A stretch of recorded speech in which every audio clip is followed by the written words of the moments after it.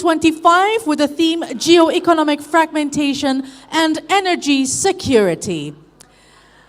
Alright, ladies and gentlemen, before we start, sebelum kita mulai, allow me to do pantun, okay? To wake everybody up. And please jangan lupa cakepnya ya. Is everyone ready? Okay. Muka pengantin suka bikin pangling. Yang pasti bunga melatinya harum. Good pagi, selamat morning. Yuk bahas yang penting-penting di Jakarta Geopolitical Forum 2025.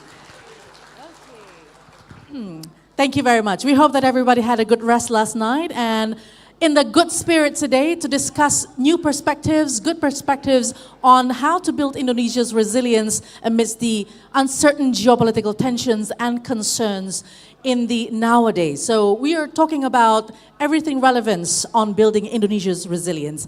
And before we start, let me begin by extending our warmest welcome to the Governor of National Resilience Institute of the Republic of Indonesia, all the VVIPs and the VIPs, distinguished Vice Governor of Lemhanas of the Republic of Indonesia, distinguished Prime Secretary of Lemhanas of Indonesia, distinguished speakers and moderators of today's event, and of course, ladies and gentlemen, whether you are here at the ballroom or joining us online via Lemhanas YouTube channel.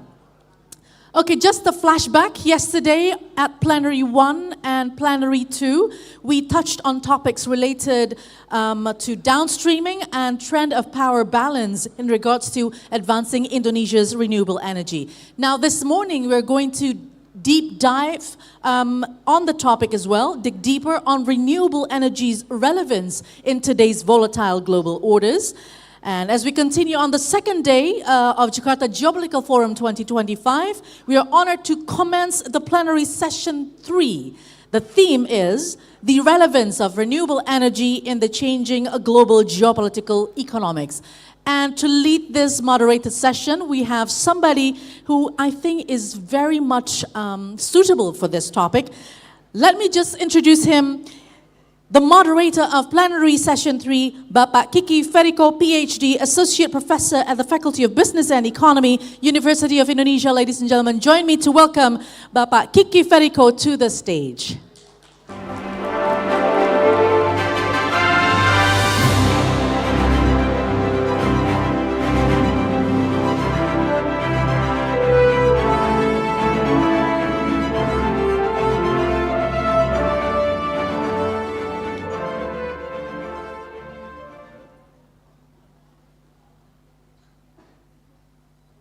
Yes, sir. So today we are in the second day of this very important discussion and plenary session, the 9th Jakarta Geopolitical Forum 2025, a flagship, the annual of the Lemhanas. And today I'm going to lead the discussion special on renewable energy and the dynamic analysis, discussion, observations around that issue. And today with me are already 4 prominent speakers that represent scholars, those who work, one who work in international organization, from practitioner, and also scholars, as I mentioned before. So let me invite all the speakers to join me, and then we can start the discussion session. So please welcome Professor Eko Supriyanto to the stage, the chairman of E-Life Solutions. And then Professor Ari Kunchoro, my former boss at the UE, former rector of Universitas Indonesia. And Dr. Lily Yang Ing, my long friends, lead advisor for Southeast Asia regions of the area. And last but not least, Mr. Vinicius Mendes Vereira, Executive Advisor for Nickel Downstreaming at PT Vali Indonesia. Okay. All right, as I mentioned before, the theme is the relevance of renewable energy in the changing global geopolitics and geoeconomics. By its title, we understand that we are going to discuss factors behind this geopolitics and geoeconomics with four prominent speakers from economists, lead advisor, executive director advisor in private sector, and also academician, I can say, and also senior technical expert at the Petronas Malaysia, Pak Eko. Yeah. All right. So this is the rule of the game.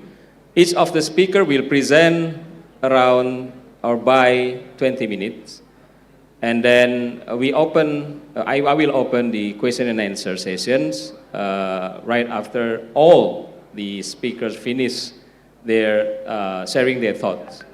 So by order, we will start with the Professor Eko Supriyanto, and then followed by Professor Ari Kunchoro, and then by Dr. Lily Yang Ying and Dr. Vinicius Mendes.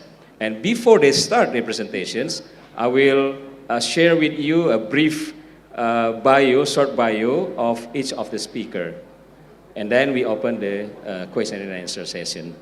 All right, without further ado, let me start this event by giving the floor to Professor Eko Supriyanto, the chairman of eLife Solutions. And, oh, sorry, I have to read the CV. Yeah. Professor Dr. Engineer Insinyur Eko Supriyanto, IPU ASEAN Eng. So I have to read the complete, I'm afraid, mispronounce of this title. So he's the chairman of the eLife Solutions, a university-linked company under University Technology Malaysia, UTM, so based in Malaysia, focused on international energy and asset management. He's now serving as a senior technical expert at Petronas Malaysia, and holds the positions of international professor at Ilmenau University of Technology, Germany. I hope I didn't miss the pronunciation. And previously worked with the PTPLN on renewable energy roadmap for Indonesia Solar Energy 2020-2026. So this is a very right topic to discuss by Professor Eko. And PLN change management, electricity research and development roadmap, and so on and so forth. So has more than 60 patents and copyrights, 380 publications, over 35 international awards. Wow, this is so wow.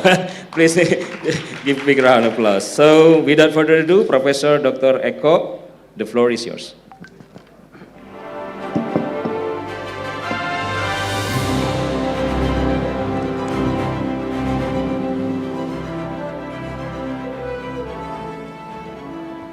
Very good morning. First, thanks for committee for inviting me to give just 20-minute talks today. I just give maybe some basic introduction on what I'm thinking for the topics in the relevance of renewable energy in the changing global geopolitics and economics. Today I will try to discuss on the renewable energy and geopolitics and global trends, and for Indonesian strategy, how we are going to go.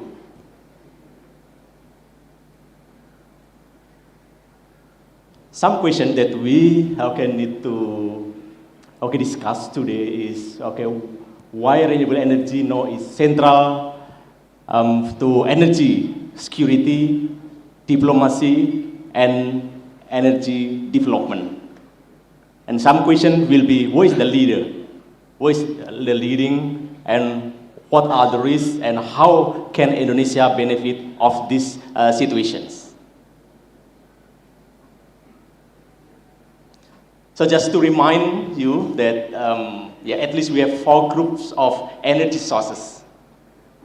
I think the old one is the fossil materials that soon we will stop it.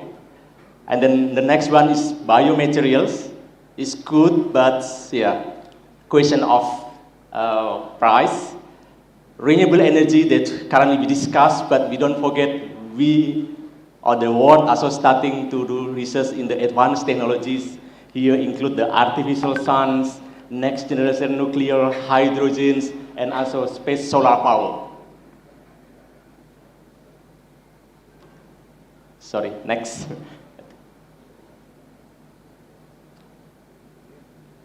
So US, Europe, China, yeah, this times already test some artificial suns and already give some very good results, I think, as you know. Next, sorry. Also the solar power in space is supposed to be more efficient. Yeah. Okay, next. So if we compare some electricity prices, yeah. This is this time price in US dollar, and in 2045, it means projected. If we see here, the solar PV, this is in 2045, what I do the rounding, minimum is, can achieve around $0.01. So, but this is only the solar PV. And it's difficult to, stand alone, right? But we need to combine with the battery storage, which in the year of 2045, yeah, projected around $0.04. It means if we combine both, 4 plus 1 is around $0.05. Yeah. So this is, can be still cheaper than nuclear, yeah. And also, oil, gas, biomass, yeah, and biofuels. So we see the development on this. And how about the new technology? The new technology in 2045, according to projection, still much more higher. It means like artificial sun is still $0.10. So it means in this next 20 years, maybe we are not going to that direction. Still, the renewable energy is the strategy to go. Next. So this is the energy transition framework here. That's most of the country, a lot of country will go for net zero by 2060. And then the peaks in the fossil fuel demands will be achieved by 2030. After that, reduce, and then renewable energy is growing in the acceleration pace from 2030 to 2060. So then, world also going to the saturations in the year of 2080. So this is basically the trends, the energy transition worldwide. Next.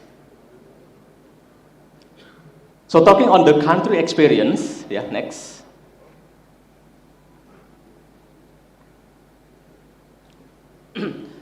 So now, some country, a lot of country having some strategy how to reduce the dependency of the fossil fuel imports. For example, the EU gas import from Russia, they already reduced in 2021, for example, and the results by last year or 2023, the solar and wind overtook the fossil gas in the EU largest source of electricity for the first time. So and then, the renewable energy also enable the energy diversifications and resilience. For example, some major blackouts in Iberian Peninsula highlighted the need for the resilient and decentralized power system. And then the renewable energy also support the decarbonization and economic growth. This is very clear for the decarbonization.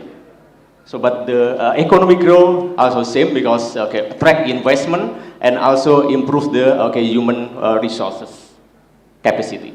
Next. So this is some countries. I just took some. Are all the countries heading to these directions? Not all, but most, with a different speed and motivations. For example, Germany, I think will be the first country. that will achieve the net zero by 2045. They're strict to implement this. The driver is basically the climate leadership, because they want to become the leader for the climate changes. China plan to have like 2060, the current situation 36%, and the driver is the business, is industrial strategy, manufacturing of solar panel and so on.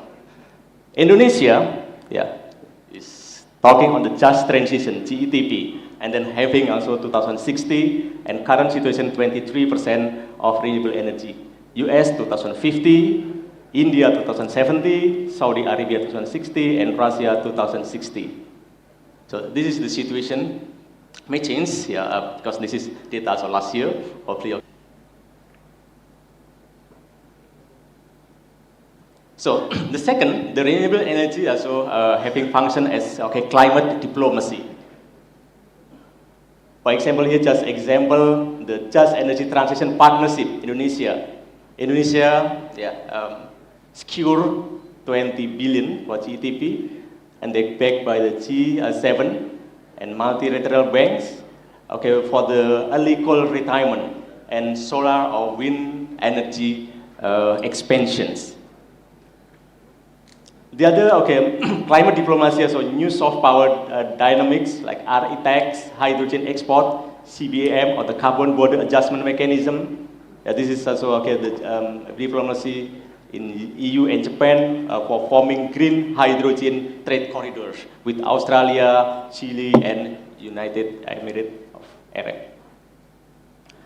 And then country with renewable energy also boost the international credibility. Some certification implemented like Malaysia, Brazil, UAE. Next. The next one is basically how the country are implementing renewable energies. I took also some example here. Like Indonesia have they have the roadmap, but they have also the RUPTL. And the target by 2030, for example, 51 of the new capacity or the energy supplier is from the renewables. Malaysia have the NETR, 70% regional energies by 2050.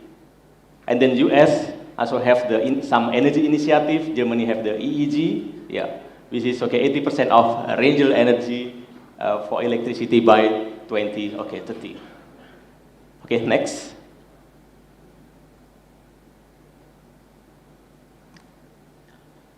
This is also from our simulations on the projected electric power mix from the percent of the total generations. The yellow one is the few back years condition, year 2000, which is Indonesia, for example, coal is still the majority, and this time is already smaller, and plan to have just 5 to 10% by 2050.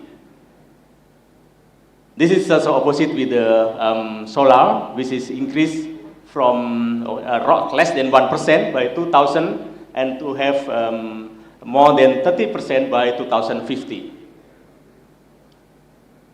Malaysia is also same, but if we can see here, they maintain also the coal by 5 to 10% by 2050. Singapore, they try to reduce the coal, become zero as soon as possible, and China still have 5 to 10%. Next, and India still holding the coal by 2050. USA higher compared to others. I think we know the reasons. And then Germany, will be zero by 2050. Next.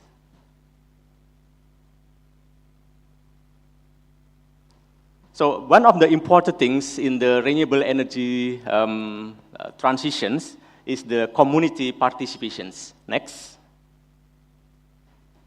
This is some example of the local community participation in the renewable energy. We know that country always holding big company to handle the electricity, but in this case, due to the local availability, and then okay, we can buy also some technology in the lower price so that we can have some local participations. For example, some programs in Indonesia, in Malaysia here, like Access, which is a program delivering solar mini grids and water pumps to 22 remote villages in Indonesia, in Nusa Tenggara, in combination with in Timor-Leste. So okay, from this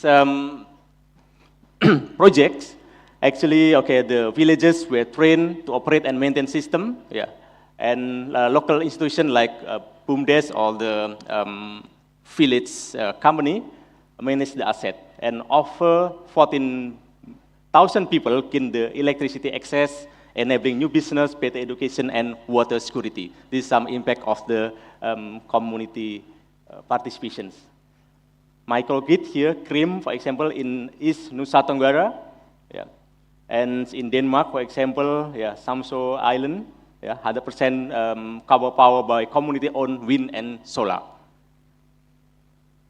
So some outcome, okay, for this initiative, for example, is the job creations, trust, and okay, social equity. Next. So some impact of the community-based renewable energy programs. Here, for example, is the increase of the project acceptance, because sometimes difficult, to implement. Okay, some, we can consider sometimes it's not really environmentally friendly. Then it's okay. Rejection is always there. That's why if we collaborate with the local community, this is okay, getting easier. And then also reduce the energy poverty, empowers marginalized groups, and build local skills and also ownerships. Okay, next. Okay, now we see the challenges. These are some common challenges, okay, to implement the renewable energy. I think all we already know. Just I try to highlight. One is the grid bottlenecks and storage gaps. We know that storage still okay high cost in this time, but slowly going better.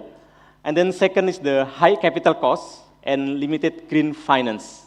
It's not all country, but okay, no, I think it's getting better also. Okay, for the green finance, but still, not really easy. And then permits and also governance challenges. Some countries are still currently struggling with the developing of the regulations. Okay, for the renewables energies. And also, okay, the limited public awareness and engagements. Okay, next. Okay, next. Now I'm talking about the geopolitical risks in the energy transitions. Okay, first is the supply chain concentrations. Okay, according to the data, China produces around 80% of the world solar panels, and 60% of wind turbine, 75% of the lithium-ion batteries. And then it also leads the hydrogen electrolyzer production with around 50% global market share. So the risk will be the trade leverage. China could restrict export, for example. So of the key components, and then price shocks. I think later I think we can discuss also the effect of the Iran-Israel on the price shocks. And then also the environmental concerns. Some Chinese RE manufacturing lies also sometimes on the coal-heavy grids, which is sometimes emit CO2 lots. So and then the second next will be the critical mineral, nickel, lithium, cobalt, and so on is under pressure. We know, for example, the EV battery requires 9 kg of lithium, 13 kg of cobalt, and 40 kg of nickel. So how important is this material? So, and then the demand for the mineral is expected triple by 2030. So I know Indonesia also play important role because we know that some of them is in Indonesia. But the risk here will be supply bottlenecks, environmental and social issues, and price volatility. Okay, next. The next geopolitical risk is the global tensions shaping the trades and technology assessment. For example, okay, we have the US Inflation Reductions Act, and then EU Carbon Border Adjustment Mechanism, China-US technology delivery, and okay, so on. Okay, next. So this is okay the summary of this okay brief, which is okay supply chain dominance, critical mineral, and trade and technology tensions. Okay, next. If we see okay who hold the strongest strategy positions, yeah, for material we know that China, Australia, Chile, and DRC, 4 of them, but no coming the Indonesia also because of the nickel, and then yeah, there are some new news okay from the lithium. And for the technology, China, Germany, USA, okay, and they compete each other. And then for the market, we know Indonesia is one of them. And then the human capital, Germany, US, India, and then financing power, US, EU, Japan, and United Emirates. Yeah. Okay, next. So this is some mineral required, and then I try to map where we can get this material actually. Material for the solar technology, wind technology, and an electric vehicle. Yeah, we have from the bauxite until the zinc. Okay, this material that okay we need for that purpose. Okay, next. For example, lithium. Chile is okay the highest, continued by Australia. But I read also some news that Indonesia also having a potential that which is okay might be more than other countries. And then nickel, Indonesia is number 1. Cobalt, I just focus on Indonesia. Indonesia is number 3 this time, which is Congo is still number 1. And then rare earth elements, also China number 1, but Indonesia also okay founded in some area, which is projected to have 4.5 to 18 million tons. And copper, we have also okay after Russia. Graphite, we have also lead, we have also silicon, is estimated so quite okay lots, and titanium. So okay, this is okay, if we see here, Indonesia almost, I mean, have almost all the material, okay, for the renewable energy. Okay, next. So if we see in terms of technology, because okay, technology one that's okay, yeah, all the country the the biggest country, okay, working very hard. For example, currently the China is the having the highest scientific papers. Yeah. So last time always US, Japan, and Germany, and now China is number 1 with the public research budget, which is even okay less than US. Yeah. So and then continued by US, 12,000, Japan, Germany, and I try also to look into Indonesia around 800 okay scientific papers and that areas. Okay, we see okay the difference how okay the technology are developing in that countries. Okay, next. So and now just talking how to address this okay geopolitical okay risk. First is we okay need to diversify okay the energy suppliers and technology partners. For example, the established multi-country energy procurement, and then secure critical mineral through trade and recycling, localized manufacturing and upskill workforce, and then strengthen the regional energy okay diplomacy. For example, we need to accelerate the ASEAN power grid interconnections. Next. So for Indonesia, Professor Rocco, 1 minute, please. All right, next. So okay, next. So for Indonesia, this is some strategic path forward for Indonesia. 1, yeah, actually we need to always improve and implement the roadmap for renewable energy and okay, strategy material downstreaming. Second, yeah, we need to establish and enforce the national standard and certifications. The next one, to strengthen the technological talent development. Yeah. And then the fourth one, to enhance the financial capability, for example, Danancara, and also the private-public partnership. And then the produce affordable and standardized product, very important. And prioritize the local manufacturing, but we try also to collaborate with the other countries. This is very important. So, and then the accelerate the digital transformation across sectors, and then the provocations strategies achieve 100% zero net emission by 2045. This is something that we need to analyze. Okay, next. Okay, next. just I need to conclude. Next. Okay, as conclusions, so renewable energy is not just about decarbonizations. Yeah, it is a lever, okay, for the energy sovereignty, geopolitical diplomacy, inclusive development, and global leadership community. Countries that act boldly will shape the tomorrow energy landscape. Achieving net zero 2045, but alongside with accelerated downstream development, digital transformation, and technology advancement is essential for realizing the Indonesian Golden Vision 2045. Now is our time, Indonesia time to lead. Okay, thank you very much. Thank you so much, Professor Eko. So I believe you have tons of questions, but please hold after the session ends. So the next is my boss, so I have to very carefully reading the CV. All right. Okay, Professor Ari Kunchoro holds PhD in economics from Brown University. Professor Ari Kunchoro has a long list as a visiting research professor in various universities in the United States, in Japan, in Australia, and also in Netherlands. And Professor Ari Kunchoro is a former Universitas Indonesia rector, or we call it rector, as a chancellor, 2019 to 2024. And before that, almost 10 years, two terms periods, as a Dean of Faculty of Economics and Business, Universitas Indonesia. And the field of Professor Ari Kunchoro in industrial economics, development economics, applied macroeconomics, of course, macroeconomics as well.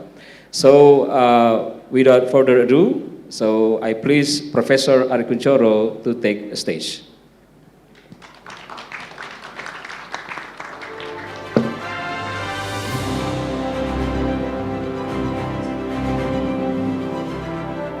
Thank you for Pak Federico for a kind introduction. I'm going to look at slightly different point of view. Some might be overlapping with the Professor Eko presentation. I'm trying to make a connecting job in terms of geopolitical. Yes. If you following the headline, then in the last 12 days, there has been increasing tension in the Middle East. As usual, if anything happens in the Middle East, the consequence is the oil price. It suddenly jumped on the way to $80 per barrel. But before it reached $80 per barrel, something interesting happened yesterday. The announcement of ceasefire. I think this is what we have been observing on the surface. But underneath is more complicated. This is my attempt to connect the dots. Today's topic is very relevant. You talk geopolitics and geoeconomics. Mathematically, in the economic department, this is game theory stuff. Applied game theory. In the old days, when I was a grad student, everything is in mathematics. But nowadays, it has been playing right in front of our eye. So let me start with one statement. Reminding my days at one of the Ivy League university in the East Coast, but not Harvard, a little bit south. in the econometric class, econometrics, everything is endogenous. Everything is interrelated. Topic number 2, seemingly unrelated regressions. So things that appear to be unrelated, it might tell us something.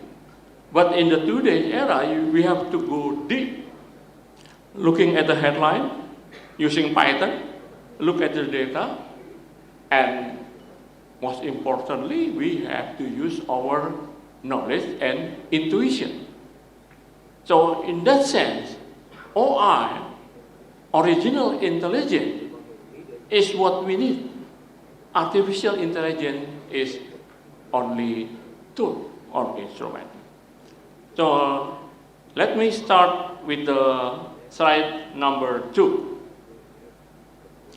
It resembles the old movie title, if you remember, from Demi Moore, the sign number 7, or the 7th sign. We have 4 signs of climate change.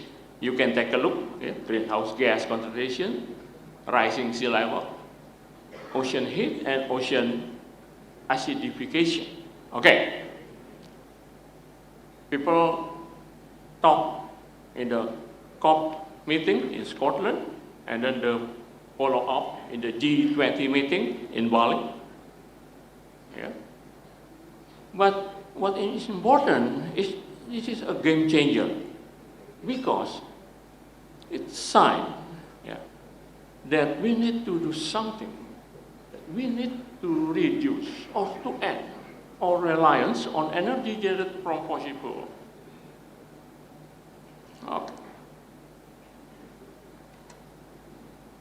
Okay, let's go to slide number 27.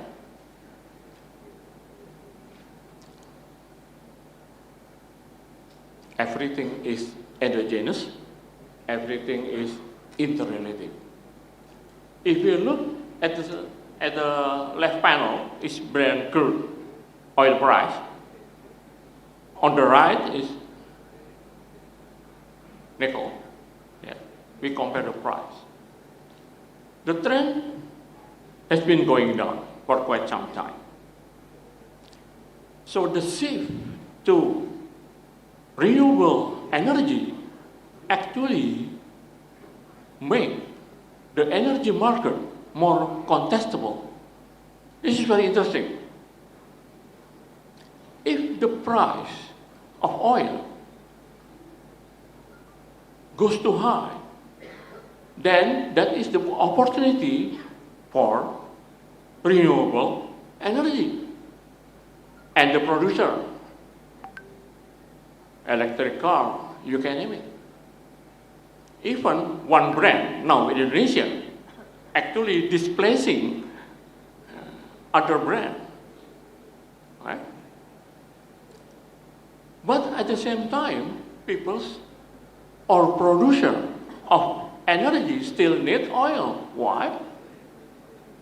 Because it's anyway they are energy producer. They just make transformation from fossil oil to non-fossil. So they need revenue from oil to create fund to do research or non-research, non-renewable energy. This make it's not competitive market. It's just contestable. You're talking about contestability, but it is a good thing. Everything that try to do disruption to the market, actually, the forces of this contestability may actually bring down the price of both energy going to the equilibrium level. For the brand, for quite some time, it's between 65 to 70 US dollars per barrel. So what happened in the last 2 days? At first, oh my God, we may end up with the Brent $80 per barrel. everybody talk Indonesia, whoa, what happened with our budget? But then the following day, it dropped below 70. So everybody is in the game. Superpower in the game. US need the oil price not too high, not too low, it's not profitable. China need oil price because still in transition. Indonesia need oil price not too high, yeah, not too low. And Indonesia and everybody else need money to do research. I'm going to show what happened before 2024. Okay, next. Back to the slide number 4, please. Number 4.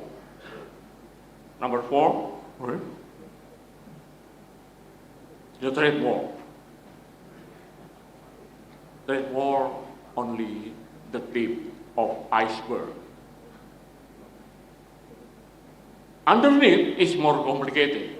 Even this is perhaps not good enough to describe what has been happening on the deeper ocean.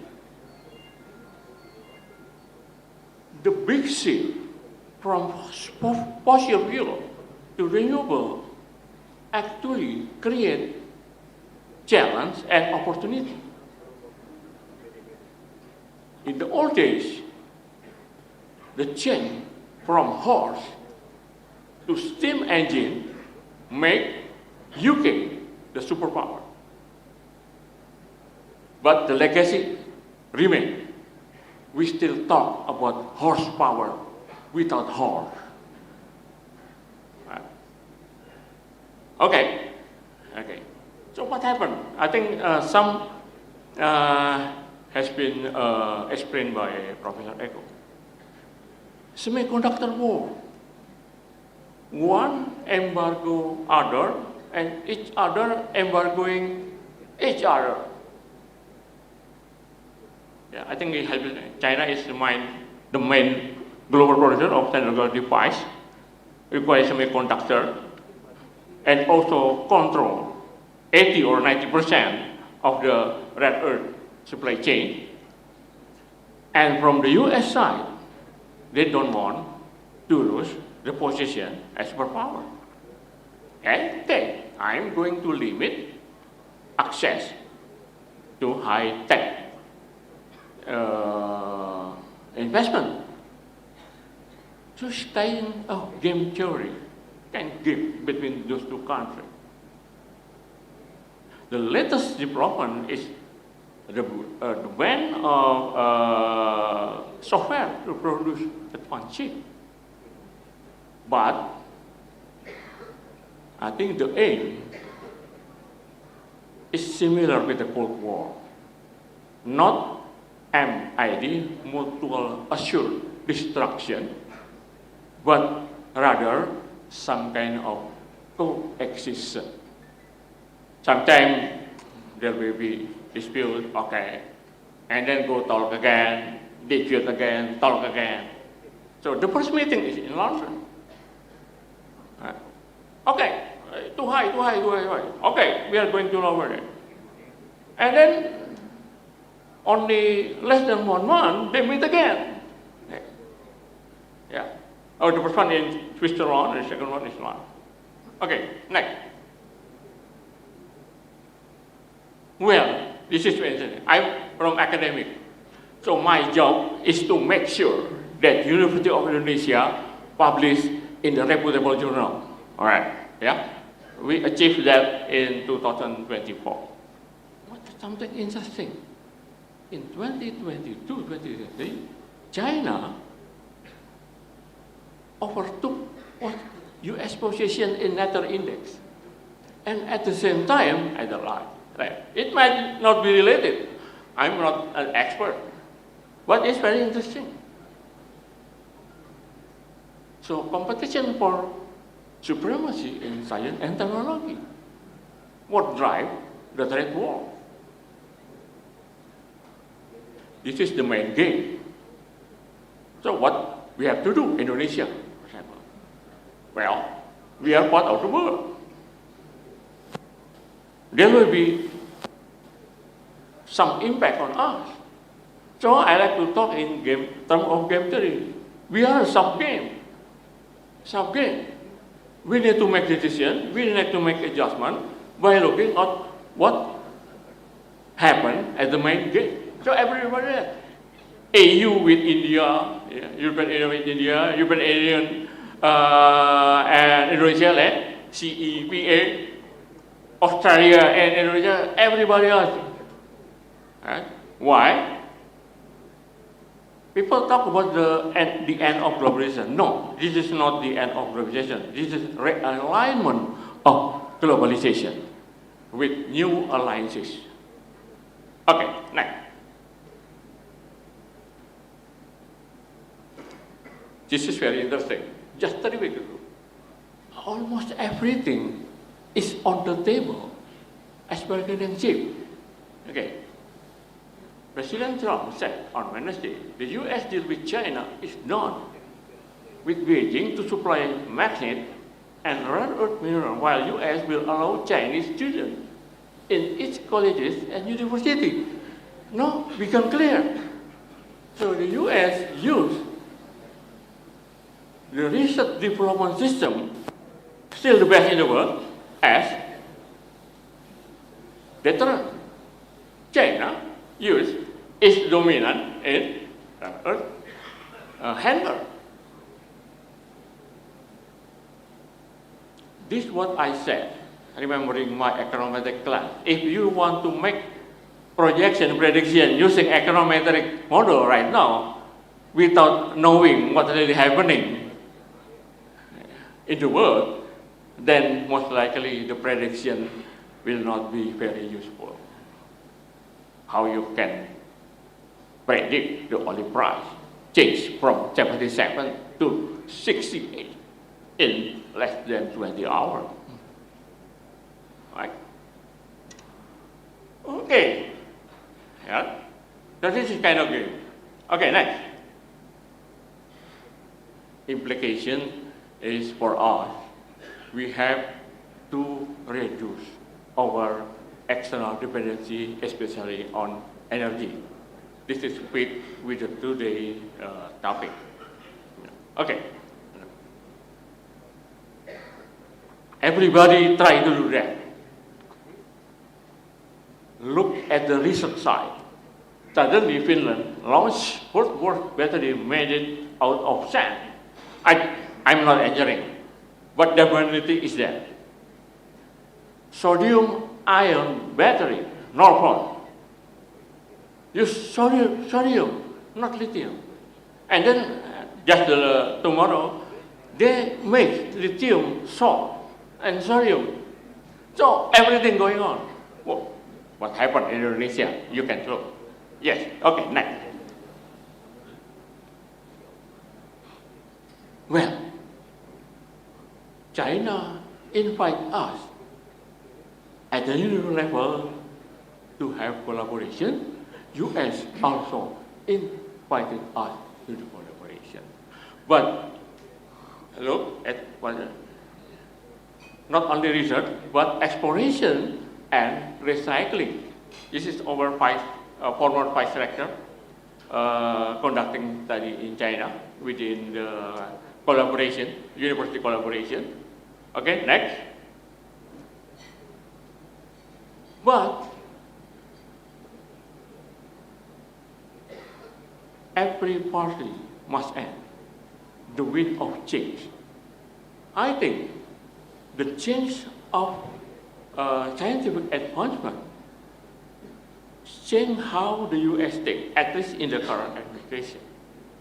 So the research development system, the global network, if you, by many as public good, that was used by US as the sole power to isolate Soviet Union. I went to the US in the late 80s and graduated in 1984, part of the program. and many other from China, from India, South Korea, Taiwan, yeah, you can name it. Yeah.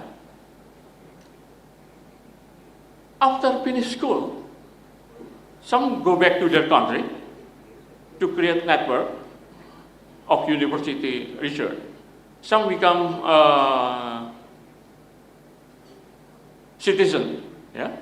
I think pursuing career as a in the tenure track in the university in the US or other, and some into industry. But the shifting of the view, I think, is more clear in the current US administration. This is okay. You use this as public free good without benefit to us. So we want to change it. Well, we're going to reallocate, and we have new priority. Well, for us, we have to adjust. Right? Okay, next. The research cut. Yeah, research cut. I think we read this not as a cut, but reallocation. Yeah, yes, implication for Indonesia.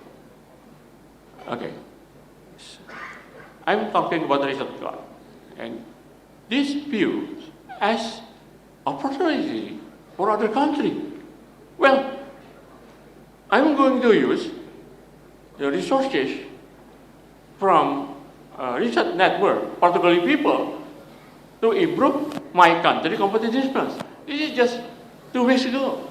Suddenly we were invited to submit a joint proposal for climate change project by incorporating socio-economic behavior, culture, as well as the possibility of rising sea level.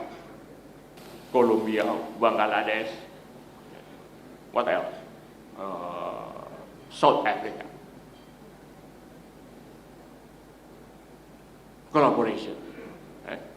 But if we think that this is only happened in 2025, I think the trend has been going on before. Okay, next. Yes? In 2023-24, I took a picture, so I disappeared. Energy transition in US, in Japan, in Korea. There are many pictures, but I think it will give us. So the trend has been there for quite a long time. So people from the academic and research system, I think, has been predicting that someday what we have been seeing right now will be happening. Okay, right. Indonesia, okay, energy transition. Be careful. If going rush, then you will have slowing growth. We need to do research. This is economic research. Okay, the growth may improve to 3%. Okay, right. Because after the COVID-19, mobility-based sector has been the prime mover of GDP. That is our proposal to research consortium. What you saw the Zoom conference. Okay, next. Okay, next. This is a new opportunity to do research and development for us. What has been done by the government at the policy level? Okay, next. Geothermal energy. Indonesia has comparative, if not absolute advantage in geothermal. Apologize, because Prof. In the 1 minute left. ring of fire, the problem is finance.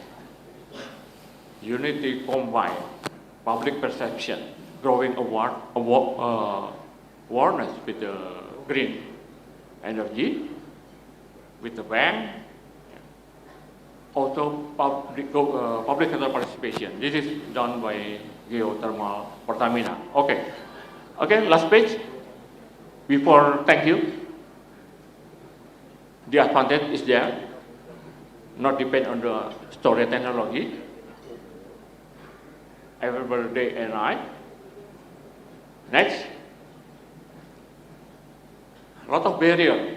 The barrier come from renewable energy because innovation drive another innovation. Okay, next. Yeah. Missing market, okay, I have to, okay. Next, overlapping regulation, downsizing, scale downsizing, small modular nuclear reactor, wave energy concept, okay, and next,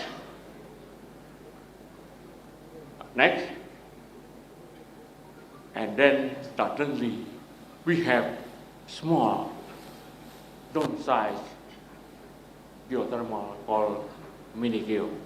This can be applied. So this is what I said. What has been happening underneath is perhaps most interesting than what we have seen on the surface. Thank you very much. Thank you so much, Professor Ari Kunchoro. Very interesting connecting the dot from helicopter view as a typical Professor Ari Kunchoro experts in looking at, comprehensive and connecting the dot. So next speaker. So we already have two thoughts on the ground, what is happening on the ground, what has been happening on the ground as well, and also from Professor Ari Kunchoro from macro, connecting the dot from above, helicopter view. Now we are going to see the regional cooperations per se, how we manage this renewable energy to work together, because we cannot work alone. And without further ado, I would like to introduce first Lily Yang Ing, PhD, my old young friend. So old friend, but she's still young.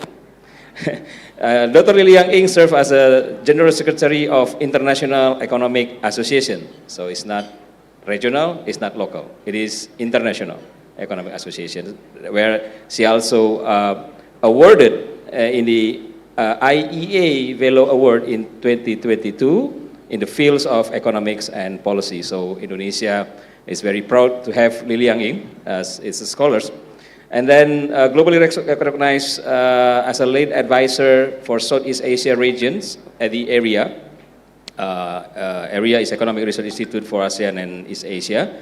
And distinguished fellow of the United Nations Sustainable Development Solution Network, or UNSDSN. And Lily also experienced in serving the Indonesian government before at the Ministry of Trade, serving the Minister of Trade, Republic of Indonesia, and also editing and writing so many books, including with a big name like Donny Roderick, Jane Grossman, and also with my PhD supervisor, Professor Sujiro Urata. So she's a friend of my professor. I have to respect her very much. So without further ado, Dr. Lily, the floor is yours. Don't forget 20 minutes.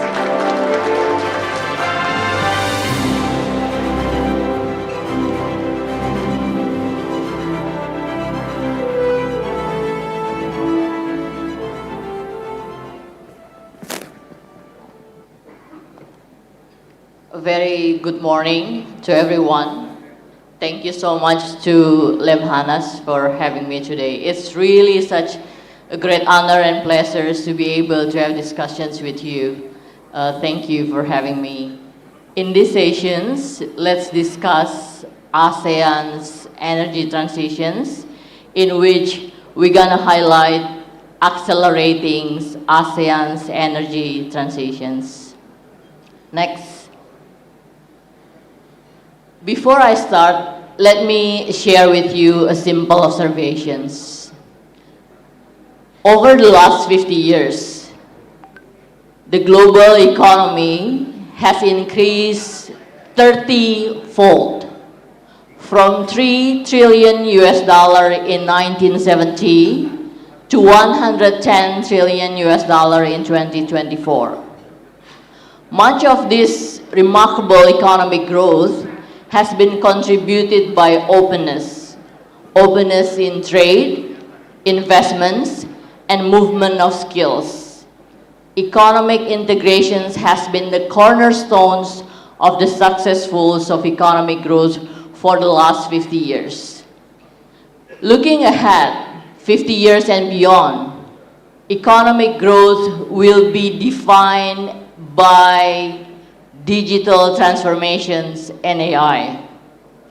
The core competitiveness will be decided by digital skills and AI capabilities, including the use of digital and AI in renewable energy. Next, let me share with you, this is over the last centuries, we have witnessed that emerging economies have been taken international governance and economic governance in key four metrics. First, share in global outputs. Second, in trade. Third, in manufacturing value added. And the fourth, in foreign direct investments. Next, and let me share with you one simple observations. This is the share of global output. The left-hand side are countries who have experiencing declining in the share of global output, and the right-hand side are countries that have experiencing increasing in the share of global output. The left-hand side basically are 7 decliners that consist of the US, the UK, French, Germany, Japan, Italy, Russian federations. Those at the time grouped as G7 countries. The red line is representing China. I put at the left-hand side because the growing of the share of China in the global outputs are in par with other developed countries. And the right-hand side are basically those countries who have been experiencing increasing in the share of global outputs that consist developing countries, countries like India, South Korea, Brazil, Australia, and Indonesia is also among the top 7 gainers in the share of global outputs. This kind of trend about declining and increasing strengths of emerging countries also occur in trade and manufacturing value added, as well as foreign direct investments. Now this is an issue on renewable energies. Many countries, developed countries, blame developing countries for, look, now the increasing of carbon emissions because of the growing of developing countries in the last 50 years. But if we look at the data, carbon emissions actually has been in the significance of exponential growth since 1890s during the peak of industrial period led by US and other developed countries. The point I would like to highlight is that I'm not gonna contrasting between developing and developing countries, but the issue here with renewable energy is that every country, everyone would like to take benefits of renewable energy, but no countries, no one is taking responsibility of carbon emissions, right? Next. The thing with renewable energy is that renewable energy, the more I learn, the more I'm contrasting myself on the arguments whether economic growth and renewable energy are a trade-off. Indeed, they're not. We can achieve economic growth as long we are prioritizing our renewable energy. And the key is that renewable energy now is not only a strategic priority, but also a geopolitical and economic imperative. And countries that are shifting to renewable energies are increasing that energy sovereignty as well as mitigating supply shocks. And in these sessions, we're gonna go through ASEAN's energy transitions landscape, reshaping industrial supply networks, reinforcing regional cooperations, and supporting economic diplomacy. Next. Now, let's see ASEAN's energy transitions landscapes. Next. ASEAN's energy demand is predicted to increase by 30 to 41% by 2023. The left-hand sides are annual growth of ASEAN's countries in electricity demand. And the right-hand sides are ASEAN's fuel generations that shows the outweighed demand in the rise compared to supply. If we can see here, the blue bar shows the period of 2023 to 2030, and the light blue shows the previous period from 2016 to 2023. And this shows that how much ASEANs have been experiencing increase in demand for electricity. The thing is that at the right-hand side, you see that in fact, in ASEAN, supply of fossil-based energy apparently is outweighed the demand in ASEAN. Next, the issue is that because ASEAN so far have been very, I should say, very limited efforts in terms of renewable energy, or I can say there are so many rooms for improvements in ASEAN to improve renewable energy transitions. As we can see here, the blue line represents ASEAN and the orange are the global average. And ASEAN's energy transitions has been below the global average. As of 2024, in ASEAN, renewable energy accounts only 26% of the mix of the energy compared to the global average of 40%. Next. So the key drivers why renewable energy is important is threefold: because of the rising fossil fuel costs, and the fluctuations is really something that not all countries can control. And the second one is the net zero targets. And the last one is just energy transitions, partnerships, commitments. Next. In terms of ASEAN, renewable energy is not only about energy, it's also about reshaping industrial supply networks. Next. As we can see here, that US with its agenda in IRA and EU with its EU Green Deal provide significant incentives for domestic clean techs. In this case, ASEAN's response, like for example, Indonesia with its downstreaming policies, and ASEAN's countries representing themselves as not just exporting raw materials, but they're trying to be a manufacturing hubs for increasing value added for EV, solar panels, and batteries are among others. Next. Energy transitions in ASEAN is also part of ASEAN's regional cooperations agenda. Next, as we can see here, the first one is diverse in resources. In ASEAN, we are fortunate to have different resources.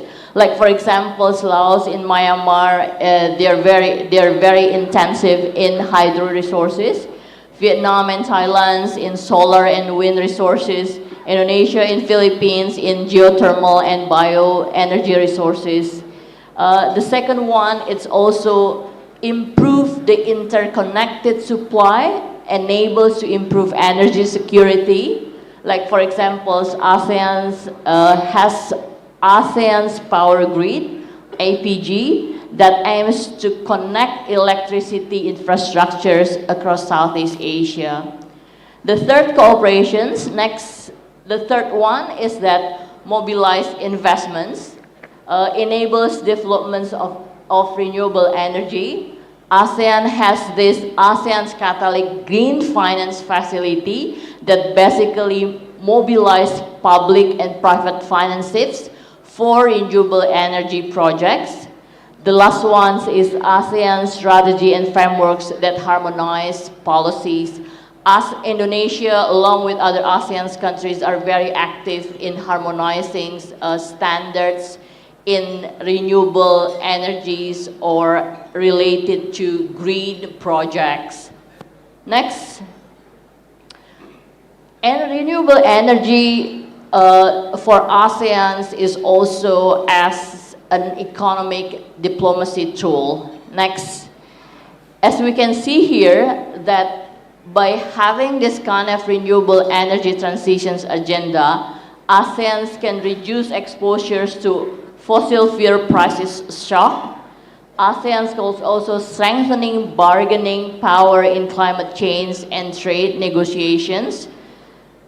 Because like ASEANs are relatively fortunate to have, for example, Indonesia, we have Borneo along with Amazon, Congo. We only have four rainforests, and Indonesia has 2 among 4 of the 4 rainforests at the global level. The third one is ASEAN is also very active in mutual recognition agreements on standardizations of renewable energy certifications, licensing process, and carbon markets. Last is that attract green investments and green finance, blended capital, and climate funds. This is some things that ASEANs work together to use renewable energy transitions agenda as a diplomatic tools in trade negotiations. Next. And as we can see here, ASEAN has already established free trade agreements or comprehensive economic partnerships agreements with ASEAN's key trading partners, among others China, Japan, South Korea, Australia, and New Zealand. And Indonesia also has established Indonesia bilateral agreements with Japan, Korea, EFTA, Swiss, Liechtenstein, Norway, with Palestine, and with other key trading partners of Indonesia. In these free trade agreements and SEPA, in which some of provisions also contains on renewable energies or liberalizing green economy projects, or provide facilities and supports for green projects in ASEAN countries. Next. So the way forward is that, next, I don't have any much to say because this is the key. The implementations is far much more difficult than the plan when it comes to renewable energy. So from what I learned is that it requires not only regional commitments, the most important thing is national commitments, is the district level commitments. I'm taking examples of, probably you all know much better than me, of the successful China in the solar panel and battery projects, because China put a lot of incentives for the district levels to organize these kinds of energy transitions, not only at the national level, but all level of the regions. Next, so I think that's pretty much from me. I don't mean to promote my book, even though I always do. The new one on the new global economic order that I work together with Danny Roderick will be available. It's free access book, in which we also discuss on geopolitics, on green transitions, as well as resource mobilizations, particularly strategy for developing and least developed countries. I'm from Indonesia. I know how much the price of the book. So I make myself, all my books are free access for everyone. That's part of my commitments to improve knowledge for everyone. Thank you so much for having me. If you have any difficult questions, please give it to other panelists. I'll take the easy ones. Thank you. Thank you so much, Dr. Lily Yang Ing. You saved the time a lot. You saved me as well, because it's less than 20 minutes. I really appreciate it. All right, so we already have 3 in a row. First from the energy transitions story, I can say that. And then helicopter view, geopolitical, geoeconomics, combination of the two, from Professor Ari Kunchoro, from Professor Eko. And then from Lily, exactly, hit the point of the importance of the cooperations of inter-countries in these matters, on these matters. It's a very important perspective from the ASEAN perspective. And then you got the free access to the book, and please download, because all the books, I believe, are very important, and then, good food for thought. And I would like to say greet Pak Gubernur. Thank you, Pak Gubernur, for coming. Okay. Last but not least, the next speaker, Vinicius Mendes Ferreira. I asked him, how to call your name? Just call me Vini. So Pak Vini has 24 years experience in internationals in mining and metallurgical, from production, technical to commercial, establishment, installment, new business, and R&D areas. So it is like combinations of the economics and engineering altogether. So I'm wondering why or how Pak Vini has these various skills, various knowledge on these matters, and I have found that because of his background is also like a scholars, but from various discipline. Science in mining, Bachelor of Science in Mining Engineering, Auro Preto, I hope I pronounce it correctly. And also master degree, MSc in Mineral Engineering, also from Auro Preto. MBA, that's why, and that explains why he also expertise in finance, marketing from Victoria, and 2 MBAs, another MBA from Finance and Accounting. Oh, I can see that you love to schools, right?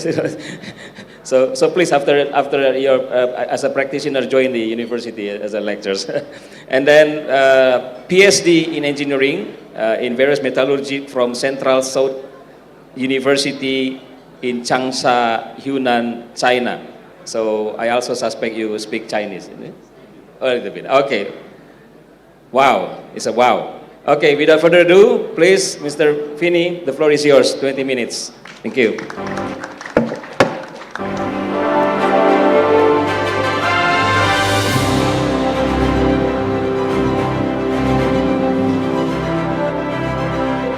Selamat pagi, good morning, ladies and gentlemen. My name is Vinicius. It's an honor for me to be here with my fellow panelists. And first of all, thanks Eddie Permati, my boss, to invite me for such prestigious event. I'm bringing today a bit of PT Valley Indonesian, what PT Valley Indonesia is doing to improve and bring the best practices examples, yeah, for us to share in this important event. So, next slide, please. I will bring a bit of us, PT Vale Indonesian. Can you go? One more, please. Next slide, yes. So, Vale has a privilege of operating in Indonesia nearly 60 years, yeah? So, since 1978, we mine, we process nickel, and we produce nickel matte with 78% content, which is a high quality for our product. So since 78, we already pioneer in the downstreaming of nickel. We don't sell the ore, but we add value in the ore that we have. So as you can see, our operation is in Sulawesi. We have an operation in Sorowako. We were blessed to receive from God a mine, a very rich mine in Sorowako, but surrounded by lakes, where we had the opportunity to put 3 big power plants, hydropower plants. So our operation is, we have 360 megawatts of hydropower plant. So we are considering the lowest smelter carbon emission in Indonesia, because we use our hydro to produce nickel. And we are committed in our projects. As you can see, I pointed there, Pomala, Moroa, Menanggapi, and Malili. 3 projects that I will show you further, that we are committed that the new projects will also come with green energy.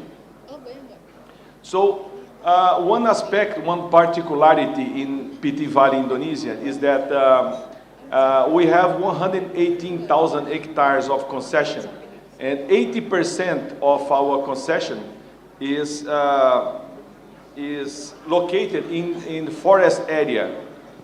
This pushes us to minimize, yet put us in a position that we should mine and minimize the footprint in this industry. So we do a very intense post-reclamation activity. So just to give you an idea, 70% of the area we already mined, we already closed and revegetated, bringing back to the environmental the same way as we receive. That's the way we operate. Apart from that, in the blue side, I'd like to bring a context of our shareholders. Since last July, PT Vale Indonesia has a different shareholder structure. Our major shareholder nowadays is MineID, is the mining company from the government of Indonesia, and Vale Canada still holds 33.9%. So we have our major shareholders, MineID and Vale Canada, a very symbiotic relationship, strong shareholders that will boost the company's success ahead. So we have 3,000 employees, and most of the employees is located was born and residing in the Luhut Timur, our province. So this is a bit of us. Can you bring the next slide, please? This is apart from the ESG, yeah. So also is important and was highlighted yesterday by the Minister Bahlil, yeah. Apart from ESG, it's important we keep our competitiveness. So this slide show how we are positioned, Sorowako in the cost curve, yeah. We are located in the first quartile of cost curve. It's important because with this price volatility of nickel, we must show our competitiveness in this industry. And another aspect I would like to bring in this course that PTVI is a benchmark in ESG. We are a benchmark in the good practice in mining. And then people always complain that ESG costs money. ESG, we cannot compete implementing ESG. And this is a point that I would like to show. So PT Vale Indonesian is very competitive in the cost quartile. And we used to say that we are benchmarking in the ESG. So one thing, it's not contradictory to the other. Yeah. Our focus is discipline. Our focus is, as you can see, is in the safety, is in the environmental, is in the ESG. I used to say when I was in Sorocco as an operation that let's focus on doing right the things for the environmental, for the people. Production comes as a consequence. Yeah, and this is our culture that we have in our company. Next slide, please. I would bring a bit about what our growth opportunities, growth potential. You can put the next slide. I think Minister Balil already mentioned yesterday the strategy of Indonesian going downstreaming and unlocking the value of the potential of the country. But I would like to explore a bit more. Yeah. It's everybody knows Indonesia is the biggest nickel producer and the largest reserve. PTVI, we can consider one of the biggest reserve in Indonesia, so our position as well is very important for the country. And we believe, talking a bit about supply demand, yeah, we believe that the demand will still be strong for nickel in the coming years. Yeah, a lot of people come to us to talk about, oh, we see different batteries coming, LFP batteries, we see another type of batteries, but nickel, just to remember, 70% of the nickel demand is still on the stainless steel. EV is growing a lot, yeah, and nickel NCM chemistry in the battery is also growing, but it's only 20 to 30% of the total nickel consumption. So we still see nickel booming, one of the most demanding metal in the coming 10 years, I would say. So we believe that Indonesia has potential to keep growing in the supply. We should boost Indonesia as a hub of nickel for the world, because the world needs supply of responsible nickel. Yeah. And so PT Vale Indonesian support the downstreaming program of the government. And we are also happy to see the government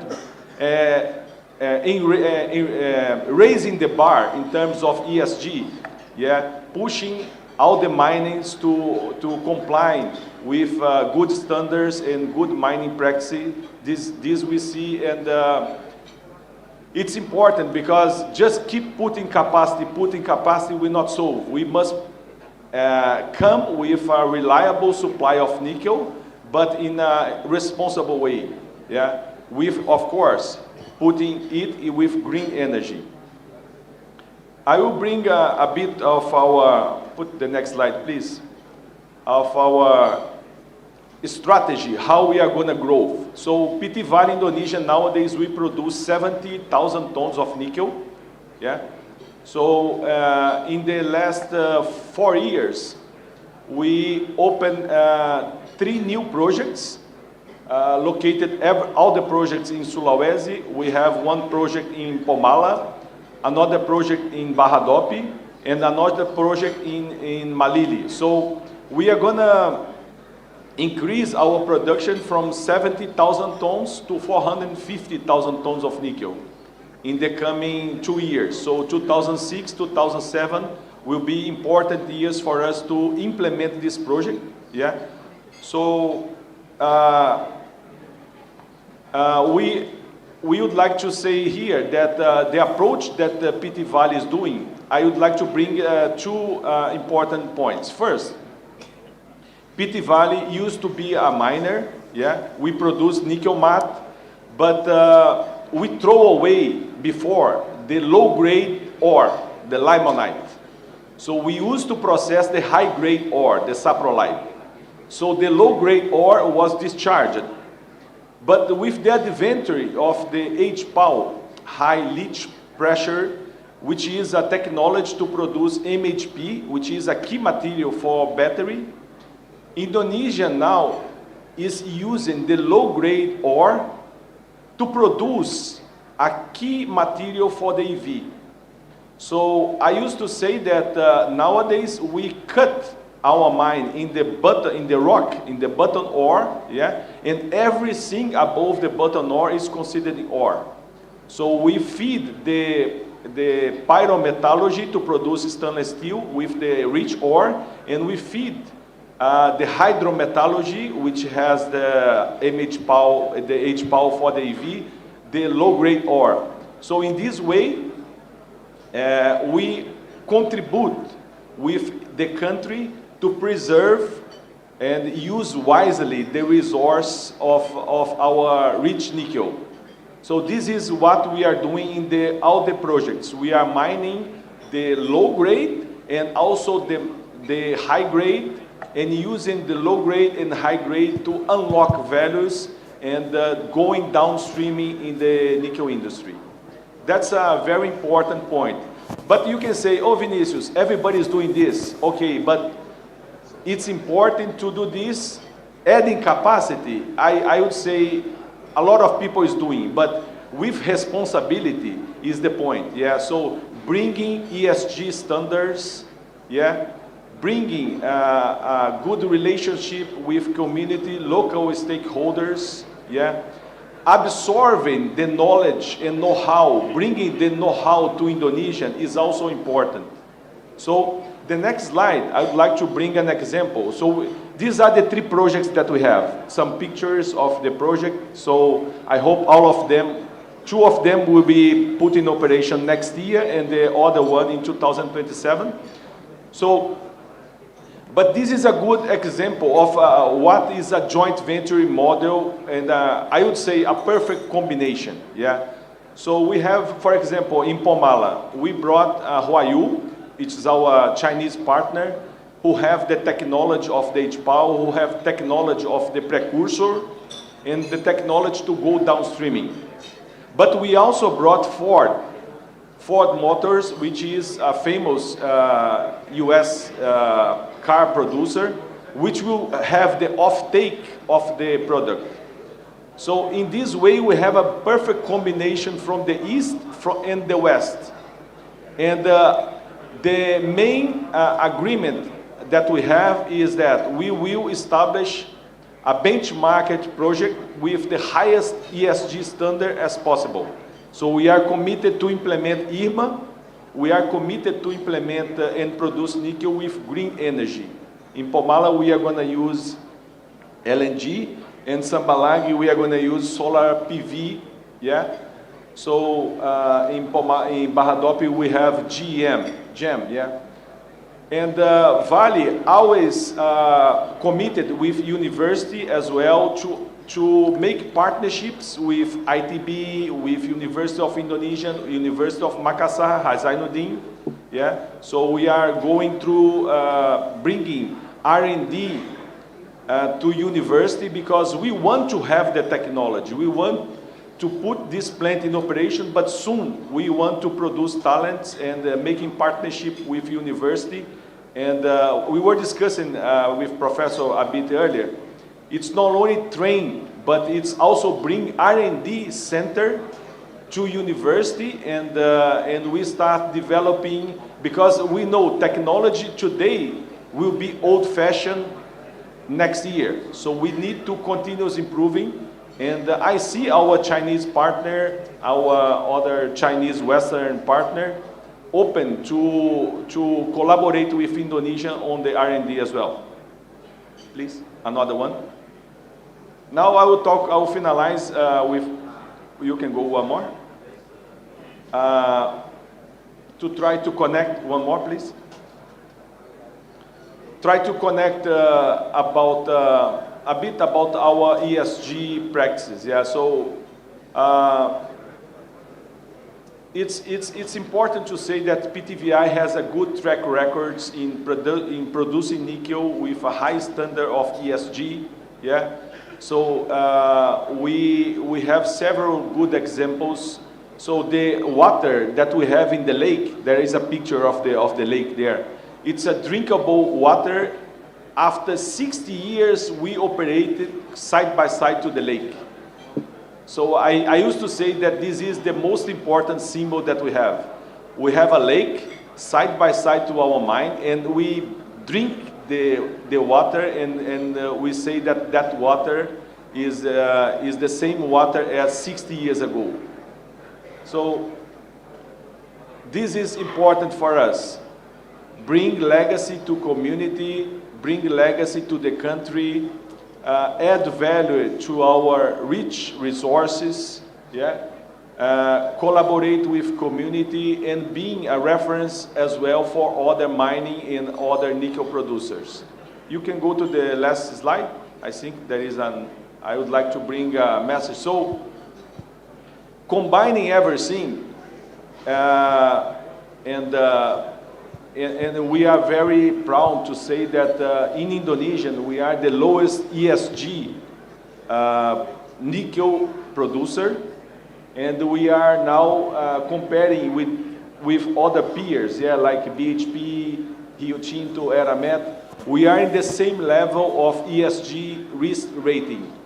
So globally, we are, in Indonesia, we are the best one, but globally, we are in the same level of these peers. So this is very important for Indonesia, because Indonesia needs to attract investments, not only from China. We want to bring partners from Korea, from Japan, from Australia, from Canada, from US, because we see opportunities of the EV, not only in China. The marketing will grow, EV will grow in Europe, will grow in US, will grow in other countries, and we want to connect and bring reputable partners in the JV model, yeah, and setting standards. I put a picture here, which is IRMA. IRMA is a certificate that when we start a project, for example, Ford come to talk to us. The first time we sit with Ford, Ford said, how can we guarantee that the Chinese partner will go and operate with a certain level of ESG? And I answered them, we should implement IRMA standard in all the projects. That's the way, implementing, setting standard, agreeing the design of the plant since the beginning. So we are very proud, yeah, so we are, the last slide is a picture of our lake, yeah. So, and I forgot to say, we won this year the gold proper, so we were the first nickel mine company to win this proper. It's, for those who didn't know, it's an award given by the Ministry of Environmental and Forest. This means go beyond compliance, and this is very proud for us. The last slide is a picture. Can you go? Is a picture of our lake, yeah? So to finalize, I'm very honored to contribute and emphasize that PTVI is deeply committed in advancing this energy transition. Our focus is providing a sustainable nickel from our operation and our projects, yeah? Building from reputable and strategic partnership, and to make Indonesia a global hub of responsible, high-quality nickel for all parts of the world. So I'm happy to take the questions. I close my presentation now, and thank you so much for listening to me. Thank you. Thank you so much, Mr. Vinny. So we are going to move to the question and answer. Please bear with me, because I need to put a brief, it's not conclusions, but a brief connections between these four prominent speakers. So we understand very well from Pak Eko that we are living in the transitions The world is now in the VUCA. I believe you also understand these terms. VUCA is vulnerability, uncertainty, complexity, and ambiguity. So now we are living in the very disruption era. Maybe remind us, not reminds. If you read, you can see that 100 years ago we are living in this kind of situations between the two wars, physical wars, and the depression of the economy. But energy transition is something new, because before we only understand the fossil fuel, but now renewable energy take part very important, and that Professor Ari Kunchoro mentions we are not living alone. Everything is endogenous, so we have to cooperate, and of course at the same time not only cooperate but also to protect our interests, our national interests, our resilience. That means we have to reduce dependency. So how to find the balance between reducing dependency and living in this interconnection world that very strong influence everything that we are doing. So that's very important. Top 2 points from Professor Ari Kunchoro and Professor Eko. And from Lily, I think the most important, interestingly that saying diplomat talks is a part of the importance on this matter, and also emphasized by Professor Eko before as a climate diplomacy. So diplomacy, diplomat, inter-country relations, cooperations is a very important words that we need to put as a bold word in these situations, current situations in global, and then given this VUCA condition.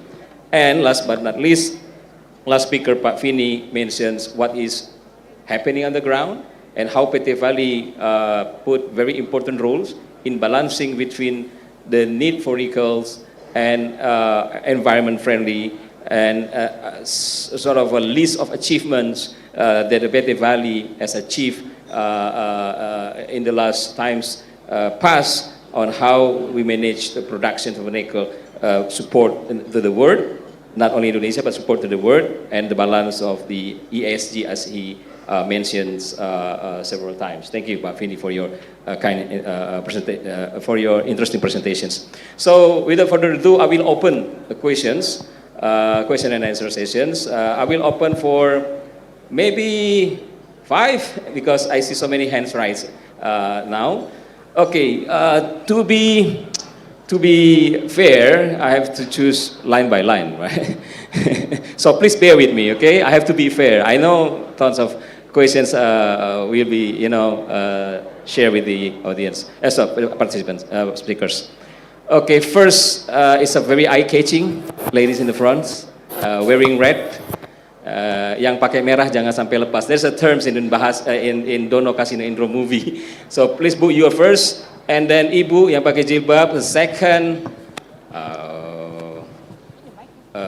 maybe later ya Pak, because I have to be fair. Ibu yang di belakang, yeah, you, and then 2 gentlemen here, one whether you, yeah, and then Pak wearing batik. Okay, how many already? How many? 1, 2, 3, 4, 5, 6. At the back. Anyone at the back? Bapak wearing suit, Pak? Yes, Bapak. Yes. And then, anyone? Okay, Bapak bisa. Yeah, you can. Okay. So, anyone can remind me the who's asking the question, so I can from the committee. Please remind me if I forgot. Yeah. Please, Bu. Please be sharp and direct. Thank you. Thank you, Professor Kiki. I purposely wear red so you recognize me. So this question is first for Professor Eko on the JETP. Could we know more about the JETP progress and challenges, given that it's actually a loan? And the second question is for Dr. Lily. You mentioned a lot on the Green Transition Fund. In your opinion, what more Indonesia could do to get even more fun and probably smoother access to the country? Thank you. Thank you so much. So the next participants, please.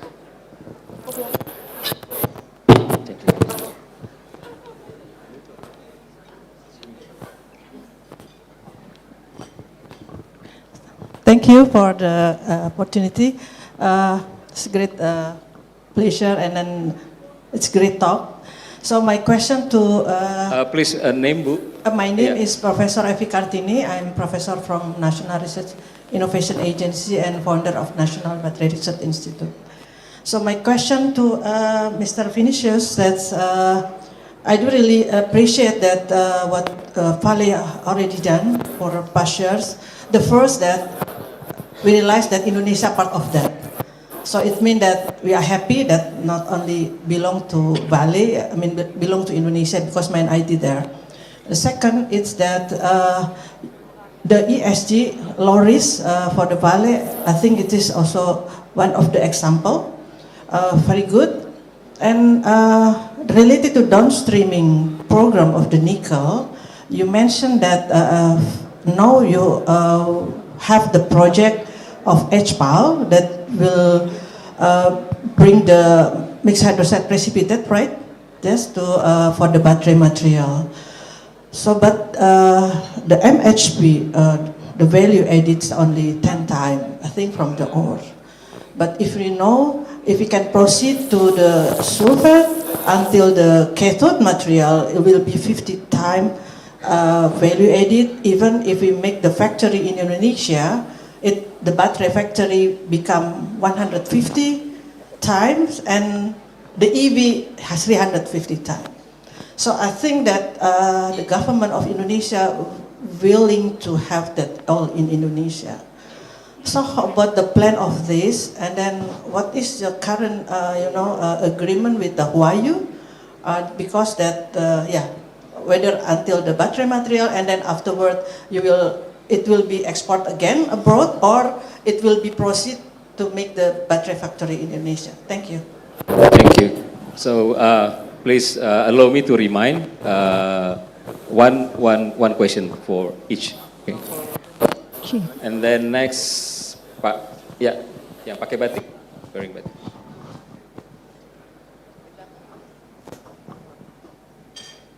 Yes, my name is Aswin. I'm from the UPN University.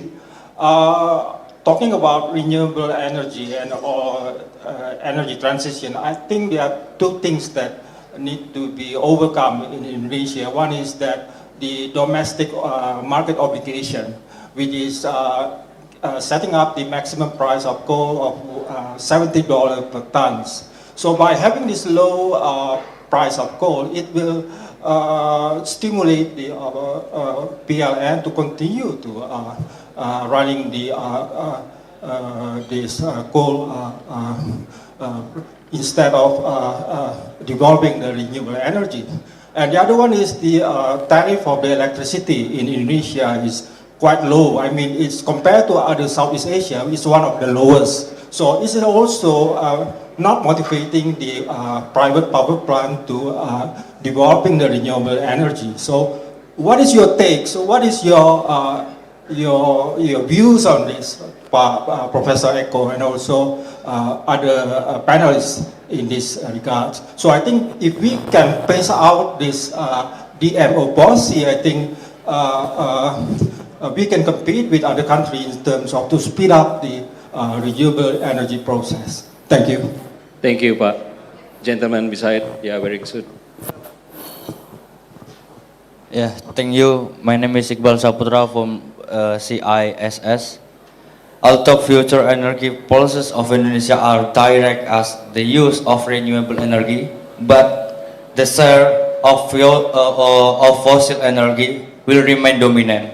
Based on data DEN, the highest percentage of energy mix in 2023 is still dominated by coal, oil, natural gas, and the renewable energy increased by 0.79% to 30.09% in 2023.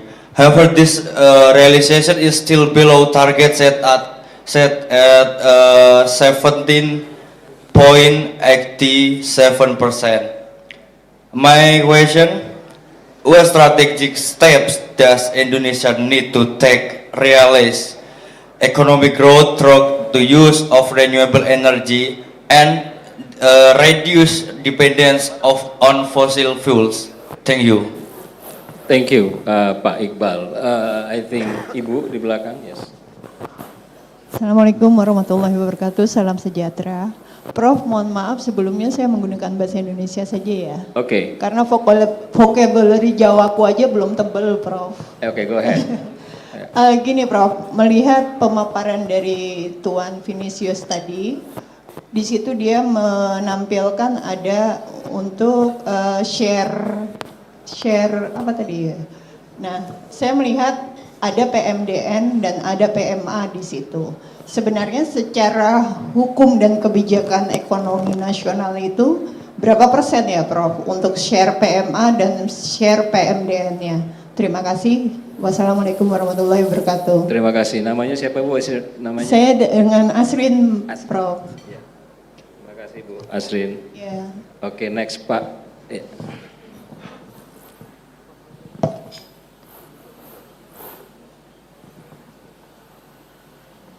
Anyone can help with the microphone, please?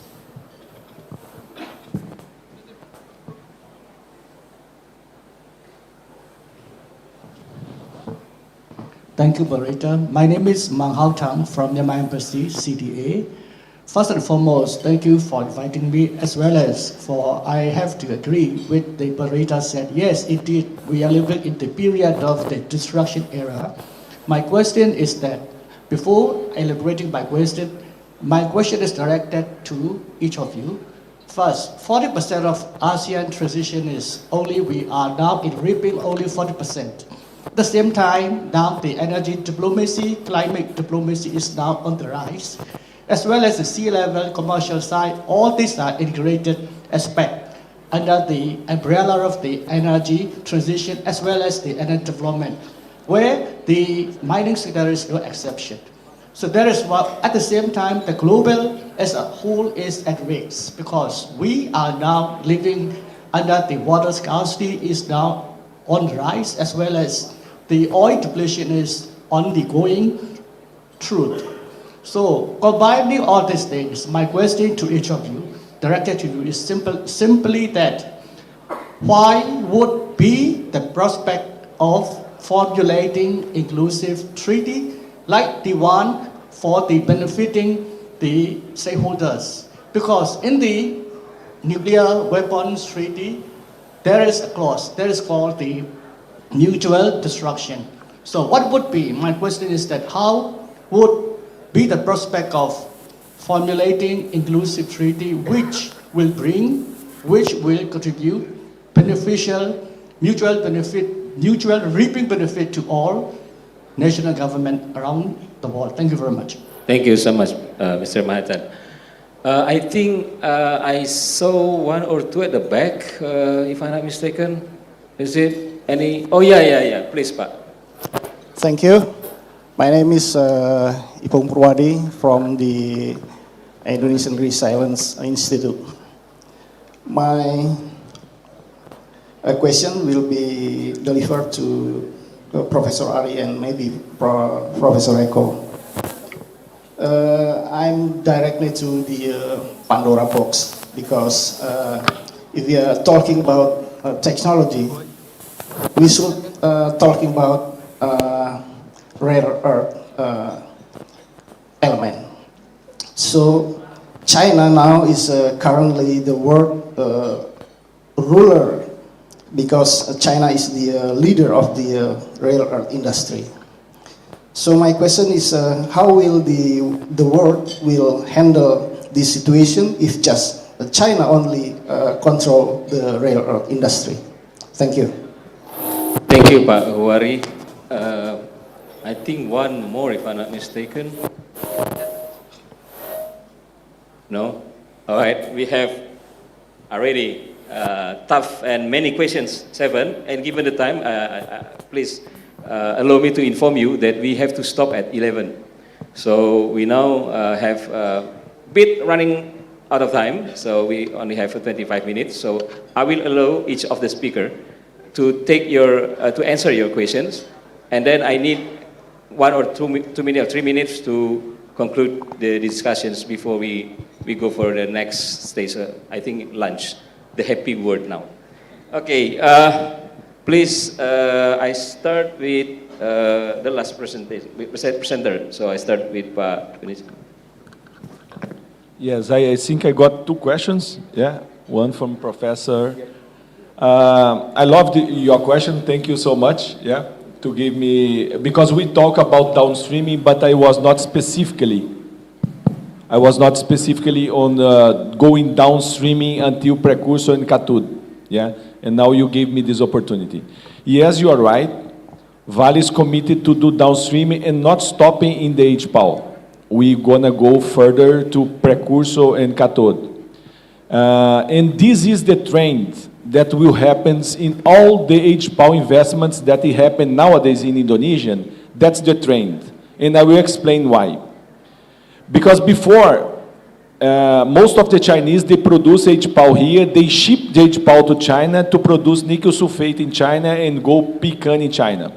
Yeah, but a lot of things happen. First, sulfuric acid now become a very expensive commodity. And also the Chinese starting having the knowledge from the nickel sulfate to produce EV or going to class 1. This is very recent. So the trend now is to have an optimization and integration of the complete supply chain in Indonesia. What I mean by that? Mine, HPAL, nickel sulfate. From the nickel sulfate, if the market is good for EV, they go to pecan. If the market is good for class 1, they're going to go for class 1. So most of the investments, they are going to do integrated in Indonesia. And us, including us in Pomala and Sambalagi, we will do the same. So doing this, yesterday I was talking to someone and then explaining him, what is the advantage of this? First, optimization of the OPEX. Shipping the HPAL to China, having logistic costs, and bringing the supply chain, the whole supply chain to Indonesia and integrating it. Yeah, you can even use the byproduct, heat recovery, sulfuric acid recovery. So it's expected that the cost of the new plants that will be put in operation in the coming years will be super competitive to the market, because it will be a fully integrated downstreaming until pecan.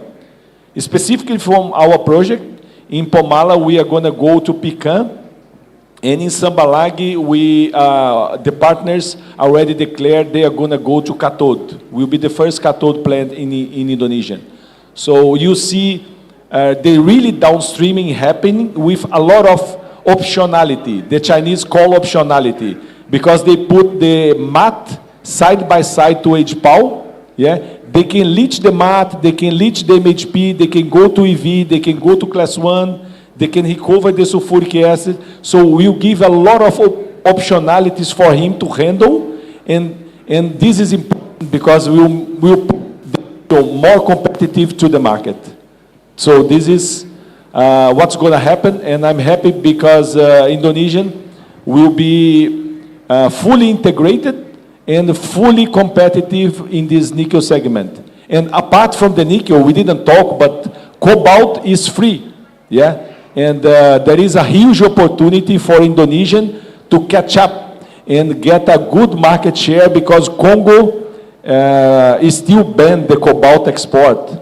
So for Indonesia, this is a good news, because we might come to become one of the most significant player in the cobalt industry, which is another critical mineral. Yeah. Thank you, Pak Pini. So, long story short, it's doable and feasible. Yes. Okay. Yes. Thank you. So next, I'll give a chance for Pak Ari.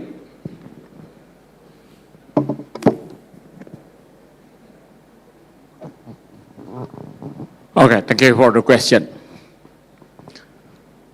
Monopoly of rare earth material, right? 80 to 90% of the world rare earth material, the handler is China. But when we look at how China played that card, it only appears when they face problem with a challenge from the US, particularly when US limit the software to produce advanced chip, right? And then the US, okay, you cannot send your student here, okay, right? But I think I have one slide, yeah. The China played that card very carefully. If you exercise your monopoly power excessively, then the price will be too high. If the price is too high, then it will invite other countries to do research, to find substitute material, right? I have conversation with my friend from Faculty of Engineering. The question, can you find substitute material of the rare earth material? Theoretically, yes, but you must do research. And then one intriguing question is just the relationship between insulation, yeah, and conductivity. Conductivity is to transfer heat and electricity. Is it possibility that one time is to insulate and the other time you behave like conductivity? I didn't have complete answer, but from the smile, I know perhaps this is happening. So if we look at the price of nickel going down, right? It means Indonesia does not exercise its monopoly power. Lithium going down. Why? Because other country will find substitution. I give you one example. For the case of lithium, which is China. Then suddenly the US announced they find the deposit of lithium in the McDerrick caldera in Nevada that can supply US for quite some time.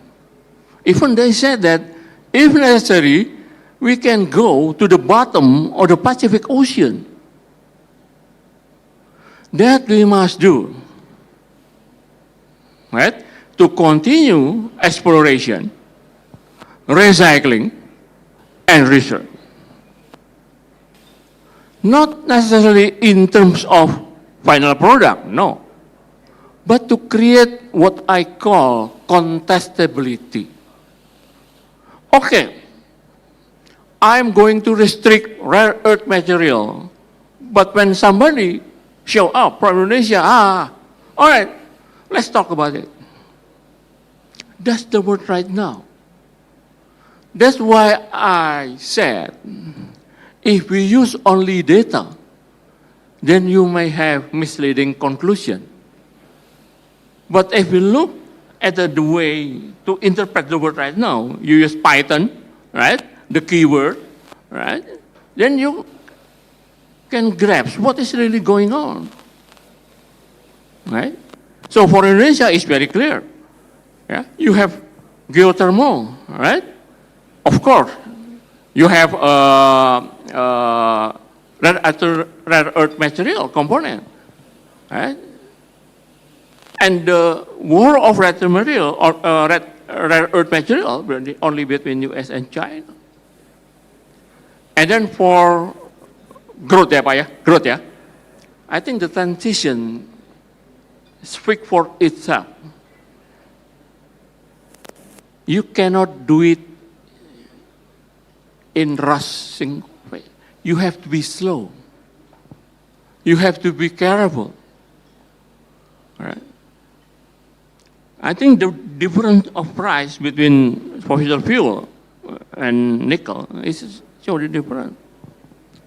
What happens if you do very quickly? We have in the middle of trade war. Is that the people can bear the rising price? No. That's why the fossil fuel will be with us for quite some time. In the end, fossil fuel will transform itself. Right now, it becomes the prime mover, right? But in the end, research has shown that it's possible from hydrocarbon to create something like battery put in the body of your car. So when you drive to your office, don't park in the parking building, but park the car in the field under the sun. So the car will recharge itself. But if we're talking about hydrocarbon in the future, that will be the competition or substitution for nickel. Yeah. I still remember the periodic table from my high school. It tells us about substitution actually. I don't know how. Just to change the structure of the compound, it may alter the function. Just explain why China react when the US said, "Oh, your student can go here." So they make bargaining. Okay, I will use supply red earth material, but not for defense, only for the big three automaker: General Motors, Chrysler, and Ford. That's the word right now. Yeah. So we have to look beyond the number. That is the message. The number is important. But the world has been changing. Even in the 2016, under Trump 1.0, it's changing. Yeah. So for us, I think we need to do research in socio-economic behavior. I call it game theory. In the material science, right? In the conservation, on recycling, everything.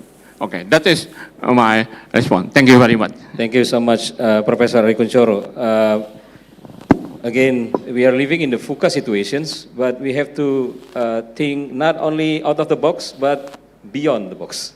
So next, maybe Professor Eko, because some of the questions goes to you, including access for, and then, maybe you can touch the balance, how to balance the cooperations. This is from my questions, how to balance the cooperations, inter-country cooperations in these matters. Okay, I will start with Ms. Dini first, the questions on the championships. Talking about the championships in the renewable energy implementations, and we need to understand the challenges. Yeah. Number one is price. I think we know that coal is still lowest compared to others, right? Okay, maybe 200 to 400 rupiah per kilowatt hours.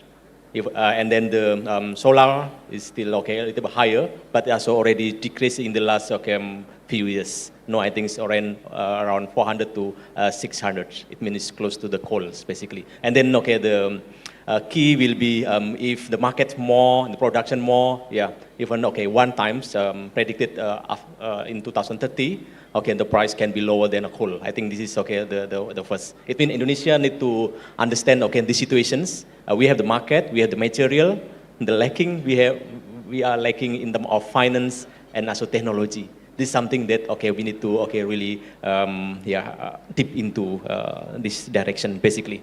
So for the strategy, it means first, we need to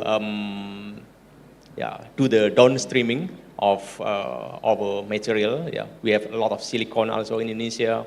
We have copper and so on. I think it's in terms of materials, we have it. And then, okay, second, in terms of finance, okay, better for us also we collaborate, yeah, because this is not question about only the local market. We need to understand also the global market. Yeah, we cannot compete, yeah, sorry, with China, for example, the price in the next few years. But if we have the policy for local policy, then I think this is something that we can protect. But we need to understand that we need to collaborate with other countries, so that we have also the international markets. So this is the way forward for the next year. But we need to consider also the environments. You know, the coal, I think, is something that not really nice for the environments. And then we need to understand the social impact. We need to bring the local people and also the maybe worker to work together, so that's also socially accepted. And then at the end is the politics. Without political support, I think it's also very, very difficult. So but administratively, we need to have like roadmaps, standards, and so on that we need to follow, and also to improve every time. It's not really just normal roadmap, but improve roadmap. And then human capital, we need to improve it. Finance, we need to collaborate because we are lacking of that. And then if we implement, then must be monitored and evaluated. I think this is the way how we implement this. And then the next questions, I forget the names, but this is related to the tariff of electricity. I think we are the lowest, and then the coal also currently is the lowest. And the strategy, I think, same that I already mentioned to Ms. Dini. This is basically the strategy. It means the PLN itself in the future should think about how they integrate between the solar panel and also the current grids. And then maybe the electricity company, the PLN, need to become the company that also produce the solar panel. Because if not, then one day they will collapse because everyone having already solar panel, and then the company is only maybe not able to have enough production for the energy. So this is for the electricity. And then I think there is question also on the strategy for the economy growth. I think energy play around 10% of the economy distribution, 7 to 13%. So that is important because this is support other industry also. So in order to have that, I think since yesterday I think already discussed that downstreaming is one of the strategy, and then increase the number. Increase the investment in the renewable energy also. Other things that will improve the market and also the production of the energy that in the end support the economic growth in Indonesia. And another thing is talking on the inclusive treaty. I think without collaboration with others, I think it's very difficult. I think we need to collaborate with others, even we have very huge material for the renewable energy, but still we have some technology lacking, and also market also is not really big like in China or India, so that we need to still collaborate. So this is some few that I can give answer. Thank you, Prof. Eko. I just received a good news. I don't know whether it is good. I think this is good news. We still have 20 minutes then, not at 11 a.m., so we can stop at 11:20. So we still have a list of questions, and I believe that Lily is the right persons to respond to these questions. One of them, I think I need to remind you, how to get the balance, diplomacy or interrelations with the countries to get mutual benefit. This question from Pak Mahathir, I think very important to touch. So Lily, this is yours. Thank you. Before I address these questions, I would like to congratulate Bapak Gubernur, Pak Aceh and his teams for being able to get us all together here. I mean, look at the questions. Look at the deep and the reach of the questions. Like PhD questions, I feel like I'm in the defense mode. I mean, Well, I should thank to you for raising these very important issues. And I'm just going to highlight, I think for the sake of times, I'm just going to address those questions by highlighting three things. The first one is on green fund. The key is that two things. One is that the efficiency of investments. So the donors or development partners or the consortiums, they usually take into account the number of the beneficiaries.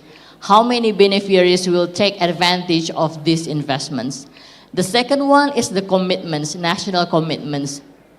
They're gonna see how much national commitments in terms of the share of investments as well as the commitments of implementations. The second issue is on monopoly versus diversifications. To address monopoly, the key is diversifications. Taking examples, the way that the US put pressures on Huawei, which finally been able Huawei to innovate. The case that the US put restrictions on exports of advanced chips.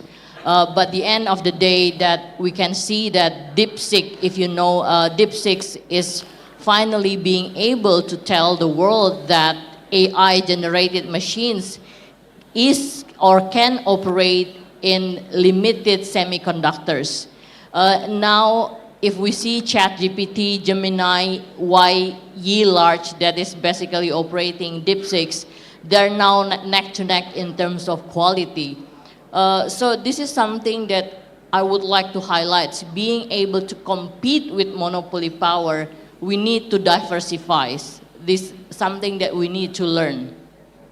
And in the global context, in the more wider context, diversifications not only exports destinations, but also import sources, currency, as well as payment systems.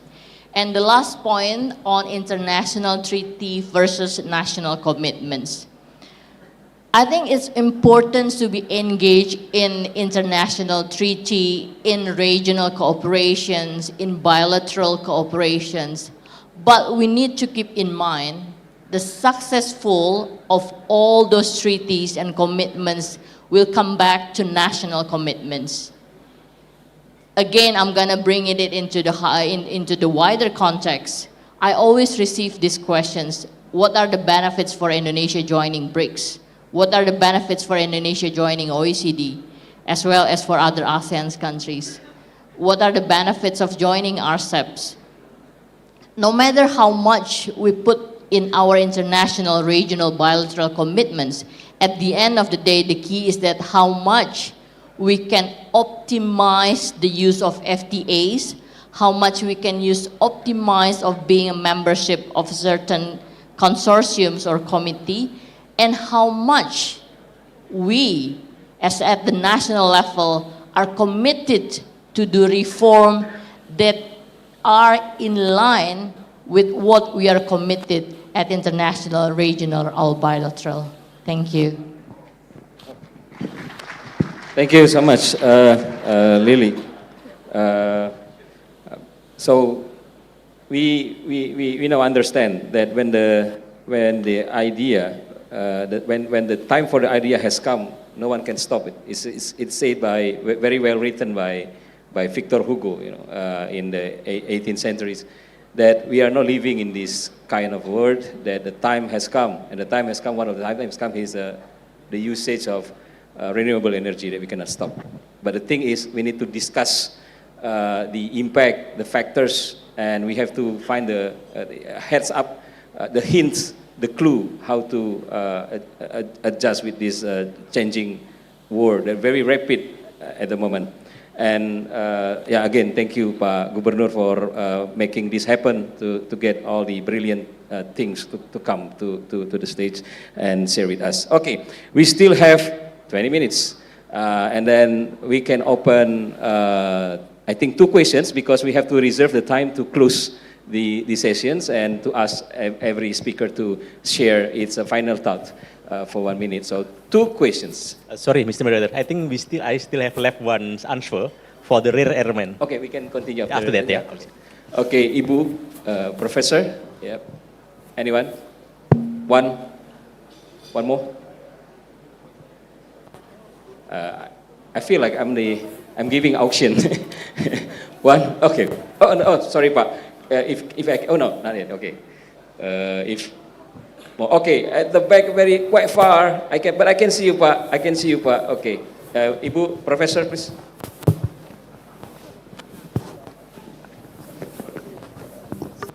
Saya dari UI juga, Susi Sudarman, Prof. Arkun.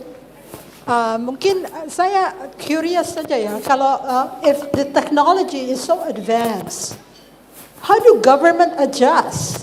Because they're very slow. And education must be rapidly changed because otherwise we're left behind. And I don't see government can overcome this velocity of changes that is born on us all over the world. And to make adjustment is very difficult. I think maybe Prof. Arkun can answer this, or even Lily, because you've been spectacular. Help us a little bit in making Indonesia up to date, making Indonesia prepared for geopolitical and economy changes. Thank you. Thank you so much, Professor. It's a very important question, and I think it is applied to government across the world. All the governments has to adjust. And then, last but not least, Pak, please, yes. Thank you. Thank you very much, moderator, for taking my question. My name is Victor. Could I address this question to Mr. Finicus Mendes? Your previous presentation you put on the screen mentioned that Indonesia, Australia, and Brazil account for 75% of global reserve nickel in this particular. What I'm trying to ask you that the data shows that GDP per capita of these three countries is totally different. Brazil is 10,000. Australia is 65,000, and Indonesia only 4,876. Doesn't there have to be positively correlated between country revenue and the people wealth? Could you please fill me in about this? Thank you. Thank you. That's the beautiful of cooperation with the various GDP per capita. All right, so I have to close because given time, we are close to the end of the sessions. Without further ado, I let maybe first Professor Ari Kunchoro to respond to Professor Susi questions, and then followed by Pak Eko, the last question that you haven't taken, and you last. Thank you, Pak Vini. Please, Pak Ari. Okay, thank you. We should not wait. We do what we can do. We should not wait for the government. I think has put our team going to Berkeley, going to Indiana, not in the picture, going to China. What we learn is that actually in higher education, it's not seeking high grade, no, but journey and experience.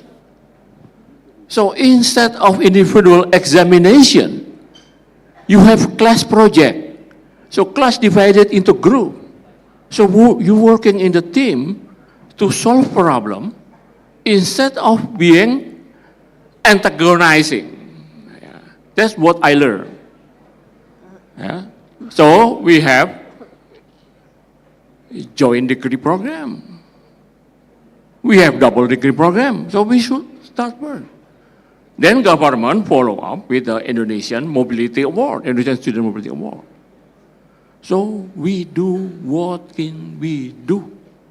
Do not wait, because the world is not waiting for us. Let's go. Thank you. Thank you, Prof. Hari. Please, Prof. Eko. Yeah. Question on the rare earth elements. Okay, I think someone from Indonesian Research Institutes. I think China, yes, right, is number one. Okay, for the production and also reserve for the rare earth material. But it's not only China having this rare earth material. For example, Vietnam and then Brazil, even Indonesia, so almost having around 10% of the China reserve. So basically, the material is already some country having it. Only my understand is that the technology, I think China is the most advanced, and that's so that in the end, what is our strategy? I think we need to have this technology actually to process and also to collaborate with other countries. Yeah, I think this is my answer. Okay, thank you. Thank you, Pak Vini, please. Hello, hello. Okay, so I will answer probably and also do my last message because they are connected, if I allow, if you allow. So he wants to know correlation reserve, nickel reserve in GDP, okay? I am Brazilian and also Indonesian. I live here already 6 years, so I consider myself Indonesian as well. So let me try to elaborate a bit your point of view. So it's clear that the battery of the EVs are getting cheaper as time passes by, yeah? And it will get cheaper and cheaper because the battery makers, they always look for chemistry that makes a cheap car, yeah? So if you look, I didn't bring any data for market, but if you look penetration of EV in countries that has critical minerals like Brazil, like Indonesia, the penetration of EV is getting traction. While US and Europe, where everybody was beating to grow in the EV, it's the other way around. So we see Southeast Asia, especially Vietnam, and coming with Indonesia. I'm following this data. The penetration of EV is getting really traction, but with different type of cars. The penetration will come with more cheap cars, and the OEMs is pushing midstream and upstream to be more cost competitive and be more costly wise. So they are correlated anyway, and I see Brazil the same. So this is also linked with Barlio's presentation yesterday. So Indonesia wants to go downstreaming. Indonesia wants to produce the battery. Indonesia wants to have a very competitive battery and accessible for people to buy a car. People is not willing to buy a car for $50,000. Yeah, if you go to China, you can buy a car by $10,000 or even cheaper.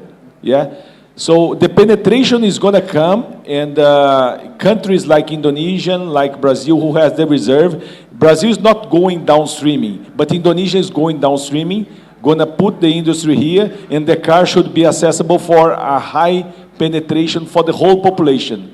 Not only cars, but also motorcycle. Yeah, and my last message is I am optimist at all. Yeah, a lot of people saying, oh, a different kinds of batteries coming. Nickel is still very drive the battery because nickel gave the energy intensity to the battery.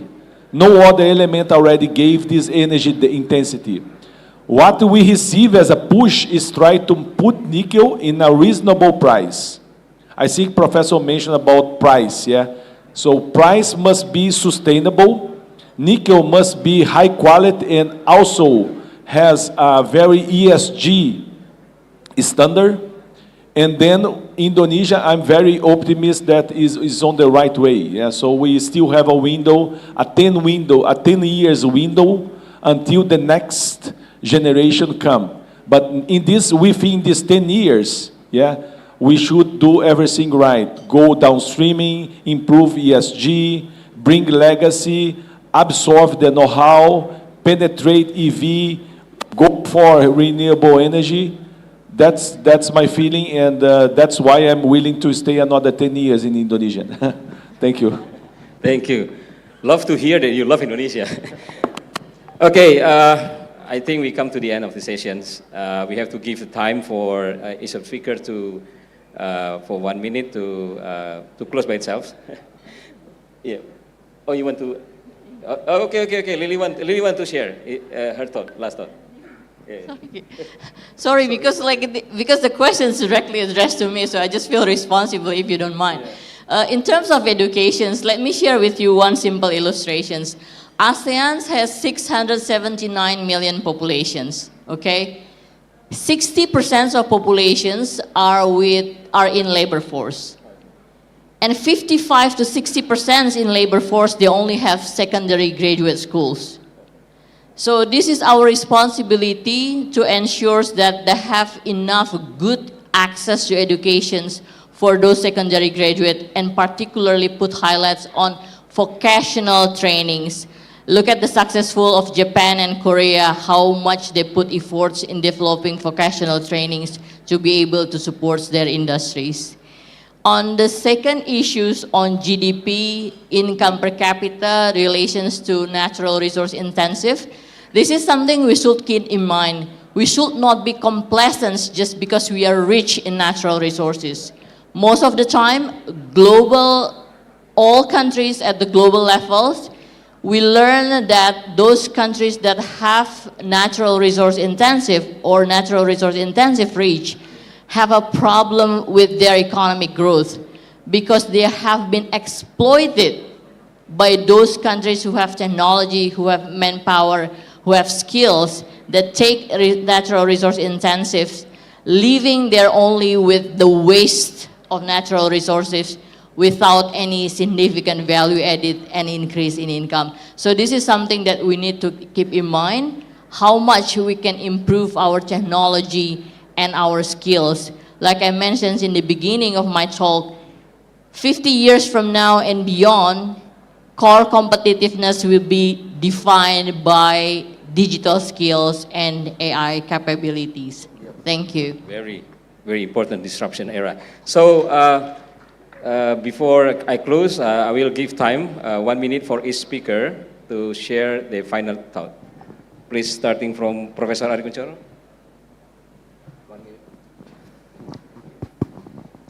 Thank you. Okay. Lembaga Ketahanan Nasional, Lemhanas, right? National Resiliency Institution. So the term of Ketahanan actually very important. Rare earth material become national resiliency for China. Recycling become national resiliency.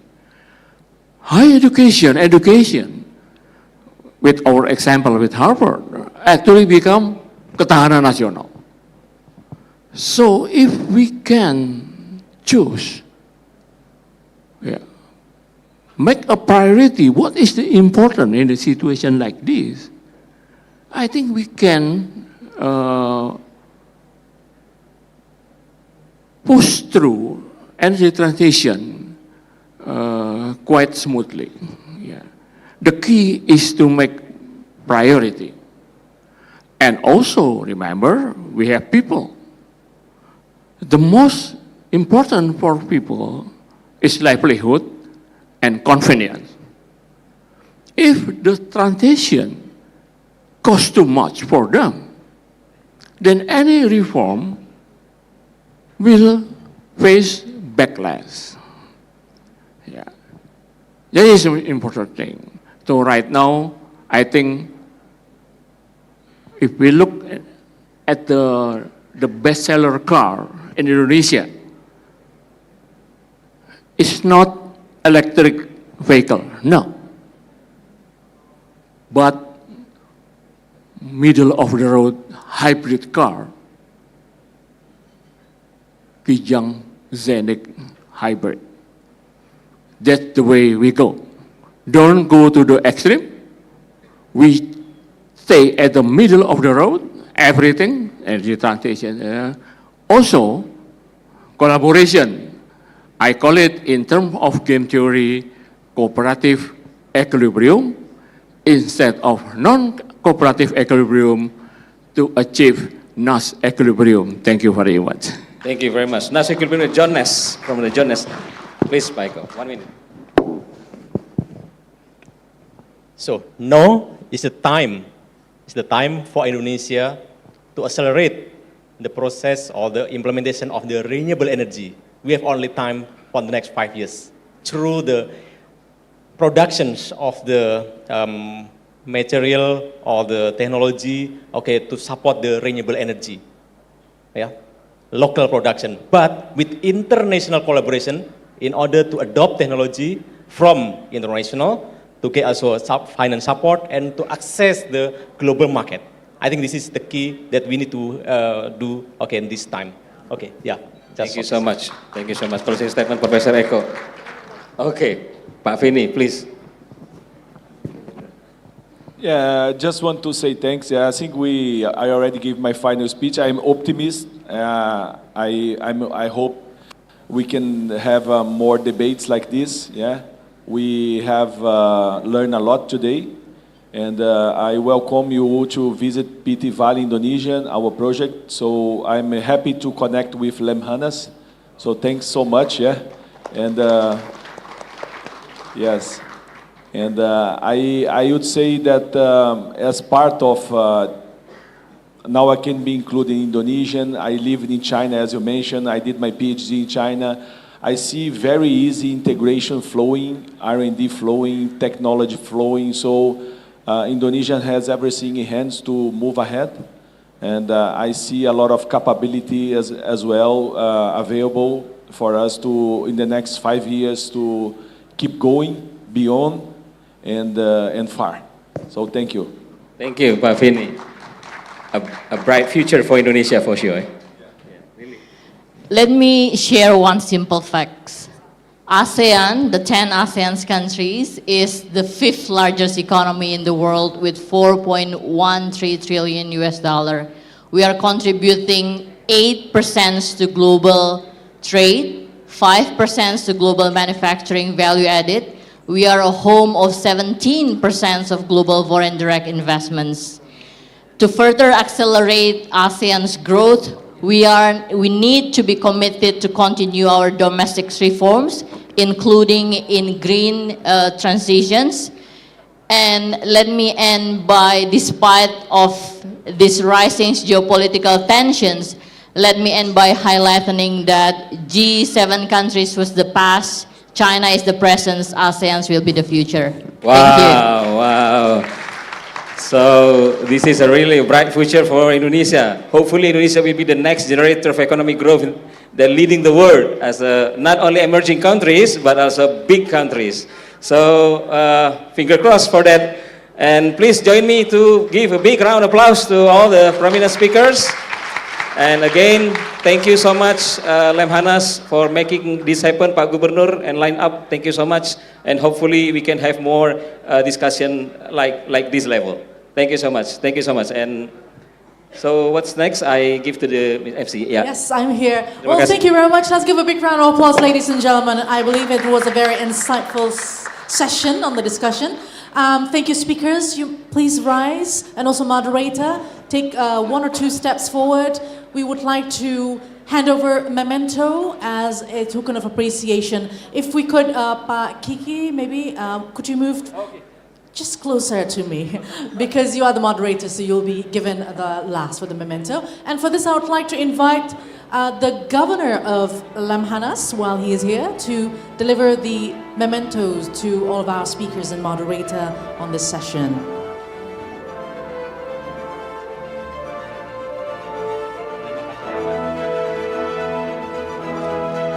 Thank you very much once again,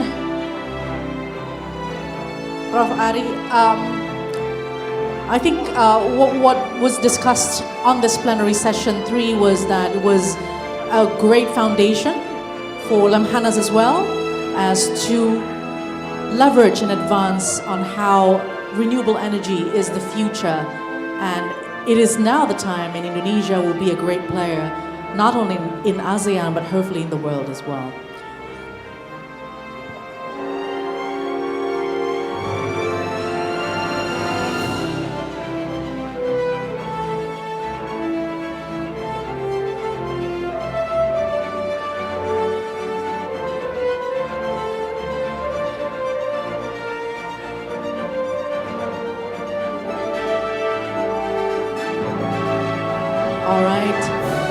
We are very grateful to have all the speakers today. I think it gives us a full overview on how Indonesia could actually be more resilient through renewable energy.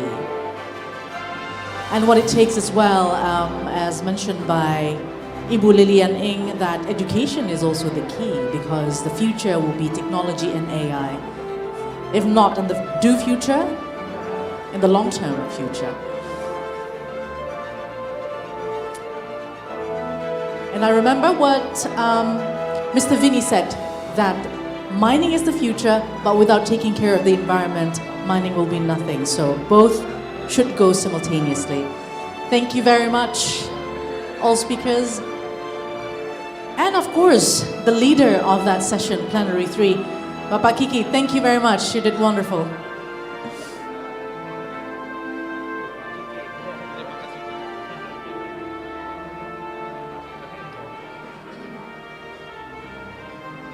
All right, and finally, let's take this moment for a group photo. Pak Governor, please be in the center. And also for this to join, let's invite the director, the deputy for strategic studies of Lemhanas, and also the chair of Jakarta Geopolitical Forum 2025 to also join in this group session or group photo session.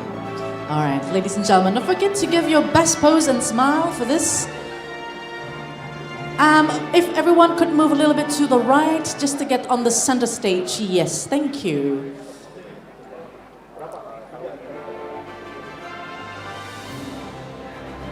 And if you're ready, don't forget to smile. In 3, 2, 1. One more time. Bigger smile, please. 3, 2, 1. Thank you very much. Thank you, speakers. Thank you, moderator. Thank you, Pak Gubernur. Thank you, Ibu Deputy. And thank you, the chair of JGF 2025. Very, very timely, very interesting discussions we had on the stage. And ladies and gentlemen, that concludes only the first leg of the day, which is Plenary 3. And right after this, we're going to have a little bit of break. But after that, at 12:45, we'll start again with Plenary Session 4 with a topic, Adaptive Strategy in Global Cities for Enhancing Energy and Economic Resilience. That starts at 12:45. And I have a very good news, because we will have a door prize. Okay, I'll repeat. We will have a door prize with a very interesting prize. And that's going to happen after the last session of Plenary 4, later after lunch. So please pay attention, because the question for that door prize will be related to the topic that will be discussed during the Plenary 4. Sekali lagi, saya punya berita yang menarik untuk Anda semua. Nanti di akhir sesi keempat setelah makan siang akan ada door prize. Jadi jangan lupa untuk memperhatikan baik-baik diskusinya, karena prize-nya tadi akan terkait dengan topik yang dibahas di Plenary Session 4. And for now, let's release you for a lunch and maybe networking along the way. And we'll be looking forward to see you back before 12:45 this afternoon. Thank you very much. Enjoy your lunch and see you after that.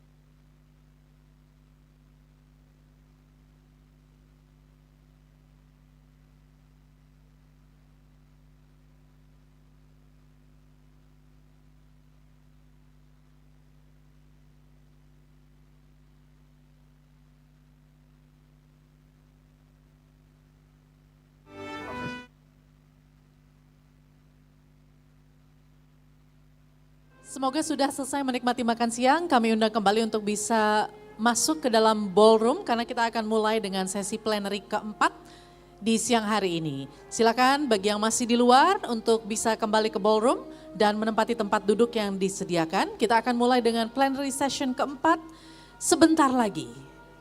Terima kasih untuk kerjasamanya.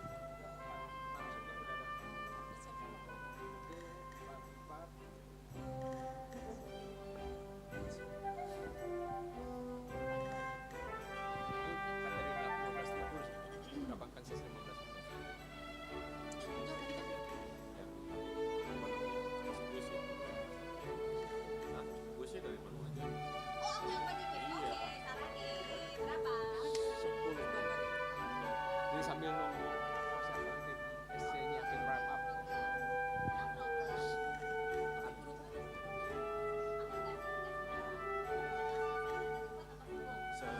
Setelah selesai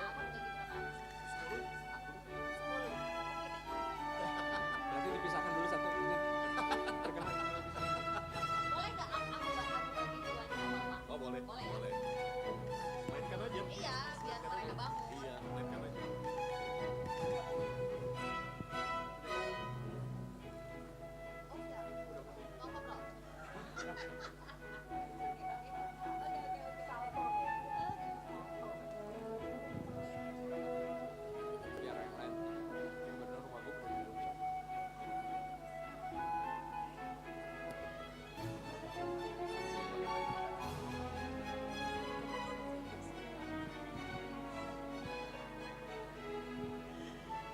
Hi, good afternoon and welcome back everyone to the Flores Ballroom. We believe that everyone had a good lunch and also networking in between and extending, exchanging words. Hopefully those are positive words and we are to start the plenary session 4 and hopefully everyone is ready to absorb more perspectives, fresh perspectives on how to build Indonesia's resilience amidst this geopolitical volatilities and uncertainties. So, ladies and gentlemen, we are going to continue with our next session, which is session of plenary 4. And in this session, we are going to focus on how to build adaptive global cities for enhancing energy and economic resilience. I hope everyone's ready for this session, yeah?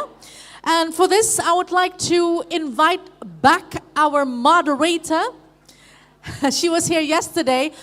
I know who that moderator is, but maybe you also remember who she is. So without further ado, let's invite her back to the stage. Dr. Brigita Manohara to the stage. Let's give a big round of applause. You can dance or you can do whatever you want. So let's get the stage shook by this moderator.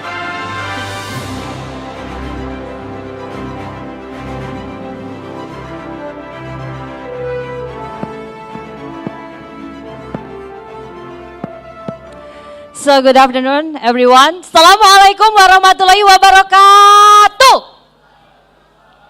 Bentar. Padahal penuh, tapi kok sepi.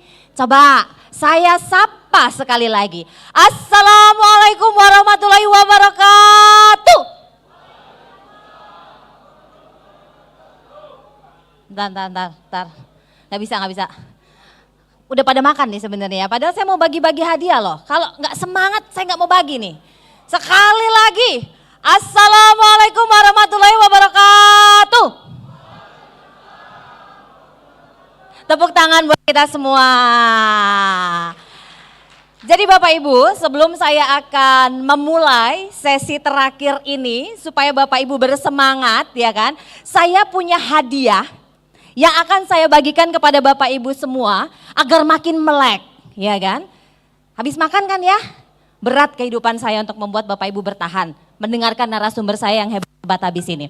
Oke, saya punya 2 door prize. Pertanyaan saya sederhana saja, ya kan?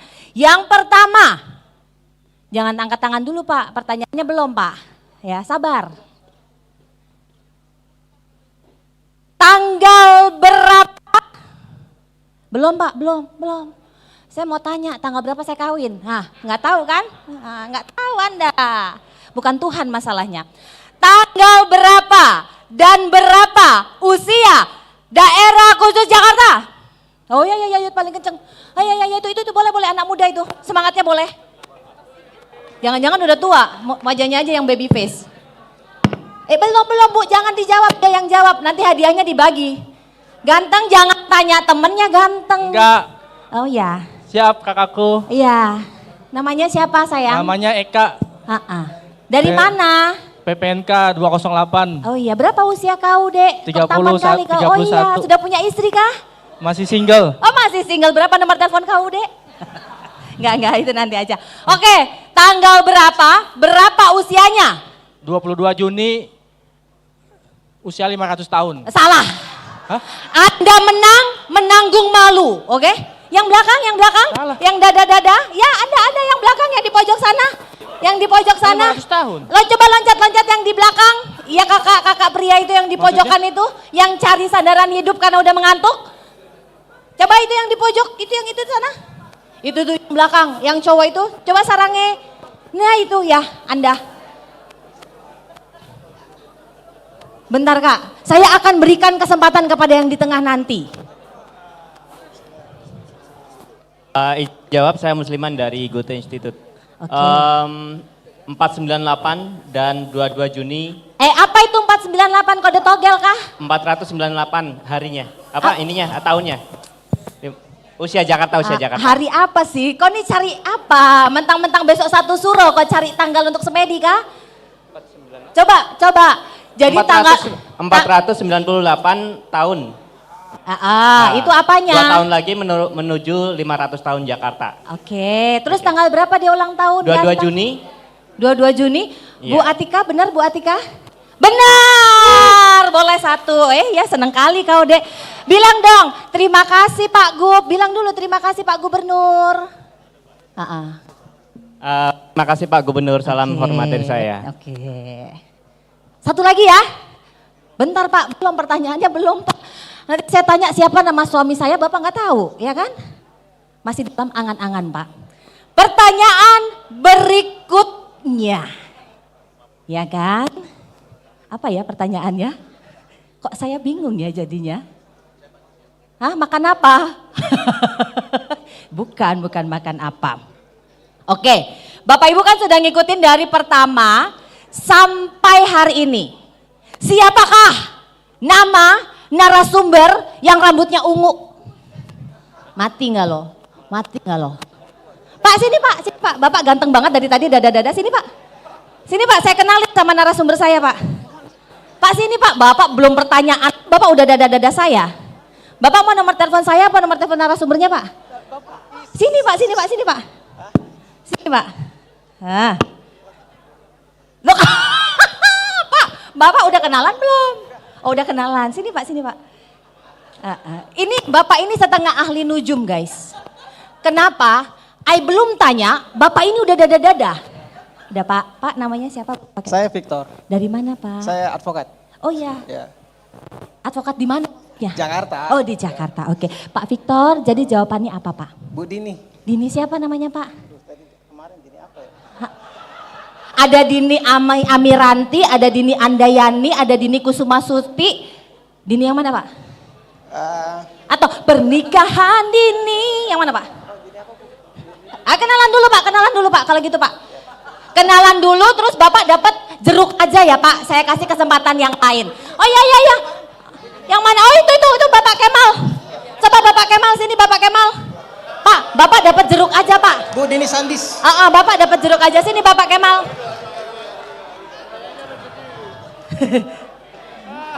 Pak, Bapak dapat jeruk aja nggak apa-apa ya Pak? Nanti sama foto sama saya Pak. Mumpung saya pakai kuning Pak. Iya. Kamu apa Dek? Kamu mau minta apa Dek? Kalau gitu kau pertanyaan selanjutnya aja, duduk dulu ya Dek. Kau berdoa dia salah, ya. Kau berdoa dulu dia salah Pak. Sini Pak. Ini. Ya Bu. Ini hadiah karena menjadi peserta aktif. Iya. Ya, gimana Pak jawabannya Pak? Ibu Dini Sandis. Bener Bu? Oke, kasih. Tuh Pak silah. Dek, kau di mana Dek? Hilang. Oke, sini. Kau ini belum suruh ke depan, kau ke depan. Siapa yang suruh kau ke depan tapi? Sendiri. Oh, proaktif sekali kau Dek. Sini. Kau belum nikah kan? Belum. Ya sini biar kau masuk TV, biar kau laku, ya. Enggak, saya masih sekolah. Ya nggak apa-apa, ya kan? Di Lombok aja usia belum 15 sudah menikah. Coba, nama kau siapa Dek? Nama saya Wisnu. Dari mana Dek? Dari Provinsi Banten. Oh ya, kelas berapa? Kelas 3 SMA. Punya Om? Punya. Oh ya, sudah menikah Om Dek? Belum. Oh belum. Nanti kau tunjukkan fotonya sama Tante ya. Boleh. Pertanyaan saya, karena kau sudah semangat ya kan? Iya. Dari lembaga, apakah Bapak Kuntitan? Mati nggak lo? Yang mana itu? Yang mana nggak tahu. Kok dari kemarin kah? Iya. Ya udah, dari mana dia? Dari tadi. Dari kemarin. Dari kemarin. Cerdas juga kau Dek. Dari mana Dek? Berarti Bapak itu Dek. Kau sudah kenalan kah belum kemarin? Belum. Iya. Ada kah orangnya di sini? Ada. Mana? Coba. Jangan kau tipu-tipu, kau ganti nama orang Enggak. Bahaya kau bikin selamatan loh. Ada enggak? Gak tahu. Enggak ada. Kalau gitu kau dapat 100.000 aja dari aku nanti ya. Sini Bu. Iya sini Bu. Ibu semangat banget. Ibu saudaranya kah? Bu, telan dulu. Minum dulu Bu, minum. Biar enggak ada yang nyelip giginya nanti Bu. Oke sudah Bu. Oh iya sudah cantik. Sini Bu. Lama-lama gue jadi Sri Mulat juga nih di sini. Kagak ada yang percaya ijazah gue nanti. Sini. Izin, Pak Hasan. Sini. Tengah Bu. Udah cantik Bu. Udah dong. Sini. Hadap sana Bu. Ya. Namanya siapa Bu? Nama saya Aisyah. Esa. Iya. Esa.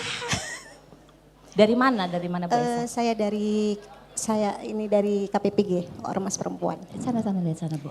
Dari KPPG. Apa itu Bu KPPG Bu? Saya partainya Golkar. Oh, kok enggak pakai kuning Pak? Kok saya lebih kuning daripada dia Pak? Oke. Menyesuaikan hari ini dong. Oh menyesuaikan. Jadi pertanyaan saya dari organisasi apakah Bapak Kuntitan? MC Kinsey. Apa? MC Kinsey. Apa? Udah Bu, Ibu dapat 100.000 aja nanti dari saya Bu. Coba. Ibu sini Bu. Bu. Ibu spellingnya bener.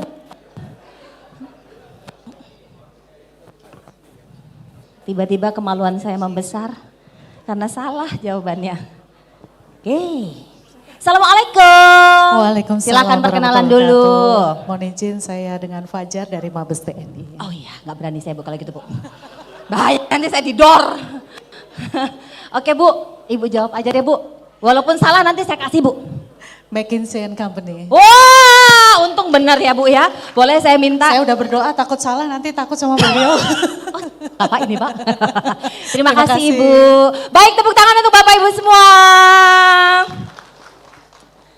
Ya, 3 udah keluar, tenang masih banyak. Jadi tolong diingat-ingat dan disimak apa yang disampaikan oleh para narasumber saya. Layar terkembang menuju pelabuhan. Kembali bersandar merapikan jala. Semoga semua sehat hadirin sekalian. Saya Brigita Manohara kembali menyapa Anda. Oke Bapak Ibu sekalian, without further ado, in this 4th plenary session, we will talk about adaptive strategy in global cities for enhancing energy and economic resilience. As we know, Bapak Ibu semua, bahwa in the recent years, cities across the world have found themselves at the forefront of multiple crises, from the energy security, crisis triggered by geopolitical tension, to economic shocks caused by pandemics, climate change, and disruption. Just like Jakarta, ini Ibu Atika lagi pening kepalanya Bapak Ibu. Kenapa? Prediksi 27 Juni akan ada banjir rob. Benar ya Bu ya? Nah tentu ini butuh adaptasi yang sangat cepat agar hal-hal yang seharusnya tidak terjadi, ini resikonya bisa terminimalkan. Baik Bapak Ibu sekalian, langsung saja saya akan mengundang narasumber saya. Berkenan untuk memberikan aplaus yang luar biasa kepada Head of Regional Development Planning Agency of Province Special Region Jakarta, Ibu Atika.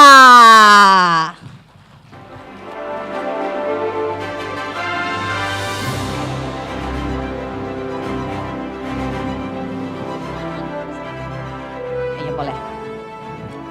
Selanjutnya, I would like to invite from Government of Australia, Mr. Chris Broomfield.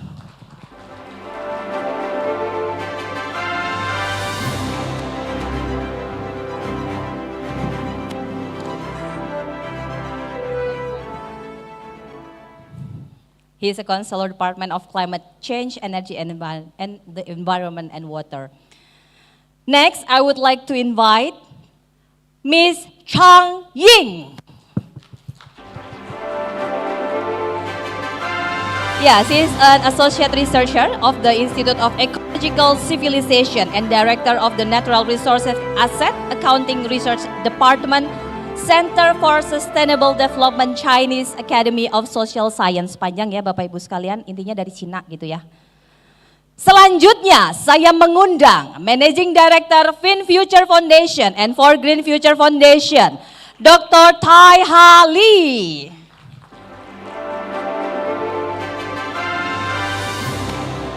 Hai Miss Lee, apa kabar?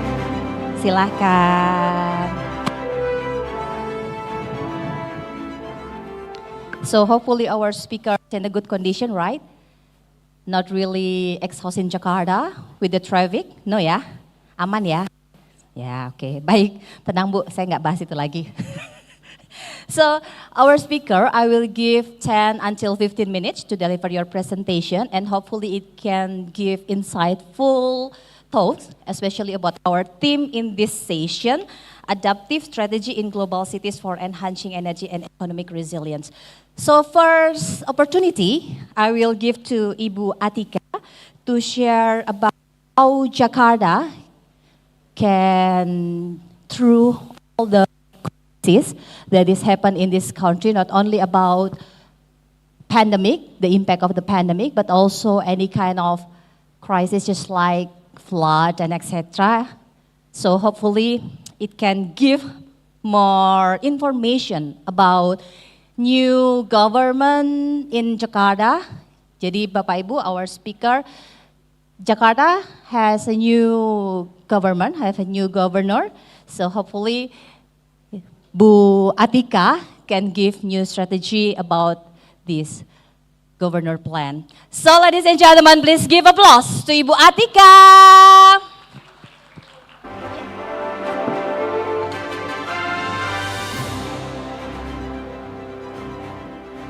Thank you, Manohara, for your nice introductions. Good afternoon, ladies and gentlemen. Bapak Gubernur, Assalamualaikum warahmatullahi wabarakatuh. May peace be upon us all. Let me introduce again myself. My name is Atika. I am the head of regional planning agencies for Jakarta province, and it is an honor for me standing in front of you all to speak about and also sharing the experience about the adaptive strategy for enhancing energy resilience. And this afternoon I will be presenting the challenges, policies, practices in Jakarta adaptive strategy for enhancing energy and economic resilience. But first, let us see how is Jakarta's profile as we represent in these slides. Ladies and gentlemen, we see that Jakarta have a land area of 664.78 kilometers and more broader aquatic area, about 5,000 or 833.2 kilometers. So we have a lot of aquatic area and more small part in the land area. But the populations, about 10.6 million people. In working days, it can be soaring up to 4 million of people due to the commuter line, and Jakarta is the magnet of the economic and the opportunity. And we still have a lot of challenges regarding to the flood vulnerability and then the other related to the climate changes.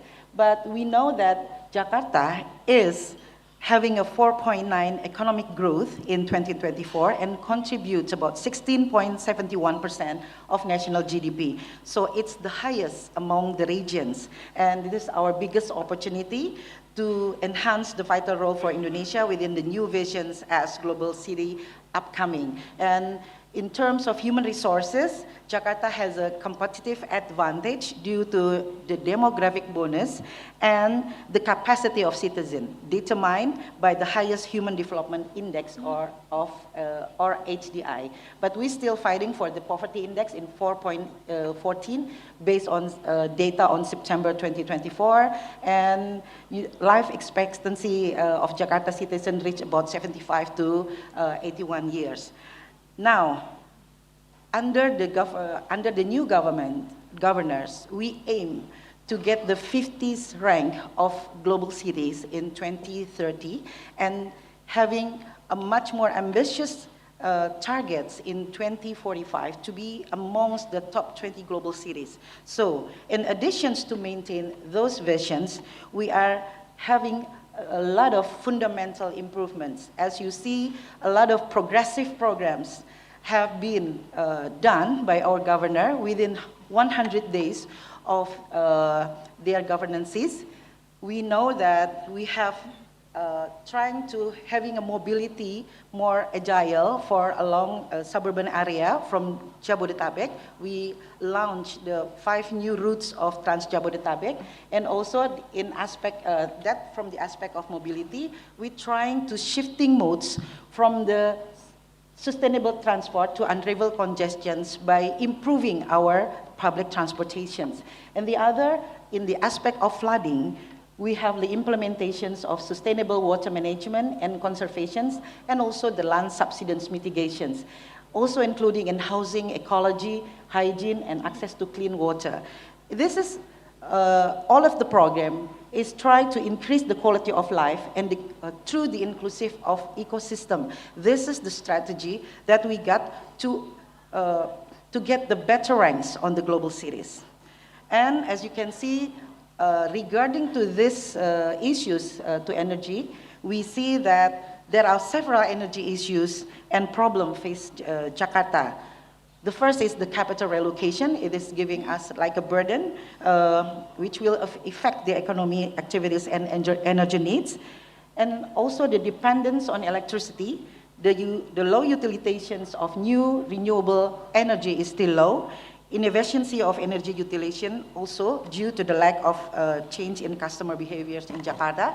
And also we have the limited energy access in Kepulauan Seribu, dependence on external energy supply, limited mastery of new renewable agency technology, and severe air pollution, as we know to be becoming our challenges. But to tackle those challenges, we have many low carbon development plans regulatory. So the first is have to be regulatory, that have to be settled to get more subtle program. So we have started the development of the low carbon policies in Jakarta in 2027, collaborated with the C40 series, committing to mitigate the impacts of climate change and global warming.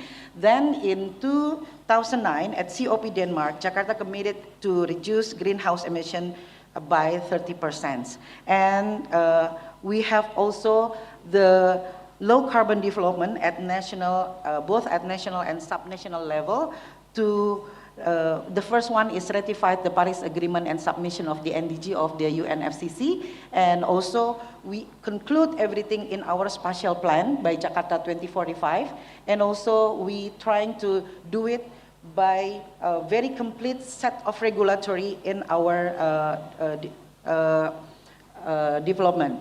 So that one is the collaboration with the C40, and until now we have a lot of set of regulations that emphasize the importance of green buildings implementation and other programs that related to tackle all the climate issues, and also enhancing our plan to renewable energy. And ladies and gentlemen, we also have the regional energy visions. As you know, we have the Regional General Energy Plan, or Rencana Umum Energi Daerah atau RUED, between 2023-2050, with the visions of fulfilling energy needs in an environmentally sustainable manners and leading in the applications of energy technology by encouraging community participation. That is why we are not only talking about the programming, but we have a set of regulations that leading us into the better policies and also better programs to be implemented. So, for the achieving set target, there are 6 key policy directions for energy development. The first one is the sufficient, safe, and reliable energy supply. The second is the utilization of new and renewable agency. The third is increasing conservations and diversifications. The fourth is reducing the environmental impact of energy sector. And the fifth is enhancing energy supply for Kepulauan Seribu and improving energy management capabilities. Yeah. These key policies directions translated in spatial planning of Jakarta. This is my part in Bapeda. And this is playing an important role in creating sustainable development in Jakarta. Jakarta Spatial Plan, or we also known as RTEW, Rencana Tata Ruang dan Wilayah 2024-2044, regulates 18 minimum service standards that must be applied in TOD area, 5 of which supports green initiative, waste management, zero delta Q, reducing emission, green building, and the green city index. That's why our city is very committed into making programs that supported the new global initiative regarding to the implementation of low carbon development. On the other hand, for another example, PT MRT has been appointed as manager of TOD. As you may also experience the Blok M Hub, the Dukuh Atas, the new our TOD areas. Currently, there are 5 TOD areas that already have an urban design guidelines or UDGL named as Dukuh Atas, Senayan, Blok M, Fatmawati, and Lebak Bulus. And in the future, more TOD areas will be developed to align with the expansions of MRT North-South and also the East-West line. So we also ask PT MRT to undertake various innovations, collaborations to support the green energy initiative, such as providing 3 solar charging system station units in Dukuh Atas, and also another programs to enhancing our program for low carbon development initiative. The other is about the energy infrastructure development. We have totally installed capacity of 34.38 milliwatt of solar panel with renewable energy count for 0.66 of Jakarta energy mix. And we try to implement this, and we also have these policies already put on the RUET 2023-2050. And currently, we are also implementing several investment-based low-carbon development initiative. And so this project is aligned with the Sustainable Goals Development of SDGs. The distinguished participants, these are our principles how to implement the green and low carbon investment project in Jakarta. We try to make a lot of public spaces. As we are talking previously, we need a lot more of public spaces. Community open space development is very progressive. Within those days, we open our parks for 24 hours, and we try to having this as a center of the activities of all the citizens of Jakarta. Also, we put a concentration of mangrove forest development to reduce carbon emissions, using the car electrics for buses, and also driving all of the policies to more implement all the electric cars, electrification of public transportation, application of solar panel, and the others. So these are the programs that we are trying to make Jakarta is better in terms of low carbon development. And I think it is wrapping all of my presentations today, and we hope that every citizen supported us in order to get Jakarta more progressive programs in the low carbon development, and we hope we have a lot of support from you. And we hope that within 2 years, in the celebrations of 500 years of Jakarta, we see more, Jakarta is with the new face, with a lot of commitments to elevate their ranks for the better global cities, better ranks and better citizens, more happier citizens. Thank you so much for your attention. Thank you. Thank you, Ibu Atika, for your really insightful talk that new governor have several strategies, just like 6 keys that have been explained by Ibu Atika, and also 18 minimum services standard for TOD areas.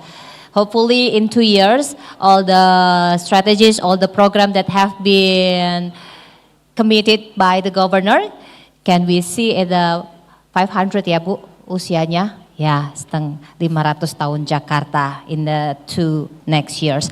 So ladies and gentlemen, after we learn more about Jakarta, we will move to South Australia. That we know South Australia is globally recognized for pioneering large-scale battery storage, particularly the Hornsdale Power Reserves, which has become a benchmark for renewable integration and grid services.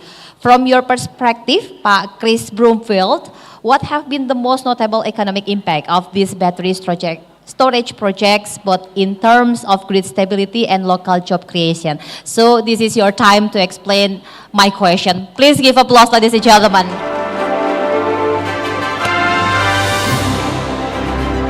Thank you, moderator, and thank you to the Governor of Lemhanas, distinguished guests, fellow speakers, Bapak and Ibu, for inviting me to speak today. I am the Energy and Climate Counsellor from the Government of Australia, based at the Australian Embassy in Jakarta.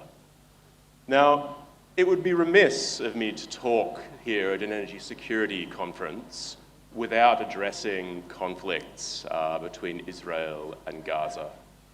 Australia continues to call for dialogue, diplomacy, and de-escalation.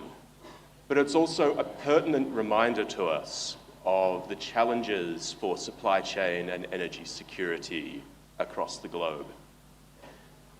We are worried at the moment about oil prices, but in the past, conflict has also impacted other energy supplies. In the recent Russian invasion of Ukraine, we saw dramatic increases in the prices for natural gas and coal. These have impacts not only around the world, but also in Australia for our industries. And part of Australia's commitments to renewable energy is driven by decarbonisation.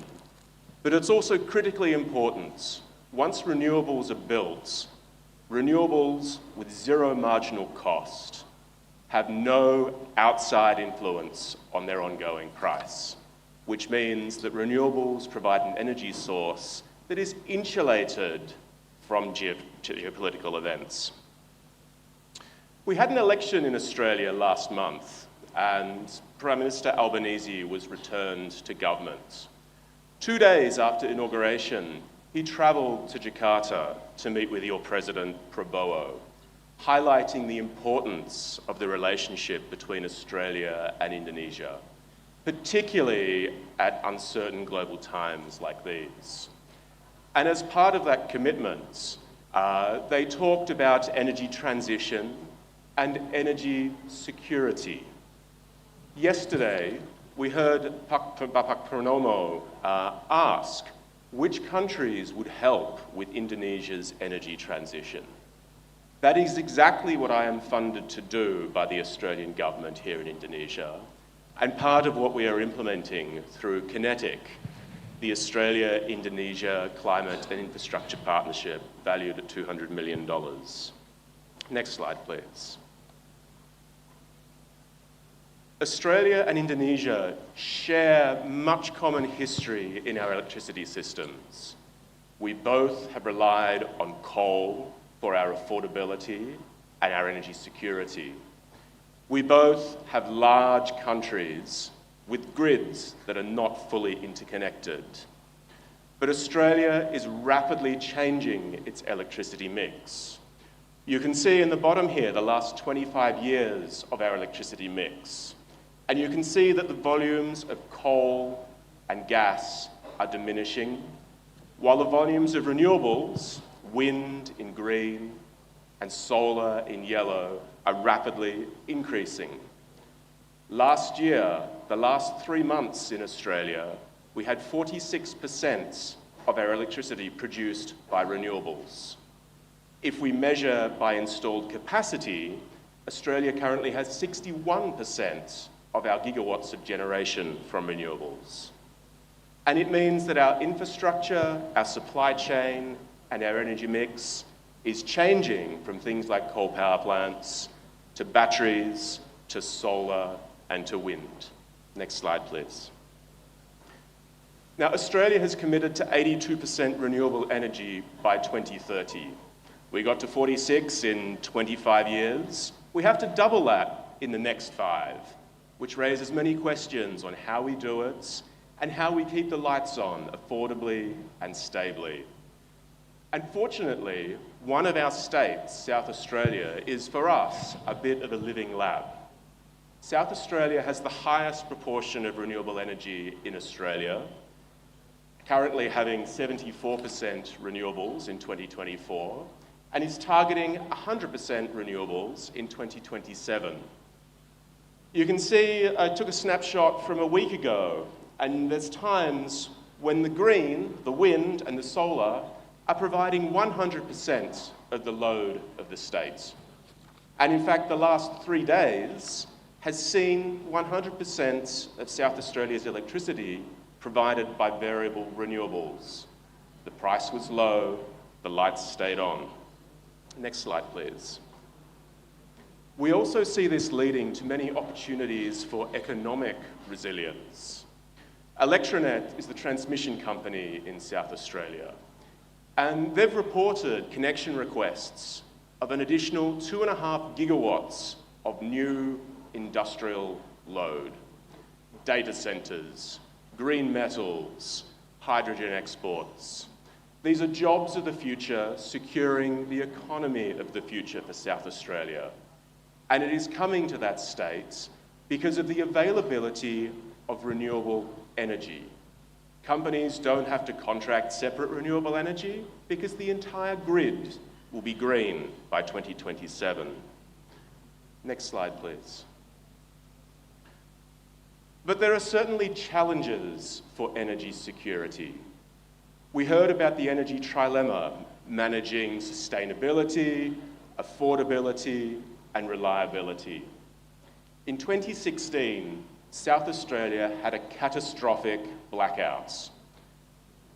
There was a large storm of 260 kilometre per hour winds. This is a once in 50-year storm event. And that saw simultaneous destruction of transmission lines in 3 places. This is a catastrophic event for any electricity system. But unfortunately, our grid, the whole state went black. The challenges for the grid cascaded through our generators and the whole system failed. And it took days in some areas for us to restore power.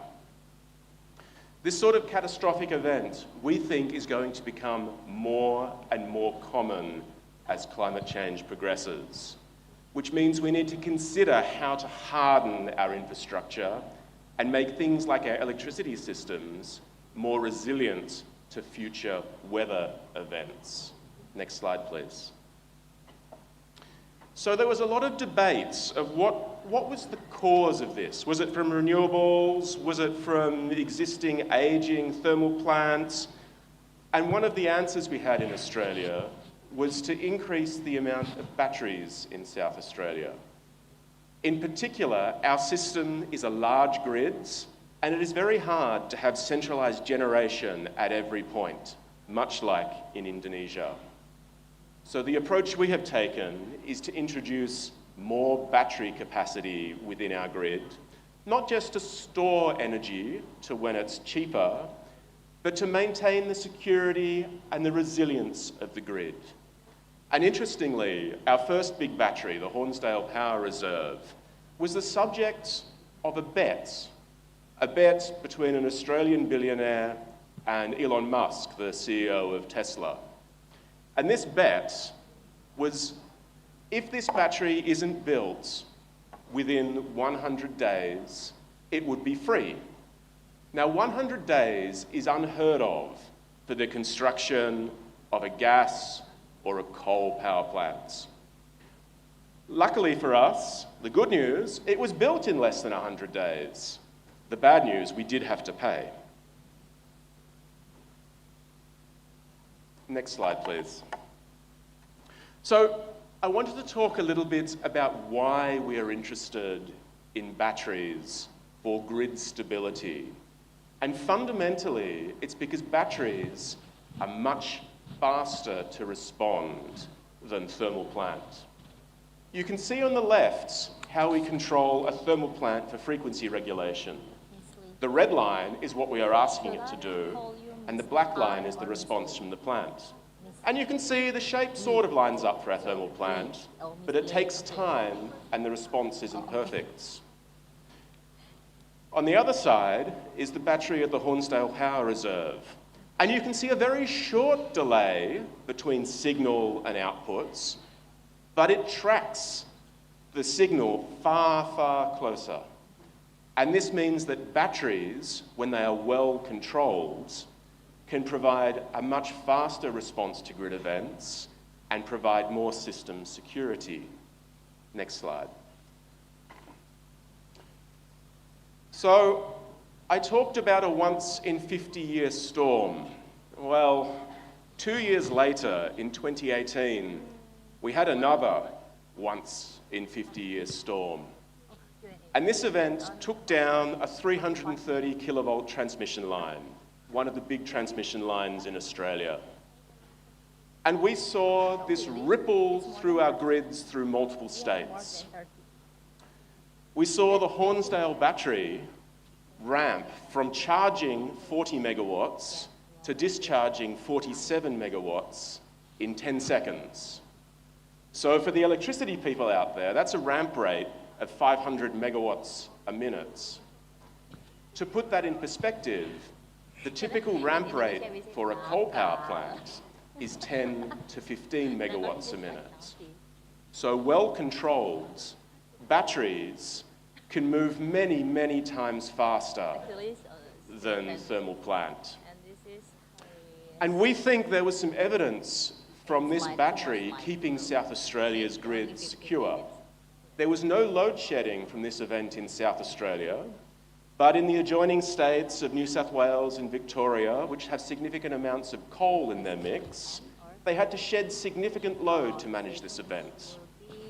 And since this point, we've learned a lot more about batteries, how to better control them, and indeed how to make them grid-forming.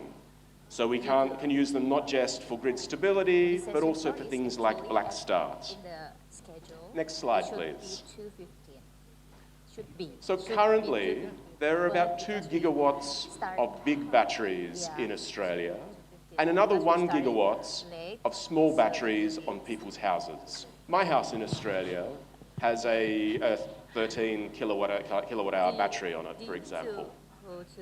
But we have a rapid pipeline of batteries being built. We see nearly 20 gigawatts of batteries currently being under planning, construction, or approval. And this is rapidly changing how our system operates and how we manage its stability. And one of the things you'll note from this map of all of our battery projects around Australia, greater than 10 megawatts, is there are many and they are distributed. I applaud PLN on the release of its RUPTL in recent weeks, and I'm enthusiastic about the increased amounts of renewables. Of course, I would like to see more. But in particular, I would like to see more distributed resources within the plan, because we think having distributed resources, renewables and batteries, provides better resilience to networks, to failures in transmission and distribution. And Australia, as you saw, has already closed some coal power plants. We're closing another 16 gigawatts by 2040.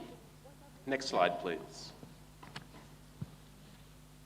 So it means, in our opinion, energy security is rapidly changing from where our oil and gas wells, our refineries and pipelines are, to how we distribute energy through transmission lines, how we generate energy through solar, through geothermal, through winds, and how we store and manage energy, such as through batteries. And if we had an environment where there was a large concentration of the oil industry with one supplier, we would consider how to diversify that supply chain. And we want to see the same diversified supply chains in renewable energy. Next slide, please. It's one of the reasons my department is running the Clean Energy Supply Chain Diversification Program.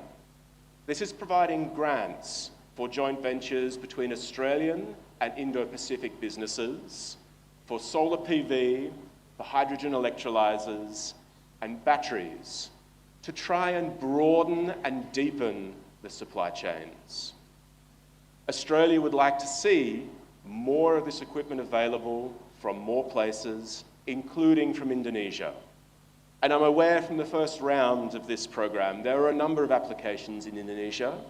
We expect to announce the successful applicants in the coming month, and I expect that will include some joint ventures with Indonesian companies.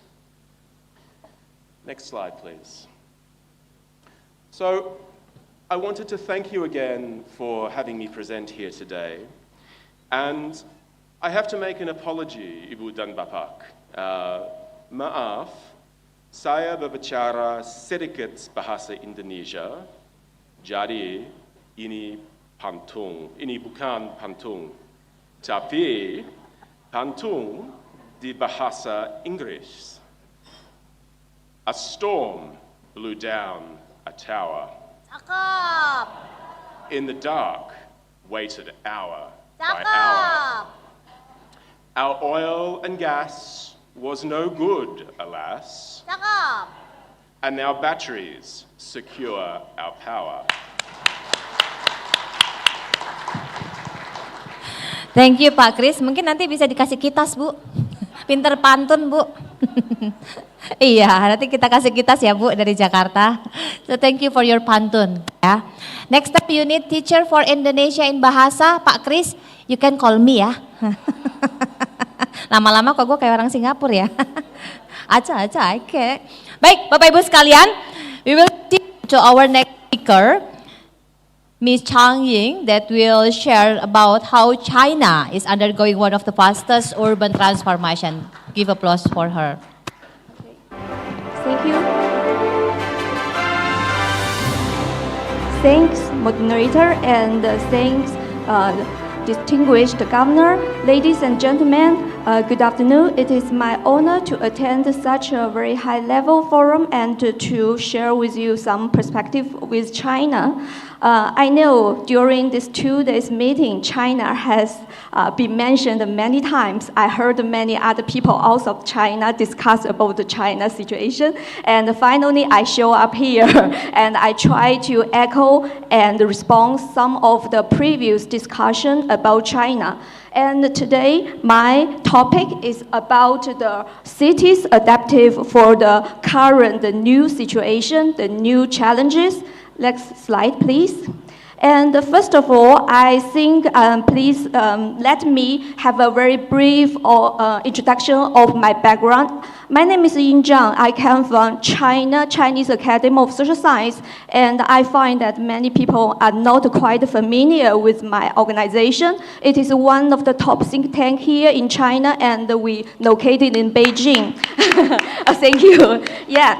Our organization covers almost all the social science research areas, including like economics, international studies, laws, politics, and histories. To some extent, very similar with Lembaga, but we do not focus on military study. And you know that the central government said our main responsibility covers 3 areas. One is to doing this kind of theoretical research, and the second one is to provide this policy suggestion in relevant social areas. And the third one, we have also doing some academic research. So we also have a University of Chinese Academy of Social Science, and we offer opportunity for international students for your consideration. And then next slide, please. And the second slide. Okay, thank you. And you know that of the Chinese Academy of Social Science, there are more than 40 institutes covering different areas. And I come from one from economic division called the Research Institute for Eco-Civilization. I know the name may be not familiar for you. We just changed it in 2020. Before that, we are called Institute for Urban and Environment Study, which is easy for you to understand what is our focus. For a long time, we focus on this kind of urban development and environment issue, especially in climate change areas. You know that some people from our institute serve as the negotiation member for Chinese participants for the UNFCCC, which is responsible for the climate change issues. And also, besides that, we undertake some of the tasks by the central government, like to study on Xi Jinping's ideas on the ecologized civilization. However, most of our area is focusing like this kind of environmental and sustainable development issue. And then, next slide, please. And then we can move to the topic today. It is the adaptive strategy for city under the changing world. You know that when we talk about the city, what city would be like, it's a very important issue. You know, for the sustainable development goal, urban side is an independent area and is interconnected with many other areas closely. And we can see that the inevitable trend of urbanization is occurring like a few decades already. Currently, there are more than half of people live in the urban side of the world all around. And you know that in China, we have, last year, we have 67% people live in city park. And I have also checked for the number. I know that for Indonesia, there are around 58% around living in city, although a little bit lower than China, but is still higher than the average of the world. However, the trend is expected to continue for a long time. We expect that based on the developing countries' experience, there are still billions of people will move to the city city part, like in the following few decades. And we can see that, so when we talk about the future world, we need to take serious about this kind of trend of urbanization. And meanwhile, there's another trend we could not ignore, that is climate change. You know that this is a very hot topic in the international. Every year we will hold this kind of conference of parties in different countries. And this year it will move to Brazil, and we will discuss about what's going on after the Paris Agreement has been signed already. And we can see that every year we witness the significant climate change signs. And I know that in the previous session, many other speakers have already showed us of that. And we know that this kind of trend will impose very new challenge for the city development in the future. This kind of change will change our energy demand and will have very significant impact on our existing infrastructure. And also it will like to reshape the economic industrial pattern or structure. And also it will have very threat on the biodiversity. And then next slide, please. And we can see that in China, we have undergoing this kind of rapid urbanization for many times. And at the same time, the climate change has also imposed this kind of threat to China. Especially, I know that China's urbanization path may be different from most of other countries. We have now 80 cities with the population more than 10 million, and then there are other 6 very near 10 million, which is most possible to achieve this kind of threshold of 10 million in the following few years. So this kind of climate change, this kind of impact have a very significant influence for this kind of big city. So we can move to other slide. And we can see this kind of rising temperature created many new climate disasters, like the hot weather. You know that in this year, even in May, there are few days the temperature exceeds 14 centigrades. I don't know that maybe this is common in Indonesia, however in China it's rare. And the high temperature like to occur so early, which imposes many new challenges, like the grid, like the electricity demand is quite different with several years ago. And also, this kind of climate change has brought about many new disasters, like the storm, like the flood, and which imposes a huge threat to the city. And we can see from this slide, the left one is the picture from United States. Is a disaster in Houston. However, when we move to other slide, please, we can see that this is too.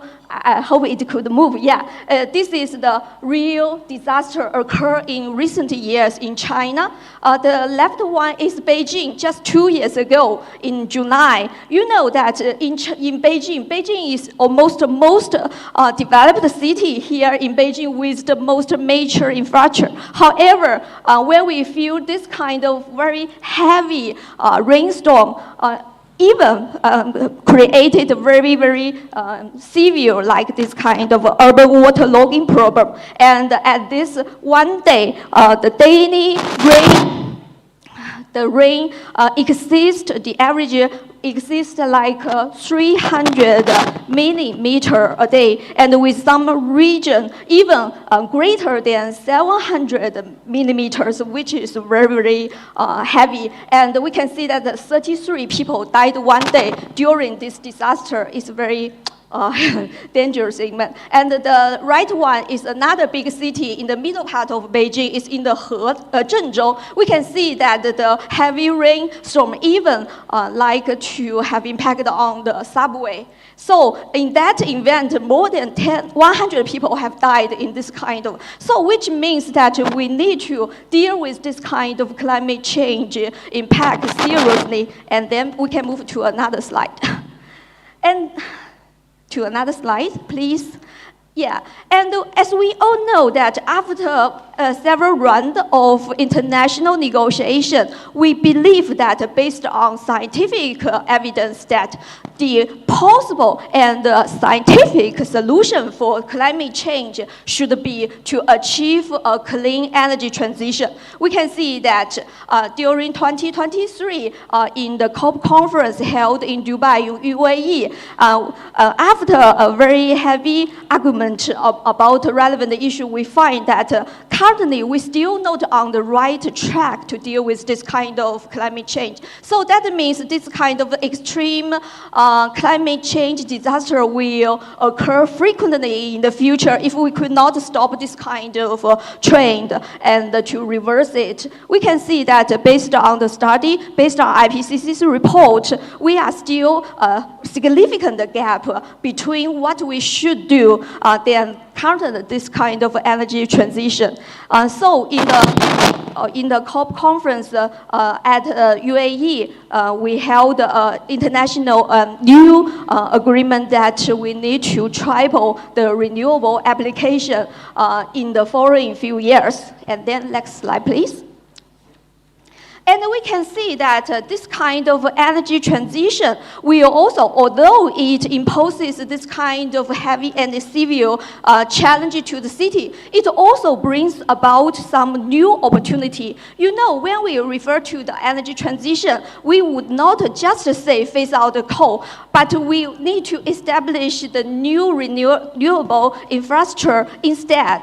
And this kind of, when we make comparison of the traditional fossil fuel industry and the new renewable energy industry, we may find the supply chain is much bigger. And we can see that this means that there are new opportunity for the new industry and also maybe more opportunity for the job. And we can see that during this transition, tin or other like nickel and lithium, cobalt, silicon is also very crucial mineral resources used in that. And in morning session, I heard about expert had put a picture to show that all these critical mineral which Indonesia are reaching. So I believe that together with China, I think Indonesia is also a very important country for the future energy transition because you have so many critical mineral which is very important for the future renewable energy equipment manufacturing. And then next slide, please. And also, I know that in the morning session, there is some experts said the geopolitical threat by China's domination in renewable energy industry.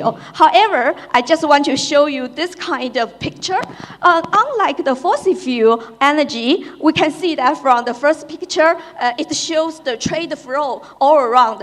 All this kind of fossil fuel like coal, like petroleum and gas, just located in several places and all the world rely on their supply. However, if we could switch to a renewable energy dominated energy system, we can see from the below picture, because this is the PV distribution, and we can see that this kind of wind and the solar can be get for almost all the country, and the only way we use energy is to use this kind of PV or the wind equipment. However, the manufacturing battery,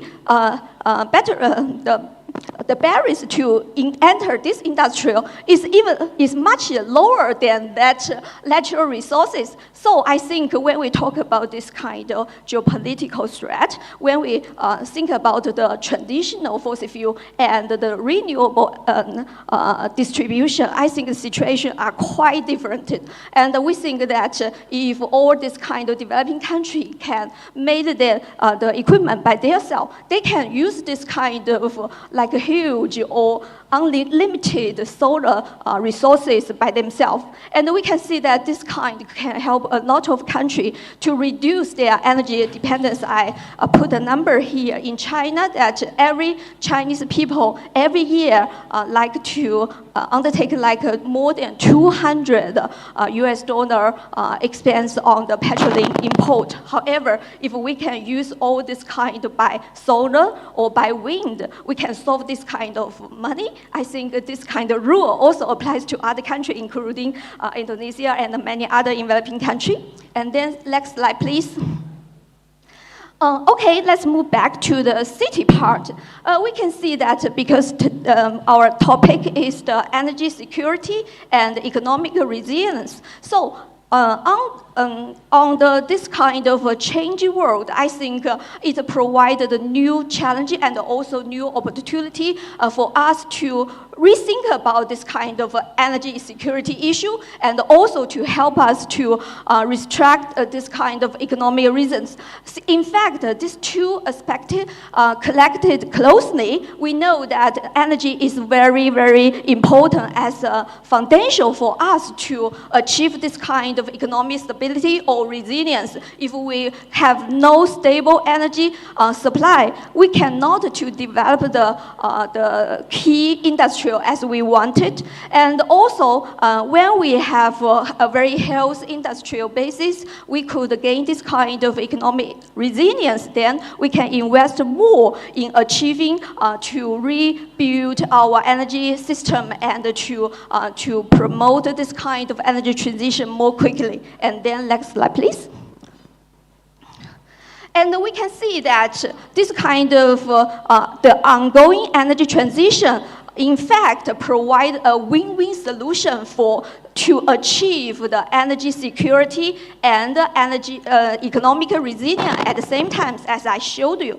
You know that I have already said this kind of application of renewable energy has already provided us this kind of new landscape of security issue. And also I show you for a very important perspective from the economic resilience is that how we can provide a new job. However, there is a lot of research all around the world to show us if we could to restructure our energy system to move from the traditional fossil fuel to the new renewable energy structure, we can create more jobs. This is a research undertaken by IEA, International Energy Agency, and it estimates the future job creation potential if we could achieve our ambitious climate change target. We can see that with this kind of scenario going on, the employment in the traditional fossil fuel like the coal, petroleum will decrease. The shale will decrease like from 70% to 3%. And then we can see that at the same time, the job working in this kind of new renewable energy workers will growing every year. In fact, currently, according to some research, there are around 7 million people working in renewable sector in China, which account around 46% of the world. That's just due to the China's high growth rate of this kind of renewable energy, including like wind turbine manufacture and solar production and battery manufacturing, things like this. And I think that if other countries could look into the opportunity from this side, it could provide a new driver for the city to grow and to create more new jobs. Then next slide, please. And then, so when we talk about adaptive strategy for city, that means we need to think about the uncertainty and all the risk by the current strain, both from any area, including like the economic, geopolitical risk, and also this kind of climate change, and also the unstoppable trend of urbanization in the few decades. And we can see that we have to be very innovative in finding the ways to find adaptive strategy which is suitable for our own city. And in the first session, have already showed us the way, the practice of Jakarta, and also in China, because their cities are quite different, so each city are trying to find its own way. However, if we make a summarize, the successful should be very flexibility in this kind of policy making, and we need to make this kind of strategy design to connect with the long-term planning and the short-term action. And also we should encourage all the people, all the community to participate in this kind of process to ensure that the most vulnerable group could not be ignored in this way. And then next slide, please. And we can see that, in the city, in the future, when we talk about adaptive strategy for energy security, we need to think about the lead of this kind of energy transition. That means from now to the 2060 or 2050, as we already know that from the morning session, that most of the country have the target to achieve climate neutrality or carbon neutrality around this year. So in the following 3 to 4 decades, all the country will experience this kind of thorough energy transition progress. And then when we make this kind of adaptive strategy, we need to think about the need created during this process. As we can already see, the Jakarta has already made this like electrical bars to deter like this. So all the cities should take this kind of demand into its planning process. Next slide, please. Ms. Chang, 1 more minute, please, because it's over. It's more 20 minutes. Okay, yeah, I will be very quick. And we can see that with the application of renewable energy, we can see that there are new forms of energy utilization, like we call it prosumerage. That means you can install this kind under your rooftop so that you don't have to pay for the grid, and you can sell this kind of electricity to grid. So when we talk about the future city, they would also to take this into consideration. Then next step, please. And then when we talk about the economic resilience, we need to think about serious about the future demand. Besides the energy transition, I think the other very great trend is that the application of AI, and I believe that in the morning session there's another professor have also mentioned that. So when the city want to foster its new industry, we need to take this into consideration as well. And then next slide. And also, for this slide, I just show you that currently China's practice in this kind of urban resilience and the safety system construction is just on the way. The first city is Shanghai, just released its planning last year. It's still on the way. It means that when we're doing this kind of urban planning, we also to include this kind of climate change impact and also the safety issue into it. And that means that we have to make a thorough change for our previous planning system. And then next slide. Also, the final ones I want to echo for some of the discussion, because you know that I learned the detailed information of Indonesia's downstream policy, which has been discussed thoroughly yesterday's afternoon. And I think this policy is quite similar with China has doing several decades ago. By late last century, China has released this kind of strategy to resource deep processing and industrial chain upgrading policies, which from my perspective is very similar with Indonesia to some extent. And the next slide. And I can show you that although the start is very painful, however, we can show you China's achievement when we adopted this kind of policies. We can see that take the energy area as an example. We have ranked many first in different areas, like world wind turbine, like the energy battery manufacture, and that is report by EU show that in almost many areas, China has an advantage compared with EU and the US. That could be due to our policies. And then, next slide, please. And all the following slide just to show you our achievement of this kind of relevant like EV cars. Currently, China is the biggest EV importer of the world, and every year we produce more than 10 million cars and sell it all around the world. And then next slide, please.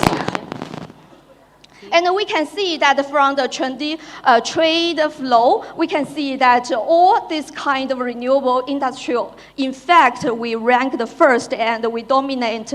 However, if we look at it as my logistic, it's not start from, we have experienced a very long time and we have chooses the right policy. So I believe if that Indonesia could insist on its downstream industrial scientifically, maybe you could also to establish some of the advantage in some specific industrial. And then the final one, and the final one. Okay, yeah, because China have always paid attention of the international cooperation with Indonesia. When the new president, Subianto, take his place, our president and our premier have met him several times. And we think that if the commitment all in the COP 28 in Dubai, that is to tripling renewable energy capacity by 2030 is real. I believe that China and Indonesia could work together to enjoy this kind of dividend altogether. Thank you. Terima kasih Miss Chang. Jadi buat yang di belakang pasti berpikir kok nggak dibener-benerin mic-nya, sengaja Pak, biar Bapak bangun ya kan? Yang di belakang soalnya sudah mulai pindah alamnya ke alam WhatsApp, ya kan? So we will continue, ladies and gentlemen, to our last speaker. So I will invite Miss Lei to deliver her presentation. Boleh tangan Bapak Ibu sekalian?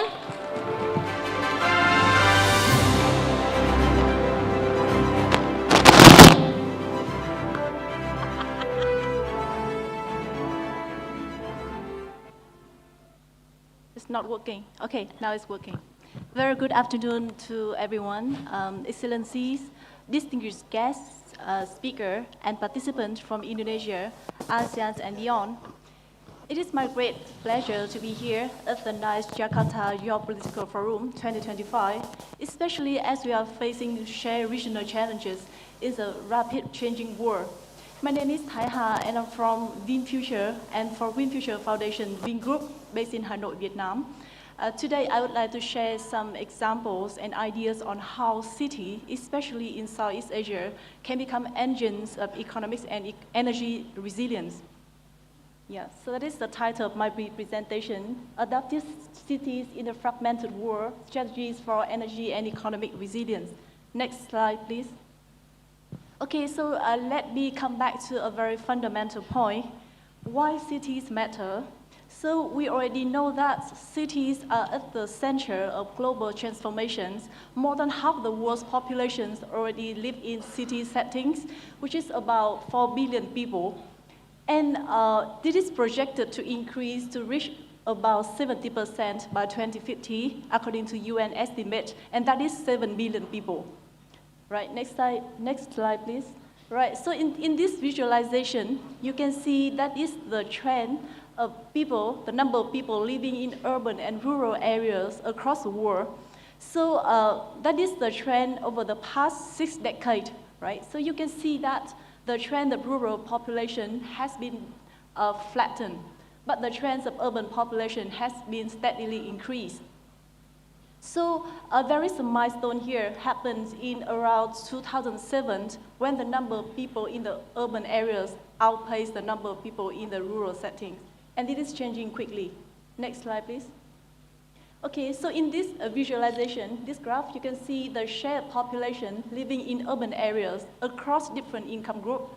All right, so you can see for the high-income countries, that includes the Americas, Western Europe, Middle East, Australia, Japan, the number of people living in urban area is about 80%.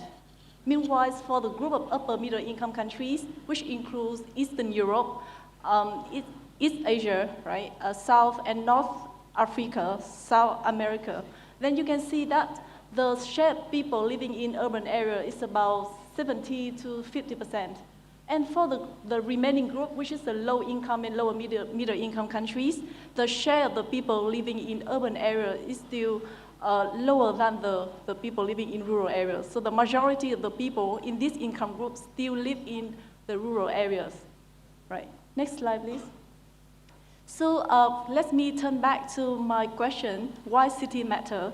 So in terms of economic significance, we know that cities generate about 80% of the global GDP, and this also creates about 90% of jobs from the private sector, based on the World Bank estimate. And in terms of environmental impact, cities are responsible for over 70% of the global greenhouse gas emission. So in terms of high-risk exposure, the urban centers also face increasing climate vulnerability, such as flooding, such as drought, sea level rise, and heat wave. So especially the ASEAN city, right, those are also face the rise sea level, and 23% of the cities in ASEAN experience flooding, and it is also expected to reach about 36% by 2050. So when we talk about sustainability for city, it's no longer optional, it's become essential, especially for fast-growing urban regions in ASEAN. Okay, next slide, please. So what is city resilience? City resilience refers to how well a city can adapt to different kinds of shock. So the shock here could be sudden shock, like natural disaster, like the case that my fellow speaker just presented for China. Or it could be ongoing stress like income inequality, or other social issues.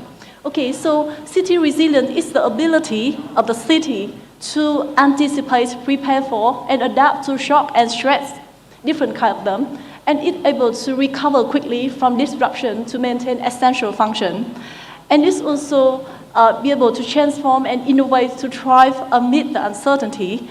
And it's not only the government effort, but it's also be able to engage community, institution, and infrastructure in a unified and proactive approach. So resilience is really a dynamic process. Next slide, please. Okay, so what are the challenges facing ASEAN cities in terms of economic and energy resilience? So here I summarize 6 key challenges. The first one is energy dependence and insecurity. So we know that ASEAN cities still heavily dependent on fossil fuel, so that makes them quite vulnerable to the price shock and the shock in the supply chain. And also, there is very limited access to affordable clean energy options. The second issue lies in the rapid urbanizations. So the urbanizations in ASEAN cities happening very fast, and it's already outweighs the speed of infrastructure. And that leads to several things that we already have experienced daily, like traffic jam, right, traffic congestion, also overstretched services, and also rising power demand. And the third challenge here is the vulnerability to climate change. So ASEAN cities are amongst the most vulnerable group to climate change in the world. Coastal flooding, heat wave, urban heat islands, and the system is still very weakly adaptive, if not say responsive, instead of proactive. And the fourth challenge here is financing. Financing still remains a major bottleneck in many ASEAN countries, many ASEAN cities. The lack of fiscal autonomy and credit worthiness in order to invest in long-term resilient projects like clean energy. The fifth challenge is the capacity and governance constraint. So the planning in many ASEAN cities is still very fragmented instead of integrated. So urban planning, transport, climate teams seldom work in sync, right? And there's also lack of access to real-time data and skilled personnel in order to lead to effective policy design. And last but not least, the technological deployment in many ASEAN cities is still very uneven. you can see that smart grid, EV charging storage, right, in many ASEAN cities still very at the pilot level. And the digitalization in urban system also very low. Next slide, please. So when we talk about the challenges, that is really complex challenges. And in order to address it, it requires comprehensive approach. So here I'd like to identify 8 key adaptation strategies for ASEAN cities. The first one is integrated urban planning.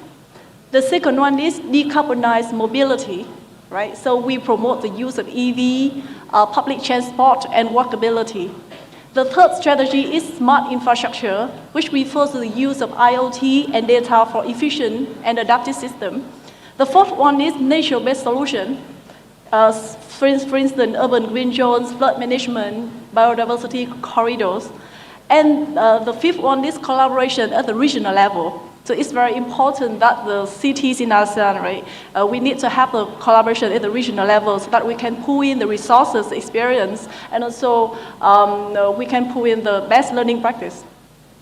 And the next one is localized clean energy, rooftop solar, microgrid, empowering communities.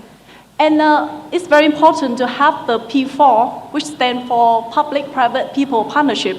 So that is imply the inclusive cooperation among all the stakeholders. And last but not least, the governance needs to be based on the data, right? So real-time data is very important in order to lead to timely and effective policy options. Okay, so back to the stage of my country, Vietnam. So for the next part of my presentation, I would like to focus more on the case of my country. And here we can see that is the case, the trend of urbanization happening in Vietnam over the past 6 decades based on the data from the World Bank. So, so the first graph shows the trend of rural population and urban population in the country. And you can see it's very similar to the trend happened at the global level that I just showed you at the beginning of my presentation. So the trend of rural population is flattening, but the trend of urban population is rising, right? So in Vietnam, there are about more than 100 million people now, and 60 of them living in rural areas, and 40 million, right, live in urban areas. So on the second graph, you can see the share of people living in urban and rural areas in Vietnam, right? So the trend has been quite opposite, and this will keep changing. And it is predicted that by 2050, about 60% of Vietnamese people will live in city areas. So the urbanization happening in my country, Vietnam, is very closely linked to the stage of economic development in the country. So people migrate from rural areas to urban areas due to the better opportunities in employment, healthcare services, and also education. So, so urbanization in Vietnam is good in the sense it's bring to better productivity and better economic diversification. Next slide, please. Okay, so very similar to cities in ASEAN, like including Indonesia, cities in Vietnam face the triple challenges in terms of sustained economic growth while maintaining adaptation to climate change, right, and energy security.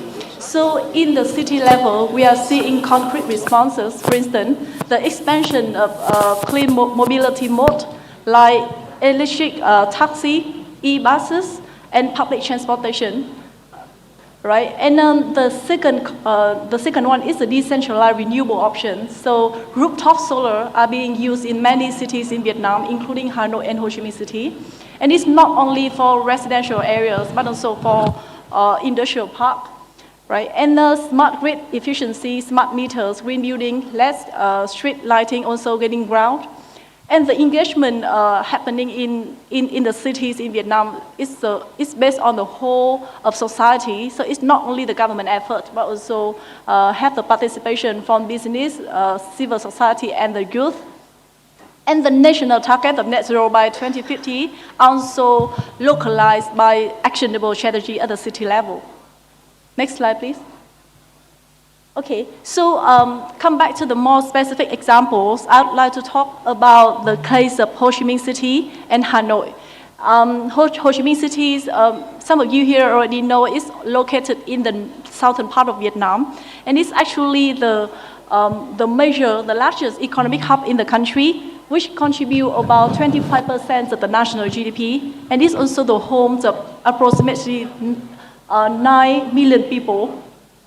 So Ho Chi Minh City also ranked among the top 10 global cities most vulnerable to sea level rise, flooding, and heat threat. So what are the things the city already done in order to respond to that urban challenges and climate risks? The city is pioneering rooftop solar in public buildings and industrial zones, deploying electric buses, wind bus, and green taxi, GSM. So the GSM here is like the green SM taxi in Jakarta. And you can see here's the image from the wind bus. Yeah, so it's quite nice looking. The Smart City Central monitors energy, traffic, and environment, and promoting microgrid in industrial park to improve resilience. And the approach here is also very inclusive. Why I say inclusive? Because the city also foster green startup and clean tech, and have the vocational training program in solar energy and EV services to prepare a future-ready workforce, so no one is left behind in the transition. And the city also partner with many international partners like UNDP, AFD, and C40 cities in order to pilot globally like climate action program. All right, so in my opinion, I may be subjective, but in my opinion, Ho Chi Minh City is a living case of how cities can lead climate adaptation while strengthening economic resilience in a fragmented world. Next slide, please.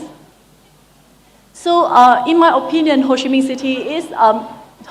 City mirrors the challenges faced by cities like Jakarta, Bangkok, Manila, or Kuala Lumpur in terms of high exposure to climate shock, urban inequality, transport and energy transformation need, and the important private sector engagement, which I will talk in further detail in the next 2 slides.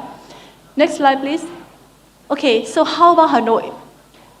Hanoi is the capital city of Vietnam, and it's also the political, regulatory, and institutional center of the country. And it's played a very important role in shaping the national framework and implementing pilot city-level policies. So Hanoi is one of the first cities to adopt the 100 Resilient Cities framework in partnership with the Rockefeller Foundation. And it also has a climate action plan aligned with the national net zero target. The national net zero target of Vietnam is achieve net zero by 2050, by the way. Yeah. So at the city level, the governance of Hanoi also pilot decentralized renewable energy, including rooftop solar and energy efficient public buildings. It also developed the BRT, stand for Bus Rapid Transit, with the support of the World Bank in 2017. And it's also expanded electric buses and testing green corridors.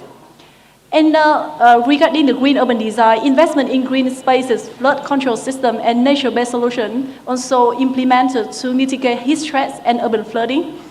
And Hanoi also deploy smart city initiative, like deploying IoT-based urban services, smart lighting, traffic system, and real-time environmental monitoring. Next slide, please. So why I bring here two cases, right? Why I bring 2 examples, Ho Chi Minh City and Hanoi. What is the difference between the 2, and how they compare to other ASEAN cities?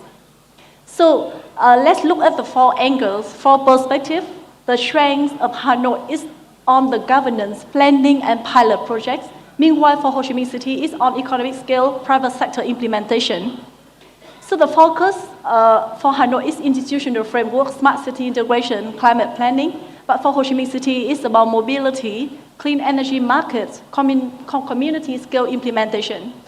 For the master plan, I think they are quite similar in the sense they try to reach to the stage of a smart city, sustainable city. And one is focused more on energy resilience, the other is focused more on create green infrastructure and economic zones.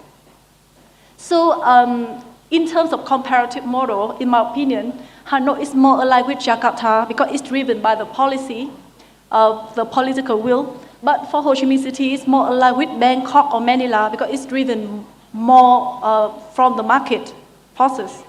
Okay, next slide, please. All right, so in this slide, I would like to share on how the private sector could play a very important role in promote urban resilience in cities. So we can see here I have four big bullet points, but it's actually representing four aspects, right? First of all, I think private sector play a very important role in providing the technology so that it can help the city to consume and conserve the energy, right? They can save the energy consumption. For instance, the private sector provide clean mobility services like electric buses, e-bikes, EV ride-hailing. And the private sector, the company also provide renewable energy options like rooftop solar, battery storage.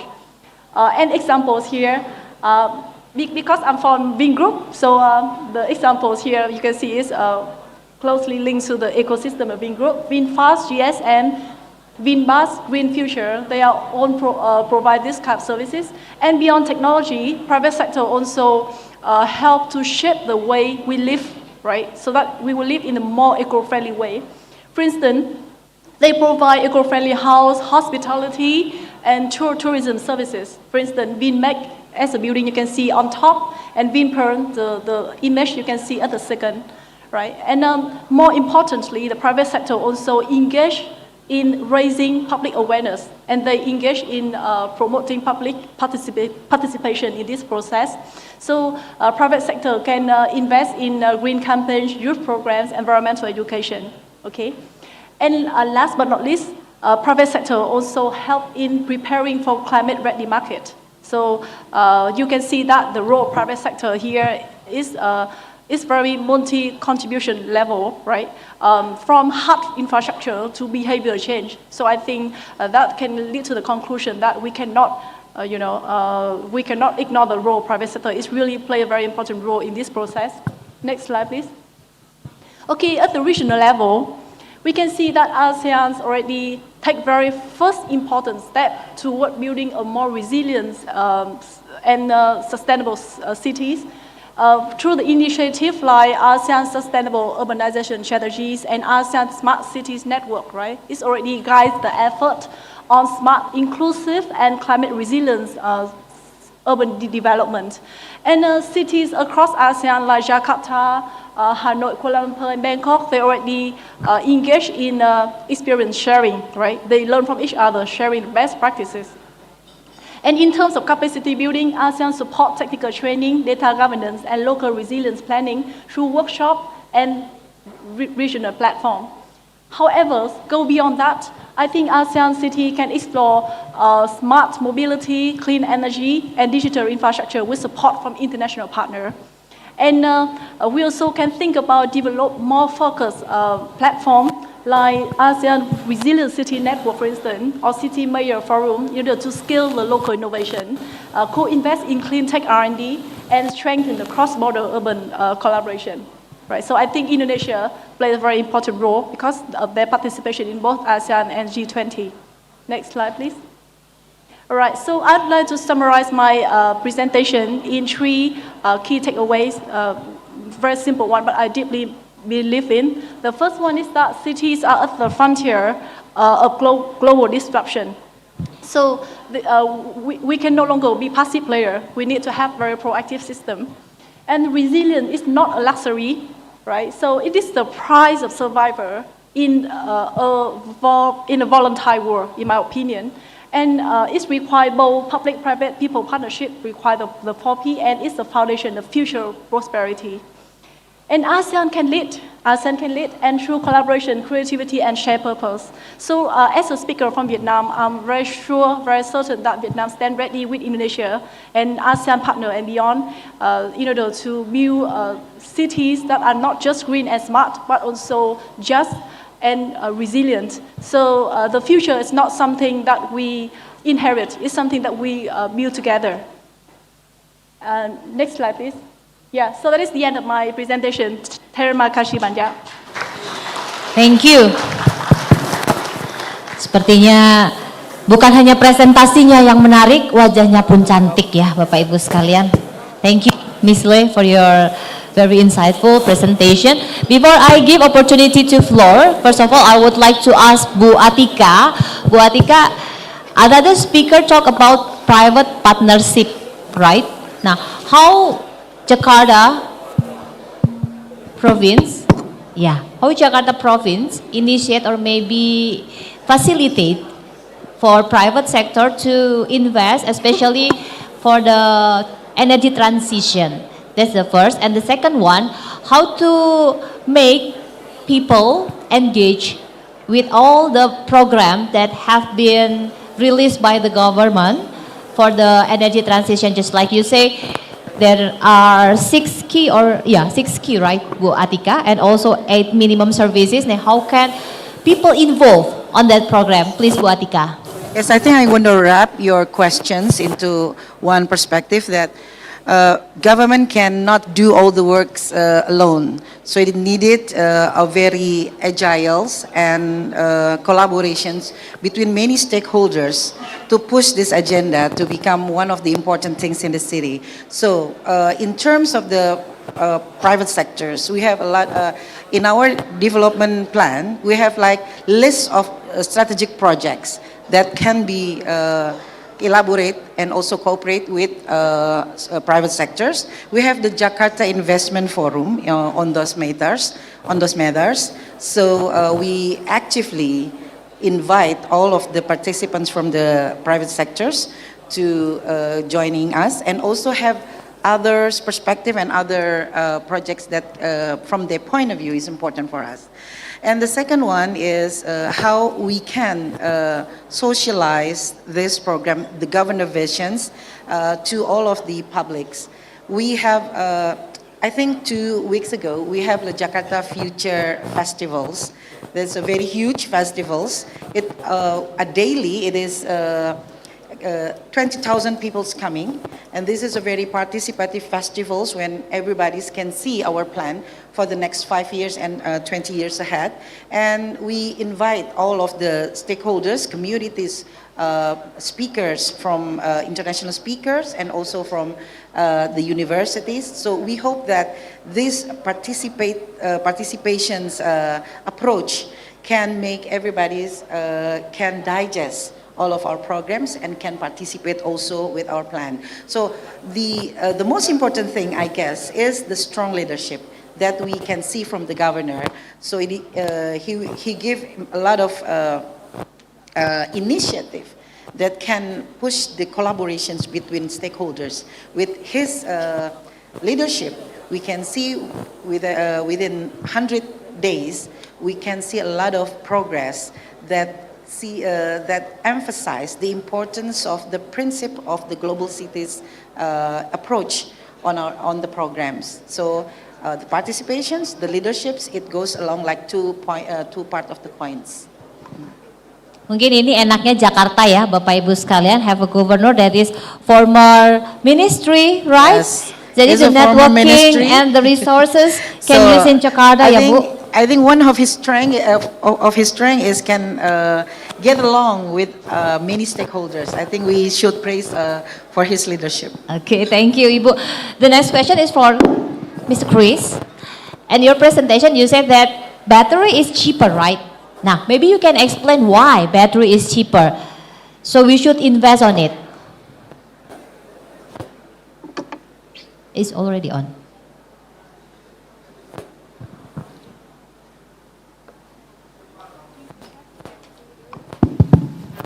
Thank you.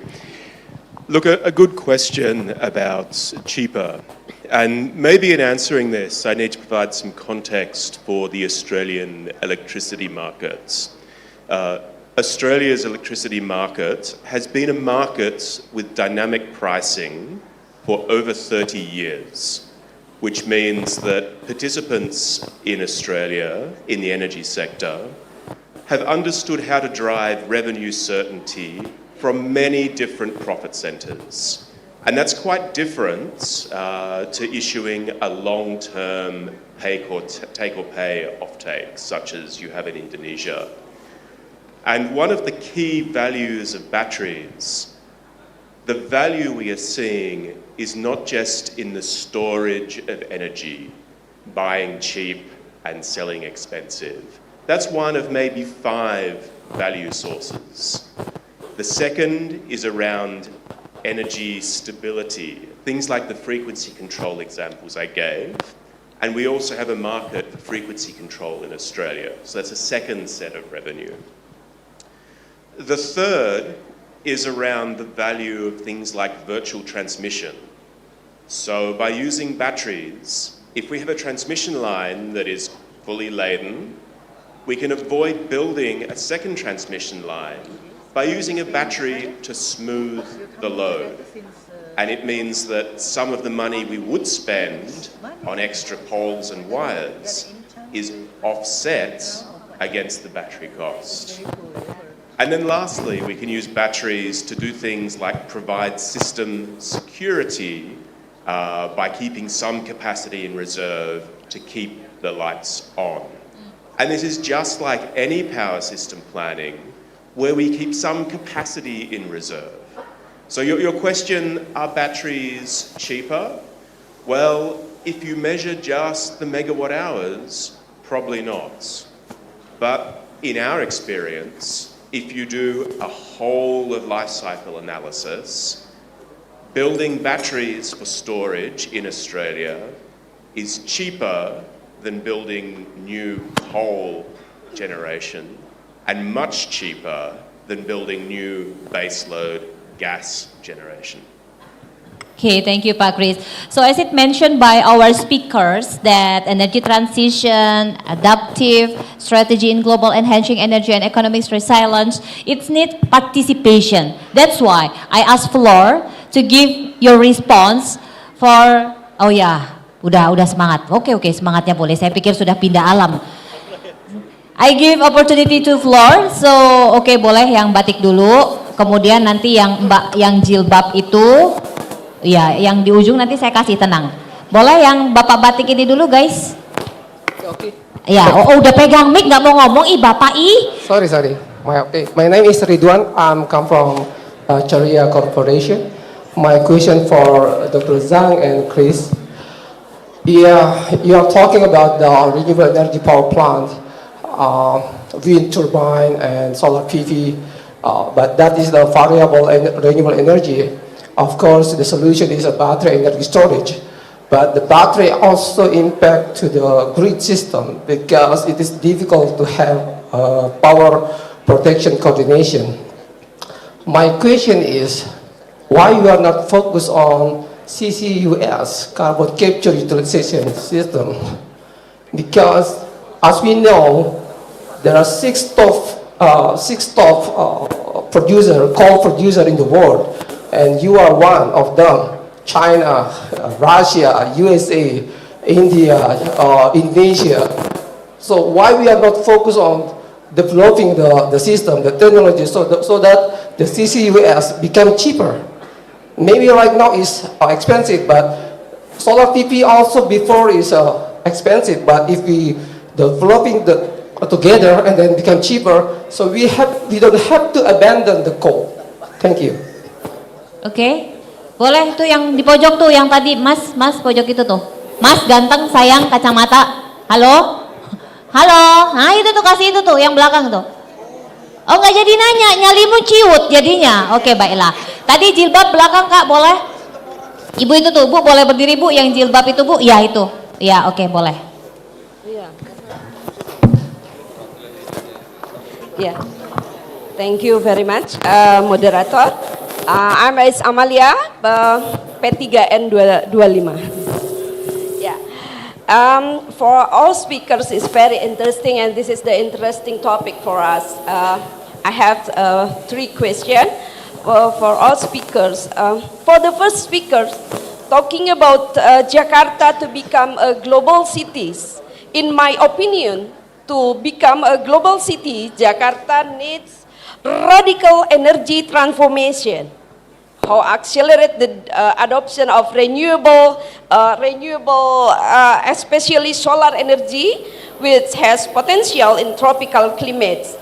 And number 2, total spatial reform and green infrastructure investment. And number 4, strong governance. How Jakarta create consistent regulatory and law to enforcement to protect the environment while encouraging sustainable economic growth. Without addressing these fundamental issues, Jakarta's aspiration as a global city will be hampered by the reality of a worsening environmental critics. This is my opinion, and how about your opinion about this? And I will explain more from you. And for other speakers from Australia and China, Indonesia experiences a decrease in renewable energy target from 23% to 70 until 19% in 2025. This shows weak political commitment to the energy transition. Although Indonesia is ranked third in ASEAN in the Energy Transition Index in 2024, the reality is that government is actually lowering its energy transition ambition, Indonesia's main ambition, and Indonesia's main issues inconsistency of energy policies between long-term plans and national energy policies. And number second, large gap between target and actual achievement in renewable energy, and high dependence on coal at main energy source, and a large investment, lack of investment, for renewable energy infrastructure. My question is, what cooperation we can be carried out between Indonesia, China, and Australia in the context of developing renewable energy and future strategies, build a green Asia Pacific, and the uncertain climate change, and also the problem of limited investment, human resources, and also about the technology, how we can collaborate in Asia Pacific area. Thank you very much. Thank you. Jadi Miss Le aman. There are no question so far. Okay, the next, satu lagi. Oh ya, itu tuh belakang tuh. Nah itu tuh. Itu tuh, bapaknya udah nggak sabar. Iya, siap. Tenang, saya akan kasih kesempatan yang di depan, sis. Aman, sis. Masih panjang. Thank you very much for the opportunity. My name is Muhammad Taufik from P3N 25. I would like to first thank you all speakers talking about cities in your respective countries. As you know that Indonesia is currently building the new capital city in Borneo Island. So my question is, what is the suggestion from you as the expert of cities to our new capital city in Borneo Islands? Thank you very much. Terima kasih Pak Taufik dari Angkatan Laut ya Pak. Dari sini kecium Pak baunya Pak. Okay, so Bu Atika, would you mind to respond the questions for you? Thank you. I will try to respond of the questions and perspective from the second speakers. Yes, I do believe that Jakarta need a robust plan, and not only the plan that we just write, but we need to implement it. So the first pillars for boosting Jakarta to be a global city is we have to be having a robust city plan, and along with two more plans, the spatial planning, and also, as I mentioned before, is about the energy plan. So, as I mentioned before, we have a 5-year plan that focusing on one theme is fix the fundamentals. We do believe that we need to fix all of the Jakarta's challenges, tackle all of the challenges to be able to have moved forward within 5 years. And we need to have like certain kind of projects that related to all of the issues that need to be implemented globally. what you mean, what you say by the green energy, renewable energy, and also handling all of the problems of Jakarta like flood, land subsidence is already in our plan. And we have the DKI strategic project. We need about 1,300 trillions to make it happen within 20 years pipeline. So it is already written on our plan, and this is being our commitment to be done within step by step. And all of the strategic projects, it needed to be handled not only by the government side, but also supported by the private sectors, and also we need to create the more creative financing aspects to make it happen. I think that's briefly wrap all of the questions that have been said. Thank you. Terima kasih, Bu Atika. Ms. Chang, would you mind to give response from the question that delivered to you? Okay, I think there are two questions for me. One is that the gap of target and the reality, I think the China faces the same situation. Although China has witnessed very rapid renewable energy growth, we can see that the solar and PV instrument grows from 233 million kilowatts in 2050 to like more than 1.4 billion kilowatts last year. However, it's still not reached our ambitious target already. And we know that this kind of energy transition is obviously a very long process. And you know that when we talk about phase out coal, like a country of China and Indonesia who are very rich in this kind of resource endowment will face this kind of job loss, and the community will lose its driver of economic. So we need to find a very careful way to achieve this kind of energy transition. Anyway, for developing country, the target is expected to achieve in several decades ahead. So we are doing this kind of research. We put forward several options. One is very rapid, but with significant economic loss and cost, and then is relative very smooth one, but we could understand its social cost. And I heard that you asked that what China could contribute in Indonesia's energy transition. In fact, you know that as I have already showed that China is very advanced in this kind of renewable energy equipment manufacturing. So we are thinking about to explore new ways for this kind of South-South cooperation.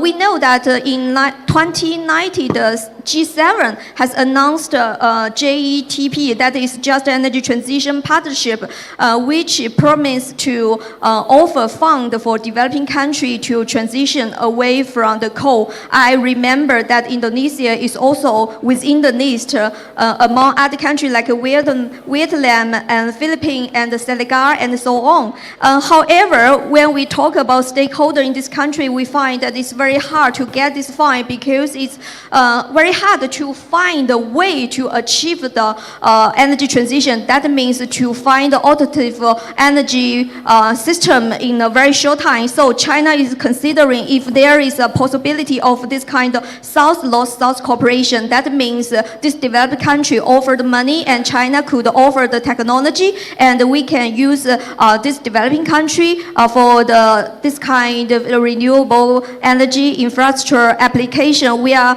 talking about like African country to discuss the possibility of this cooperation. And I think maybe Indonesia can also join this kind of potential cooperation. And I think Indonesia could undertake a more important responsibility in that, because you are very rich in many this kind of critical mineral material, as I already mentioned in my picture. So I think the floor is open. We can discuss of all the possible ways to this. And there is another question is that Indonesia is considering about build a new capital. And my suggestion is that the planning is very important. As for this session, we all have make a presentation of the importance of this kind of planning. And for new city, it is very crucial because you can avoid a lot of locking in effect of the existing city. You know that when we face this kind of extreme weather disaster, so when we build this kind of new city, we need to consideration, and when we make this kind of construction of this kind of infrastructure, we should make it high level compared with our previous experience. And also, I think this kind of energy system integration planning should take consideration of the future energy transitions trend. And so that we talk about some people from other, like Saudi Arab, you know that they are thinking about construct a new city, just rely on renewable energy, like experiment. And I think that for the build of the new capital, you may take consideration as this as well. Yeah, that's my opinion. Thank you. Please. Thank you very much. I'd like to address two interrelated questions in one answer, if I may. We had a question on coal and CCS, and also a question about Indonesia's energy transition ambitions. And maybe I'll start with Indonesia's energy transition ambitions. Australia remains a signatory to the Paris Agreement, and as you've heard, Australia is committed to 82% renewables by 2030.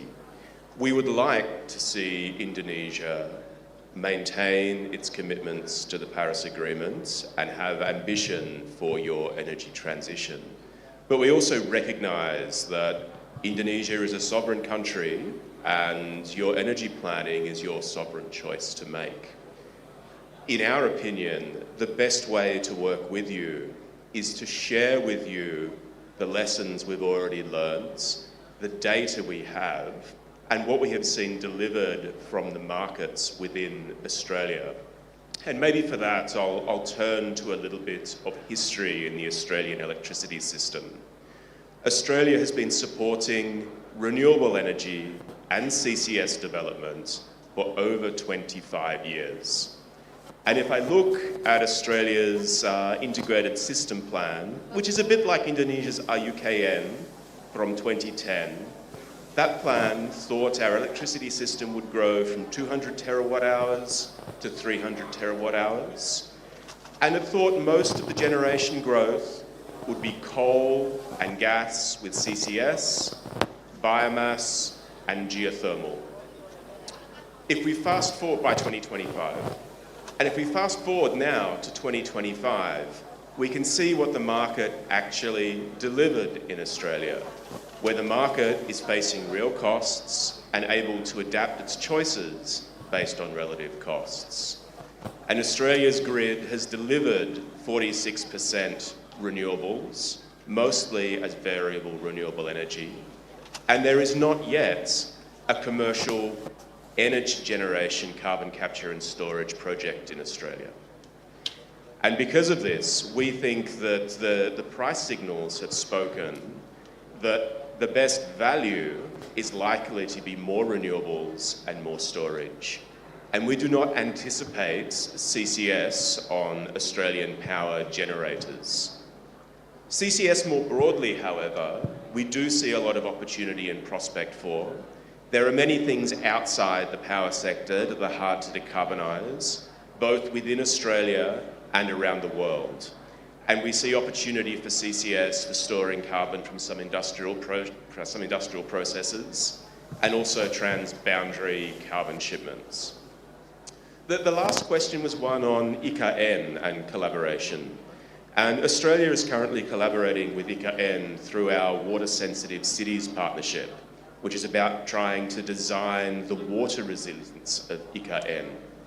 But I'd highlight for energy, both for IKN and also much of the hilirisasi you're proposing in Indonesia, this is new builds that you have not yet designed and you have not yet locked in your design choices.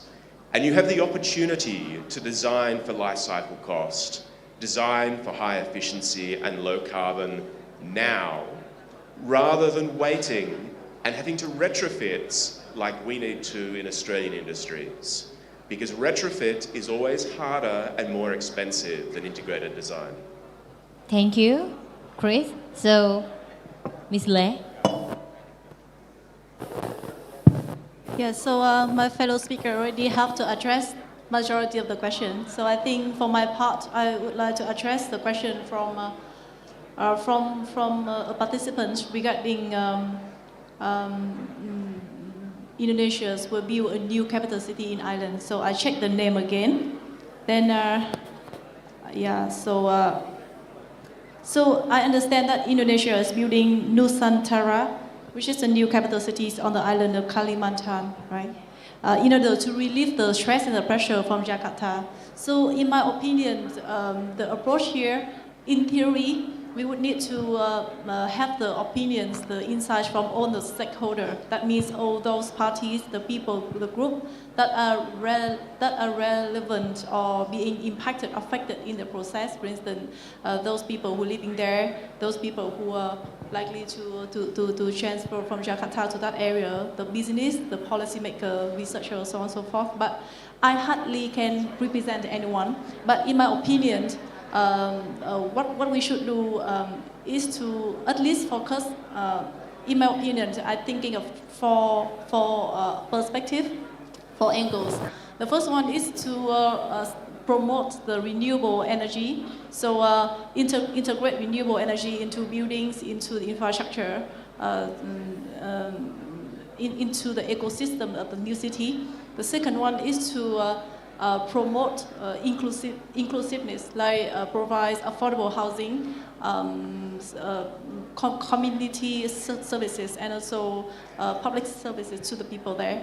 The third one is to care about the biodiversity in the new island. For instance, I understand that the island is very sensitive. It has a sensitive rainforest area, so we make sure that the new constructions and the new capital city in that island would not affect severely the ecosystem there, the biodiversity there. So we try to minimize the ecological disruption to the island. And the third one is, of course, to use the digital infrastructure to monitor the governance, the mobility, and so on and so forth. Yeah, so I just want to contribute a few ideas to that question. Thank you. Okay, thank you. So another 2 question, a simple question. Ya, makanya aku buka lagi. Another simple question, silakan. Because we only have 10 more minutes, so make it quick and simple question. Okay. Good evening, everyone. My name is Alfi. I'm from University of National Development Jakarta, or Universitas Pembangunan Nasional Veteran Jakarta. My question is much more to curiosity. So, there is a program called CRIX, or Climate Resilience in Inclusive Cities, and one of Indonesia's city is Bandar Lampung, who face the same problem as Jakarta flood is under that program. So my question is just simple that, so why don't Jakarta also in under CRIX program? Is it because due to governmental difference or just some condition in the city that make Jakarta not under the CRIX program? Thank you. Okay, this is specific for Bu Atika, right? Okay. Baik, ada lagi? Oh ya, boleh. 1, 2, oke, triadar. Singkat-singkat tapi. Iya, ini, iya kasih. Iya Ibu, udah di mic-nya udah di belakang Ibu. Ya itu Bu. Seperti mencari jodoh ya Bu, ke kiri, ke kanan, ke kiri, ke kanan gitu ya Bu. Okay, thank you for the moderator. So my question is to Fin Group. I think yes, a great experience with Vietnam. How the Fin Group grow, and then have because when I visited Vietnam with the Vinfast, the ambassador of Indonesia for Vietnam asked me what you say about the Vinfast. So Indonesia must learn from Vinfast. So can you share your experience about this? Because this is part of the success of Vietnam as a developing country. And beside that, I know that Vietnam does not have much local resources. But you have the battery factory, you have the car, even now the car is everywhere in Jakarta. Yes? So I think this is a good experience for us to learn from you. Okay? One more question to Mr. Chris. So in Indonesia, actually the battery, all the electricity is only from one source, the PLN, National Electricity. So it may be rather difficult for Indonesia to have the source, the storage that the other private industry can sell to the society or the community. So how about the policy in Australia? Because you have that megawatt hour of the source, and then for the community. Maybe this, in the future, we hope that like the other country in European, they have the source from the private company can sell the electricity. Thank you. Thank you, Prof. Evi. Itu boleh ke Ibu itu? Iya, silahkan. Ya nanti Ibu dapat juga Bu belakangnya, nggak usah khawatir Bu. Pasang senyum aja Bu sama saya. Nanti pasti saya kasih mic-nya. Di sini Ibu tenang. Silahkan. Okay, thank you for the opportunity. My name is Lita Permatasari. I'm from Ministry of Environment, Republic of Indonesia. I want to ask questions to Mr. Chris from Australian Embassy. Okay, in the line of the growing global geoeconomic fragmentation and increasing challenges to energy supply chains, how might Indonesia and Australia enhance their comprehensive strategic partnership? Okay, really partnership to support regional energy security, while also promoting a fair and sustainable energy transition for the benefit of both nations and the Indo-Pacific region. I think this is very important to Indonesia because in energy transition, Indonesia maybe have a power to be a leader. In our office, Ministry in Environment of Indonesia, now we have the second NDC. Okay, this is very important to climate change actions, and also about 17 goals in SDG. We are priority in partnership in development for partnership for the goals. Okay, thank you so much. Thank you Bu Lita. Oke, yang satu lagi daripada gua kualat. Iya. Belakangnya Mas, belakangnya. Ya. Singkat aja ya Bu. Terus tanya sama siapa langsung dah. Iya jangan dipukul Bu, bikin deg-degan. Ya. Thank you very much. Good afternoon everyone. I'm Fitri Suryani from University of Persada Indonesia here in Jakarta. Very impression all of the speaker, and my question for two latest speaker from China and Vietnam. Yeah, how about your from public-private partnership for the urban renewal by the energy transition, because energy is the vital infrastructure for the city. Okay, can you explain about your lesson learned for the public-private partnership in Indonesia, kerjasama pemerintah dan badan usaha. Okay. Thank you. Ya, in Indonesia we said kemitraan, Bu. Oke. Baik, saya persilahkan dulu Ibu Atika karena pertanyaannya Always be the first, ya. Iya. Okay, I try to answer the questions from the second line. I think every city has its own challenges. Probably some have the similarities, but many cities have the same challenges if they are on the coastal area, and because the same of geographic area such as Jabodetabek, and especially you are mentioned about Lampung. So I think we as a city has a collaborations between cities to tackle all of the challenges, including cities that have the same challenges like flood and the other. So the concepts of the new law from the law number 2/2024 about DKJ is the concept of agglomerations.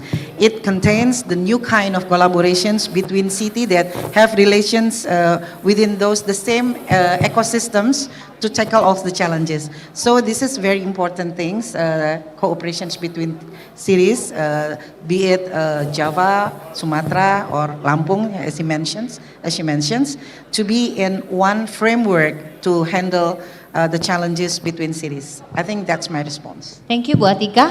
Ms. Lei, next is you. Yeah, so I think I have two questions to answer.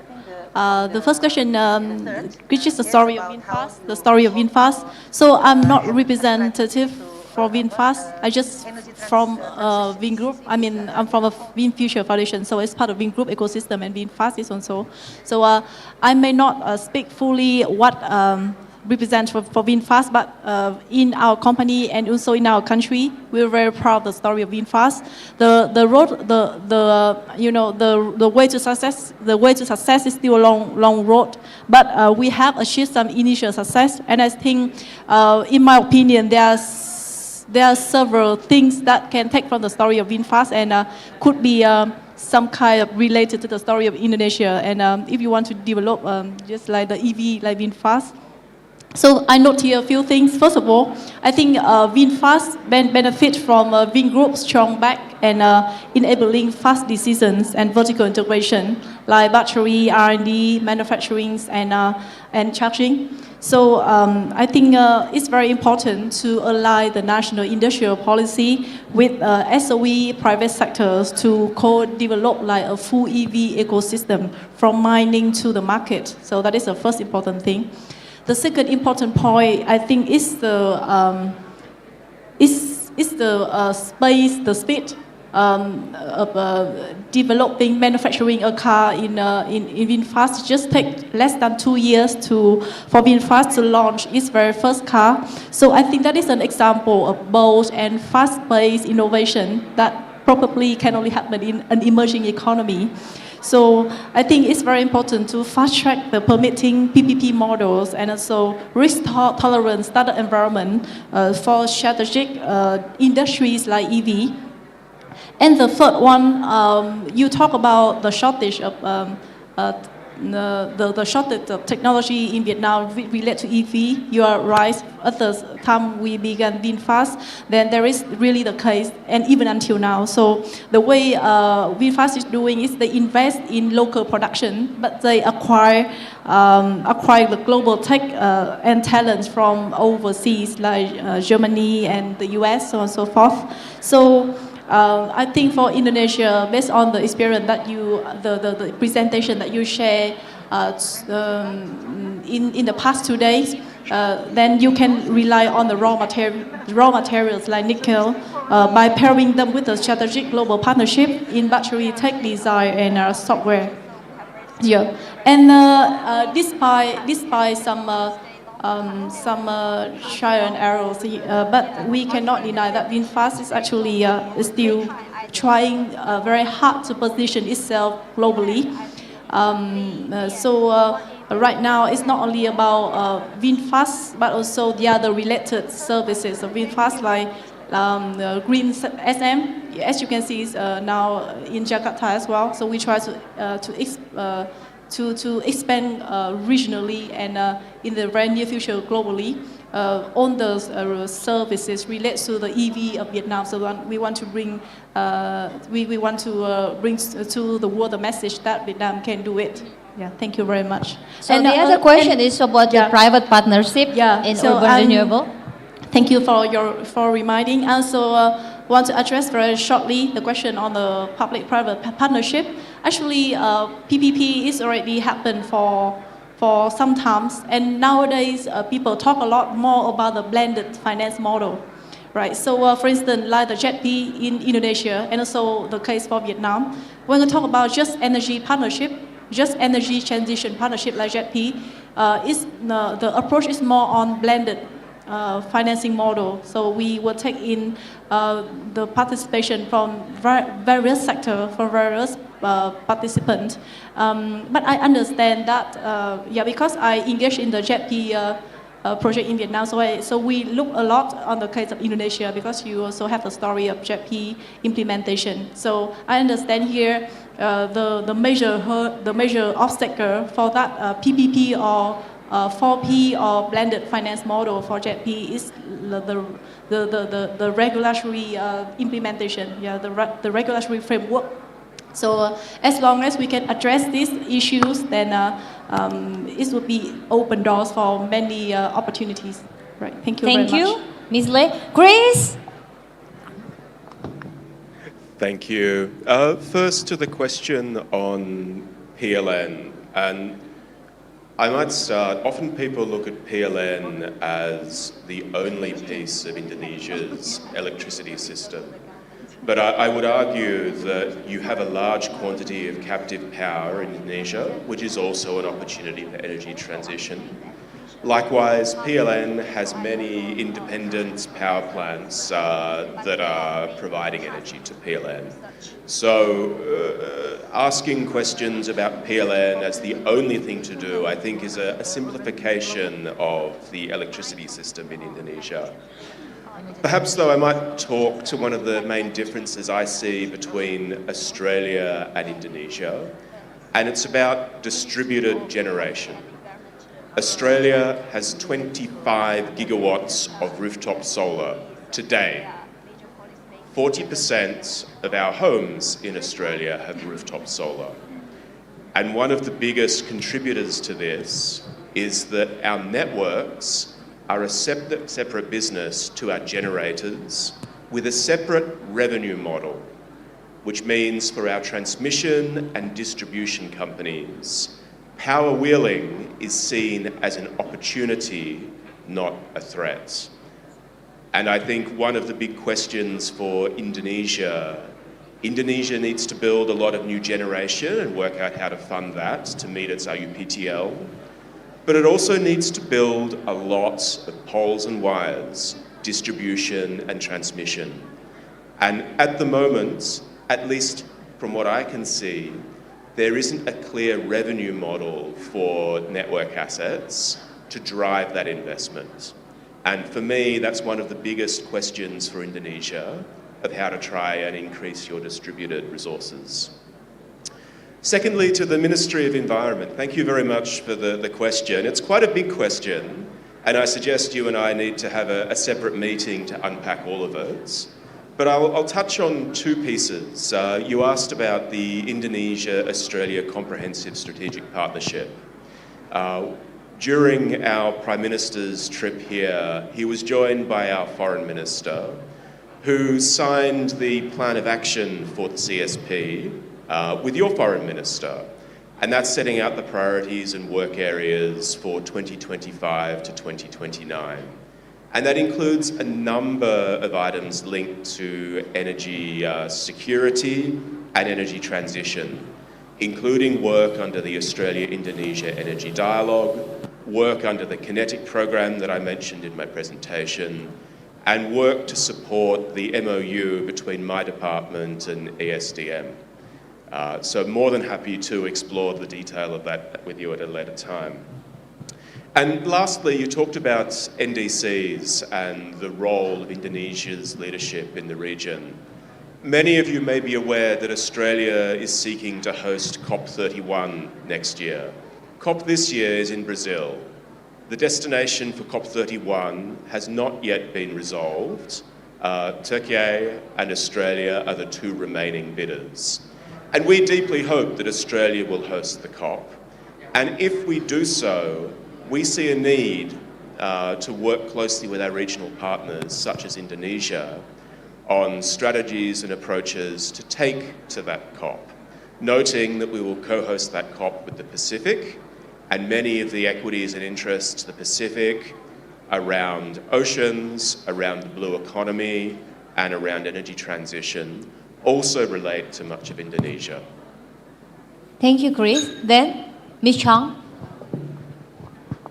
I think thank you for the last question. Is China's experience in design energy strategy? I think this is a very complicated question, but I try to make it simple. You know that the planning, especially midterm planning, is very important for China to design its specific strategy, especially for its 5-year plan. Every 5 years, we will design a comprehensive national development strategy, including energy strategy within it. Now, 2025 is the end of China's 40th 5-year plan, and the next year will be the beginning of 50th 5-year plan. You know that every 5 years, when we make this kind of adjustment according to the situation change, that could make sure that this kind of strategy fit our situation well. You know that we have in the previous 5-year plan, we have compulsory energy intensity target quantity on the national level, and it is further decomposed into the provincial and the city level. So all the cities should make the energy area work according to the requirement of this kind of planning. They will use all kinds of way, like this kind of compulsory standard, and also physical ways, like to make a subsidy or to make a tax reduction or something like this. And the other important experience is that since the energy transition is very complicated, so some new policy exploration was occur first in rural part, because the social cost should be lower than in urban part. You know that currently China is encouraging some of the town with not so much population to install the PV panel to the whole town all together, but it is very hard to implement this kind of action in city part. So if these ways could work out in the rural part, it could be used in a large scale and to expand in the city scale. And now the most difficult part of this kind of energy strategy is that currently Chinese law still forbidden that besides the state grid, other people to sell the electricity. So if this kind of application of renewable, that means maybe some household, some company could use their space for electricity generated. However, they could not sell this electricity to other agent. So currently China is considering about to change this kind of law to promote this kind of further application of renewable energy. Yeah. Oke, karena sudah mulai resah dan gelisah, beduk asar akan segera datang. Saya akan minta one sentence as a closing statement, only one ya, not a paragraph, not a page. Ya, Bapak Ibu sekalian, about our theme, adaptive strategy in global cities for enhancing energy and economic resilience. So it starts from Ms. Chang, please. One sentence. I think successfully achieve energy transition is an inevitable question that every country should answer, and I hope that China and Indonesia could work together and to share the dividends created during this process. Oke, tepuk tangan Bapak Ibu sekalian. Jadi collaboration between Indonesia and China. Ibu Atika. Ya bukan sabotase loh Bu. Bisa pakai satunya Bu? Iya. I think it's about robust plan, collaborations, and also commitment. Terima kasih Bu Atika, singkat padat jelas 3 kata. Silakan Pak Kris. It's a pivotal time for energy security around the world. And our choices over the next few years will deeply impact the security and prosperity of our countries. And now is the time for countries like Indonesia and Australia, to collaborate on accelerating energy transition. Thank you Pak Kris. Pak Kris nih berhentinya kayak ngerem mendadak deh. Kupikir masih koma, ternyata udah titik. Thank you Pak Kris. Silahkan. Yeah, so my sentence is very short. I think resilience is a dynamic process which require collective actions, proactive approach, and based on that we can take the action from the vision. Thank you. Terima kasih Bapak Ibu sekalian. Jadi kalau kata Chang udahlah nggak usah banyak omong, langsung action ya kan, biar kata strateginya bagus, kalau nggak diimplementasi sama aja. So once again thank you. Big applause ladies and gentlemen to our speakers for the last panel in this day. On behalf of the organizing committee, I would like to express our deepest appreciation to all speakers and participants for your time, insight, and also contribution. Thank you once again for your participation. So before I give back to my beautiful MC, I give pantun dulu lah. Pantun apa? Ayo tuh pantun lah. Okay, I will move back. Nelayan melaut membawa jala, pulang sore membawa ikan. Adaptasi kota bukan sekedar wacana, tapi langkah nyata untuk masa depan. Tepuk tangan Bapak Ibu sekalian untuk all speakers. So, Bapak Ibu, saya kembalikan. Thank you very much, Ibu Moderator. Thank you, speakers. And a token of appreciation for our speakers and moderator, would like to invite the Governor of Lemhanas to hand over the memento. All right, please join the speakers, Ibu Moderator. Panggung yang cukup menggemparkan ya di sore hari ini. Terima kasih ya, moderator, and also speakers for their invaluable insights to all of us, and to make cities around the world, and Jakarta is one of them. It's actually a global city, and in order to have energy transition smoothly, so that the city can be part of a resiliency that makes up a resilient nation.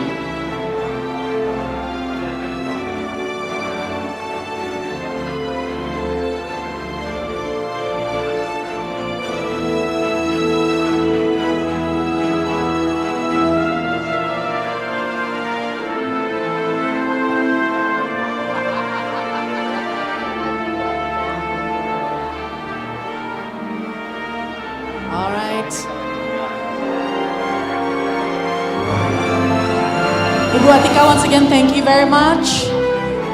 We do hope that the commitment will still be a commitment, yeah, until whenever it is. And also, thank you, Mr. Chris. The time is now for Indonesia and Australia for renewable energy transitions, and we can do it together. It is a collaborative action indeed. To our last speaker,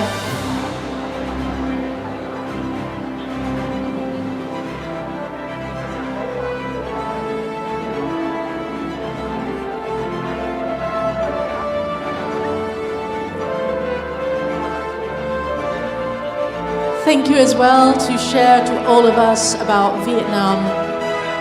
Hopefully we learn the best practices from Vietnam as well as from China in this opportunity, and Australia. And the last but not least, our moderator. Okay, so you have two Monas, yeah, Miss Moderator, from yesterday and today. I hope it's not too heavy for you to bring home. Thank you. Pak Aceh, iya, mohon kita foto dulu, and also would like to invite the Vice Governor of Lemhanas, Wakil Gubernur Lemhanas, and also the Deputy for Strategic Studies, and the Chair of Jakarta Geopolitical Forum 2025, Bapak Edi, please come forward as well to join the photo session with the moderator and speakers of Plenary 4, which is the final plenary of JGF 2025.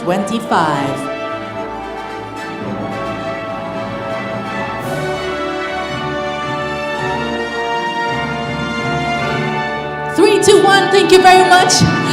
Thank you, speakers. Thank you, moderator. You may all return to your seats.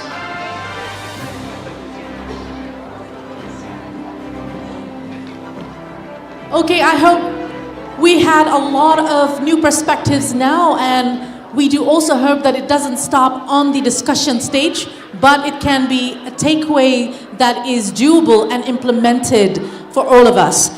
And now, ladies and gentlemen, to further enrich the vibrancy and spirit of today's event, we are honored to present a traditional dance and cultural performance by the esteemed DKI Jakarta Cultural Troupe.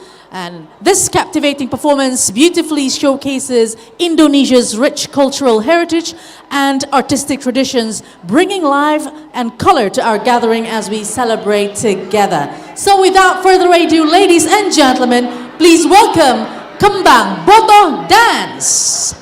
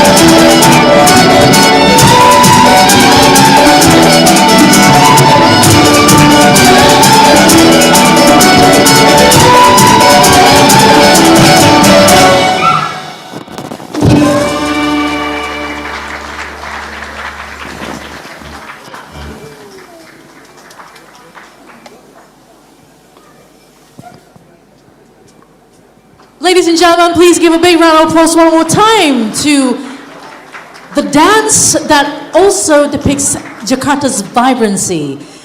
And now we have been having this two-day forum with plenary sessions, and we talked about a lot of things regarding energy security, regarding the economic fragmentation, and how can we be a resilient nation in terms of energy security and in terms of what we have in the country to be able to navigate this geopolitical tensions and volatility. And for this, we would like to now invite to the stage the Chief of the 9th JGF 2025, Bapak Edi Permadi, to kindly deliver a brief wrap-up of the 2 days forum. So once again, ladies and gentlemen, let's give a big clap and round of applause to Bapak Edi Permadi.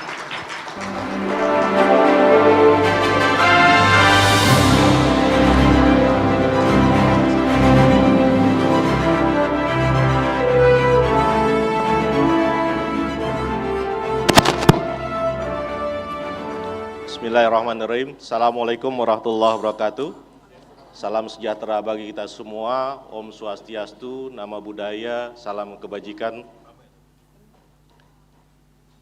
Final note wrap up the Jakarta Geopolitical Forum JGF 9 2025, Geoeconomic Fragmentation and Energy Security. We have concluded the forum, and it is our duty to offer a few final talks and it also to privilege and honor to be entrusted with such a task at the forum of esteemed professionals from the fields of government, academy, expertise, and the media. The Jakarta Geopolitical Forum was founded in 2017 with the aim promoting the sharing of ideas and experiences amongst geopoliticians, professionals, and scholars concerning geopolitics in and over involving the world. The 9th Jakarta Geopolitical Forum serves as a strategic platform for in-depth discussion on range of the interconnected contemporary geopolitical and geoeconomic topics, centered around the main themes, geoeconomic fragmentation and energy security. Meanwhile, the sub-topics encompass a broad spectrum of subjects such as a global trade tension, the renewable energy, industrial downstreaming processes, and the energy security within the Indo-Pacific region and the world. Before I continue the wrap-up session, I will deliver 2 questions, and if the question can be answered very well, the committee also provide the surprise for you. Yeah. The first plenary session subject trends of the global economy and the balance of power enhancing sustainability energy policy. And slides, please.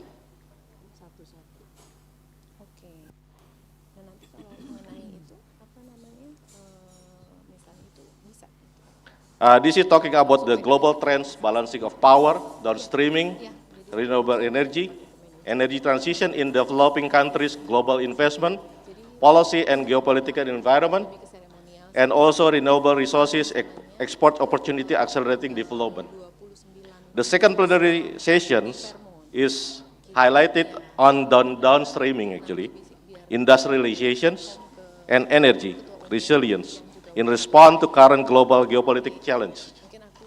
We're talking the first day, talking about Indonesia, in terms of the downstreaming, industrialization, economic self-resilience, and downstreaming towards Indonesia emas in 2045. In the meantime, last the discussion at the time, we also talking about a new structural economics approach for developing nations, including the downstreaming and reindustrialization about the food, energy, and the response to change contemporary geopolitics.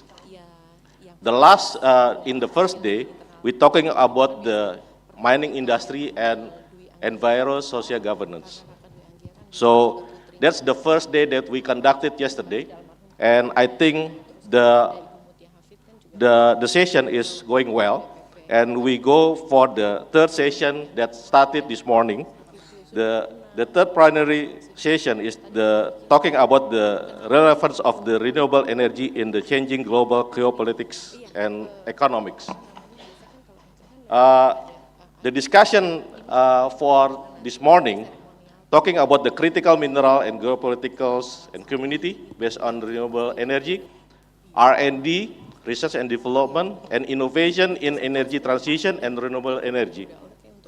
We're talking this morning also about accelerating ASEAN energy transition and empowering Indonesia green revolutions.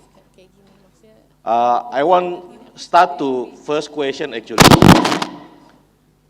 I want to ask about can someone of you can explain about the ESG?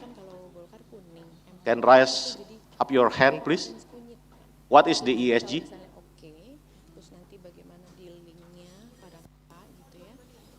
Ada yang tahu ESG itu apa? Can raise hand, please, and explain. Yes, Bang, silakan Bang. Mike. Environment, social, and good governance.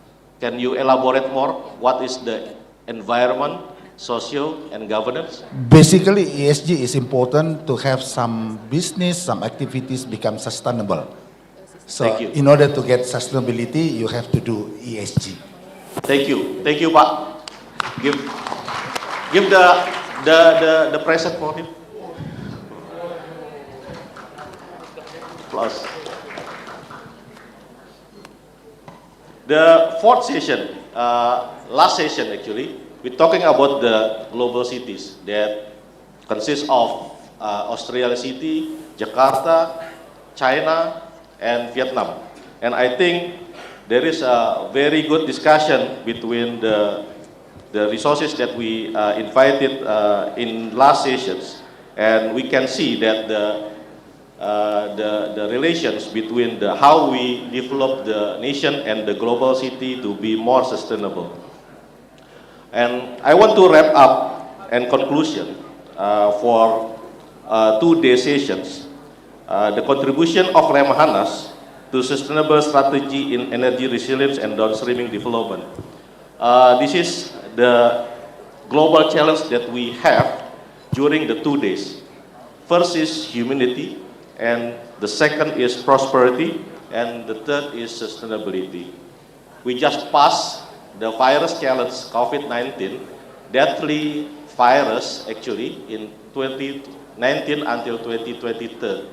And now, after we passed, we survived from the deadly virus, and now we're facing the uncertainty of the global because of the war.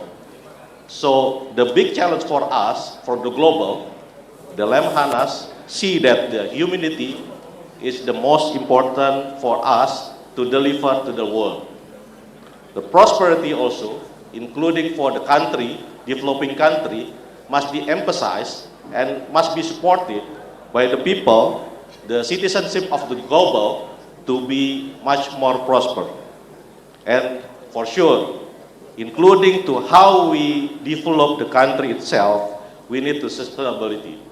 So that's why the 3 global challenges will be the 3 ideas and the 3 themes for the discussion for the 2 days to emphasize to the citizenship of the global and the world that this is the most important things that we need to emphasize to the world. Next. This is the ideas from the 2D discussion. Downstreaming is the must for the Indonesia. Are you agree with this? Someone not agree with this? Agree or not agree?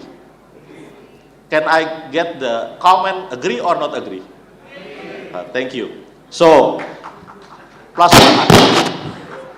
So, downstreaming is the most important for us to adding value, the material and the reserve that we have in nation to be much more adding value to the community, especially for the nation. So the pillars of downstreaming is one is capital. So we need to emphasize, we need to encourage people to invest in Indonesia. The second thing, actually, the technology. We have to upgrading our technology to be much more independent, much more resilient, and much more news in terms of the upgrading the technology. The third one is the human capital.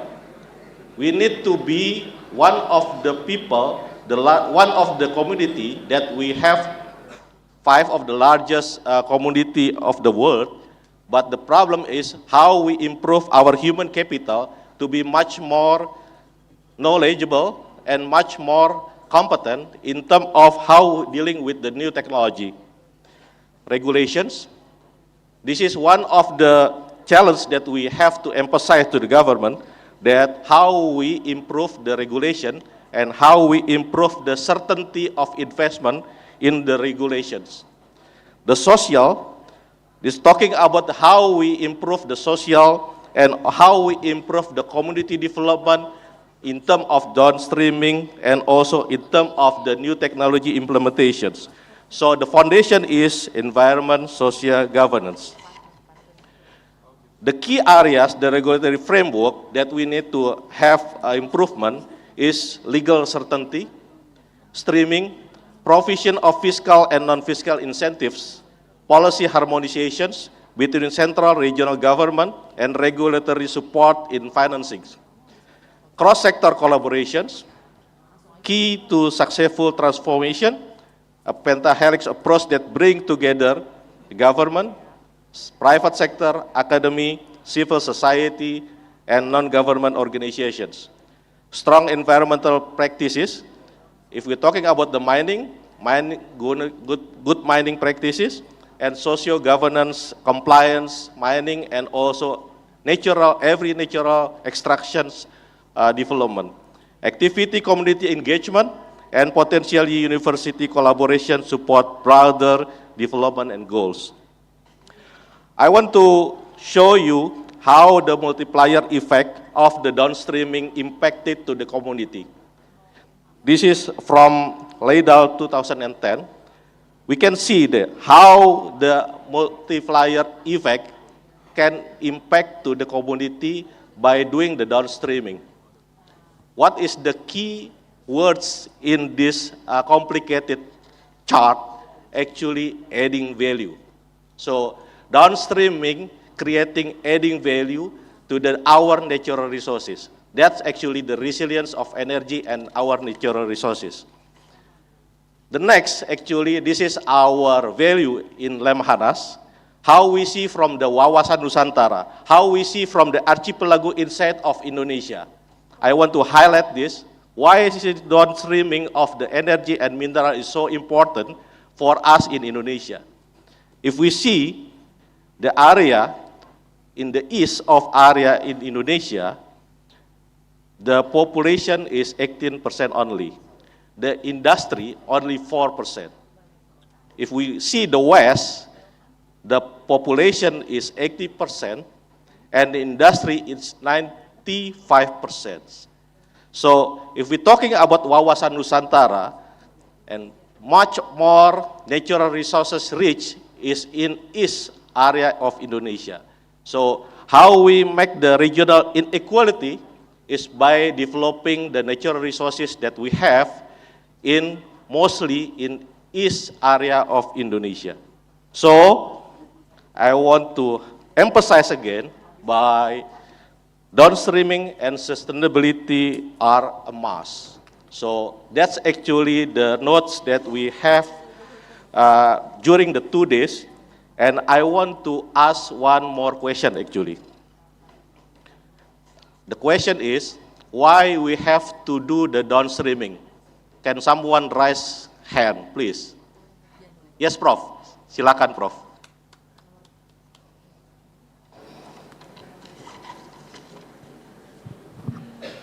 To have the added value. Thank you, Prof. That's bener, Prof. Silakan dikasih. Thank you very much. Thank you for everybody who supporting this event and today's discussion. Thank you very much. Wassalamualaikum warahmatullahi wabarakatuh. Selamat sore. Salam sejahtera bagi kita semua. Thank you very much, our chair of Jakarta Geopolitical Forum 2025 for the wrap-up, and it highlights everything that we did for the 2-day forum this year. Once again, let's give a big clap to all of us as well. And now it is time for me to have the honor to invite back to the stage the Governor of Lemhanas of the Republic of Indonesia to deliver the closing remarks, as officially as well bringing this event to a close. So without further ado, let's welcome to the stage Bapak Tubagus Aceh Hasan Shazili.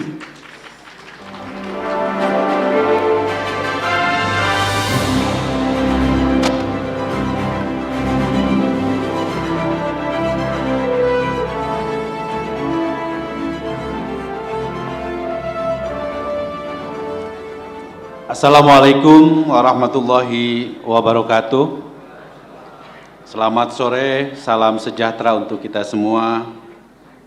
Shalom, Om Swastiastu, Namo Buddhaya, salam kebajikan. Distinguished ladies and gentlemen, the Vice Governor of National Relations Institute, Bapak Edwin, the Secretary of Lemhanas Republik Indonesia, Bapak Sestama, Komisaris Jenderal Polisi Pancaputra, Excellencies, Ambassador and Speaker and Moderator, and all the participants of 9th Jakarta Geopolitical Forum. Oh, I am proud of you. First and foremost, allow me to express graduate and high appreciation for your active participation and enthusiasm in the entire of activities of this forum. Your presence and contribution have given color and meaning to the successes of our event this year. During the past 2 days, we have listened to various presentations from experts, practitioners, and policy stakeholders, and had in-depth discussion related to our big theme, geoeconomic fragmentation and energy security. Session by session has provided valuable insight into the challenges and opportunities faced by Indonesia and the world in maintaining energy security and resilience amid the increasingly complex global economic presentation. Various perspectives have been presented, starting from the overview of world geopolitics and geoeconomic that influence energy security, the push for renewable energy diversification, comprehensive energy governance, and to important the technological innovation and collaboration. All of the are very important input in the formulation of the policies in the field of global energy security. We believe that the result of the discussion and recommendation from this forum will be strategic reference for policymakers, academy, and industry players in dealing with the continuously developing global dynamic, and can also be a strategic foundation for stakeholders in formulating the right step to ensure energy sovereignty and continuation of the energy security. Energy security is not only related to energy availability, but also is the dignity and honor of the country. Despite limited condition, this forum is determined to continue to encourage the importance of the independent and downstreaming of various research. The result of the discussion, supported by the speaker and participant in this forum, also agree that in responsibility of energy, the world needs to adapt through energy transition to renewable energy. Downstreaming policies and strategies as carried out by the government of Indonesia are the solution of in responding to dynamic of geopolitics that impact the energy sector and need to be supported by all parties. Hopefully, Indonesia could become a leading leaders in the global energy transition, and also the downstreaming policy taken by the government could lead to increasing national prosperity. Finally, we would like to express our sincere gratitude for the dedication and togetherness to have been fostered during this forum. I hope this meeting is not the end, but the beginning of the more intensive collaboration from the entire global community in realizing energy resilience and providing real benefit for the progress of global civilization. We are especially grateful for the contribution of the all speaker, moderator, and participant for various countries who were present during this today. We wish you safe travel and our best regard to your family at home. And I would like to thank you for Deputy of Research, Ibu Profesor Reni Mayerni, Chairman of the Committee, Pak Edi Permadi, Chair of Organizing Committee, Steering Committee, Professor Telisa Aulia, and Ibu Margareta Hanita, and Pak Laksda Abdul Rifai. Thank you very much for all, and I would like to thank you for all, and I would like to read 2 pantun for you all, and I would like to speak with pantun bahasa Indonesia. Jangan lupa cakepnya. Siap, cakep. Jalan dari Monas ke Senayan. Cakep. Melewati Jalan Tamrin, lalu ke Jalan Sudirman. Cakep. Ketahanan energi nasional suatu keharusan. Cakep. Mendorong energi terbarukan harus terus diperjuangkan. Cakep. One more. Israel dibantu Amerika Serikat perang di Iran. Cakep. Mudah-mudahan perang ini segera berkesudahan. Cakep. JGF Lemhanas akan terus diselenggarakan. Cakep. Sampai jumpa lagi di tahun depan. Cakep. Terima kasih. Assalamualaikum warahmatullahi wabarakatuh. Waalaikumsalam warahmatullahi wabarakatuh. Om Santi, Santi, Santi Om. Terima kasih. Terima kasih. Pak Gubernur mohon tetap di atas panggung Pak.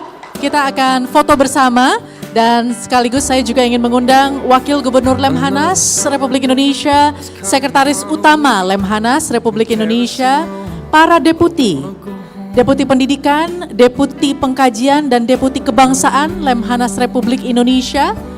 Kemudian juga mohon untuk bergabung di atas panggung untuk foto bersama Wakor Taji, Wakor Tajar, dan Wakor Taprov. Dan tentu saja Ketua Panitia JGF ke-9 tahun 2025.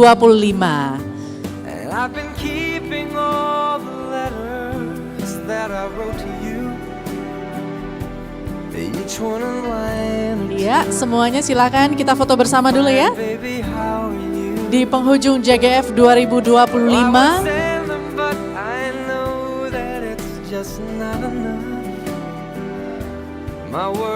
Silakan Bapak Ibu, jangan lupa senyumnya sudah lega ini di akhir acara. Senyum yang lebar. 3. Oh belum ya, maaf Pak. Ulang lagi ya. 3, 2, 1. Sekali lagi. 3, 2, 1. Terima kasih banyak. Oh oke, ada satu lagi pose Lemhanas. 3, 2, 1. Kita berikan tepuk tangan sekali lagi. Terima kasih Bapak Gubernur dan semua jajaran Lemhanas. Sukses untuk JGF 2025. And finally, distinguished guests, ladies and gentlemen, we have come to the close of this event.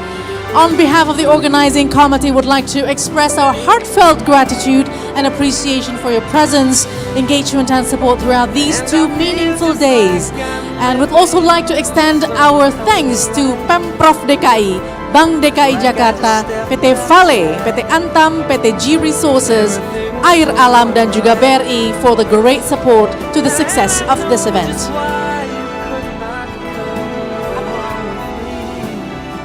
And before we leave, mari kita satu kali lagi melaksanakan foto bersama atau grup foto dengan Gubernur Lemhanas. Untuk itu kami undang seluruh panitia JGF 2025. Sekali lagi seluruh panitia JGF 2025 untuk maju ke depan foto bersama Bapak Gubernur. Silakan.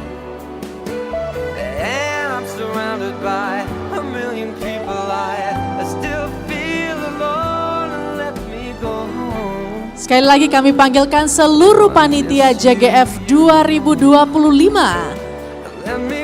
Boleh kita foto bersama dengan Bapak Gubernur.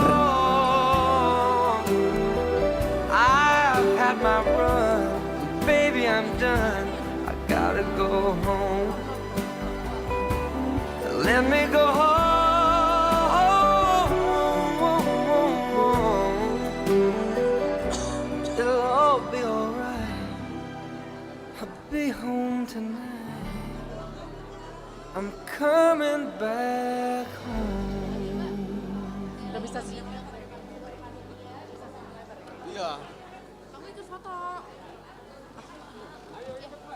Panitia, sekali lagi kami undang ke atas panggung untuk berfoto bersama dengan Bapak Gubernur. Ngomong-ngomong saya juga mau ikutan ya.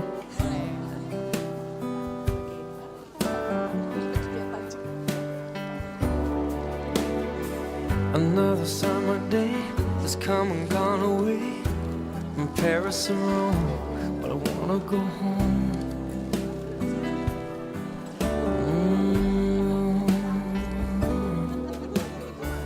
Maybe surrounded by a million people, I still feel all alone. Just wanna go home. Oh, I miss you, you know.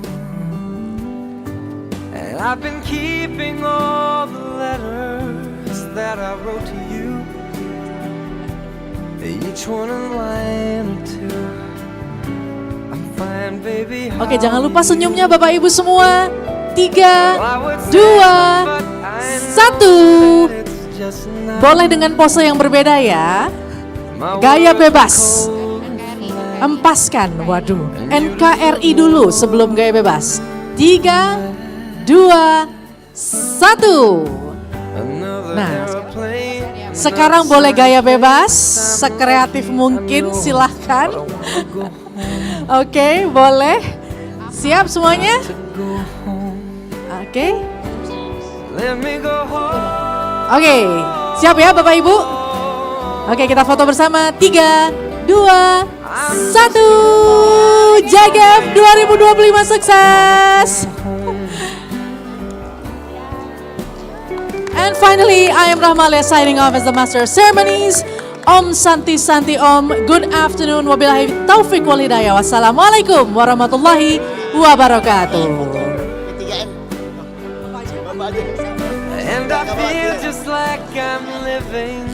Ini ada request untuk P3N foto bersama. Silakan P3N foto bersama di depan. When everything was going right. And I know just why you could not come along with me. That this was not your dream, but you always believed in me. Another winter day has come and gone away. In either Paris or Rome, and I wanna go home. Let me go home. And I'm surrounded by a million people. I still feel alone. Let me go home. Oh, I miss you, you know. Let me go home.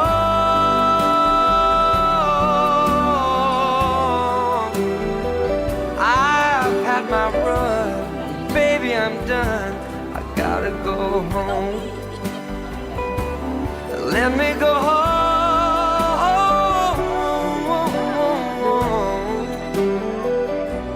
It'll all be alright. I'll be home tonight. I'm coming back home.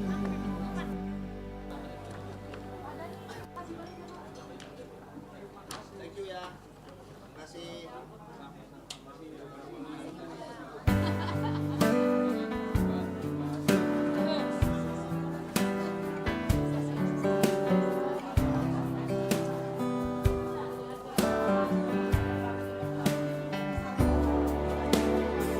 Another summer day has come and gone away from Paris or Rome, but I wanna go home.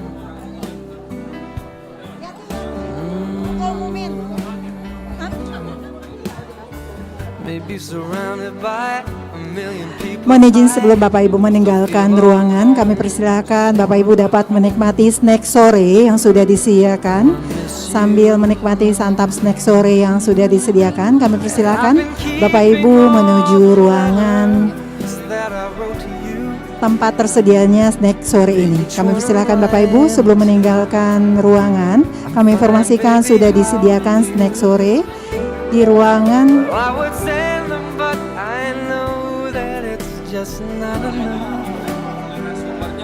My words were cold and flat, and you deserve more than that.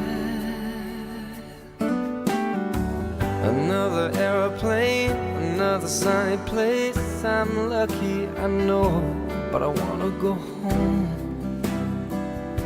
I got to go home. Let me go home.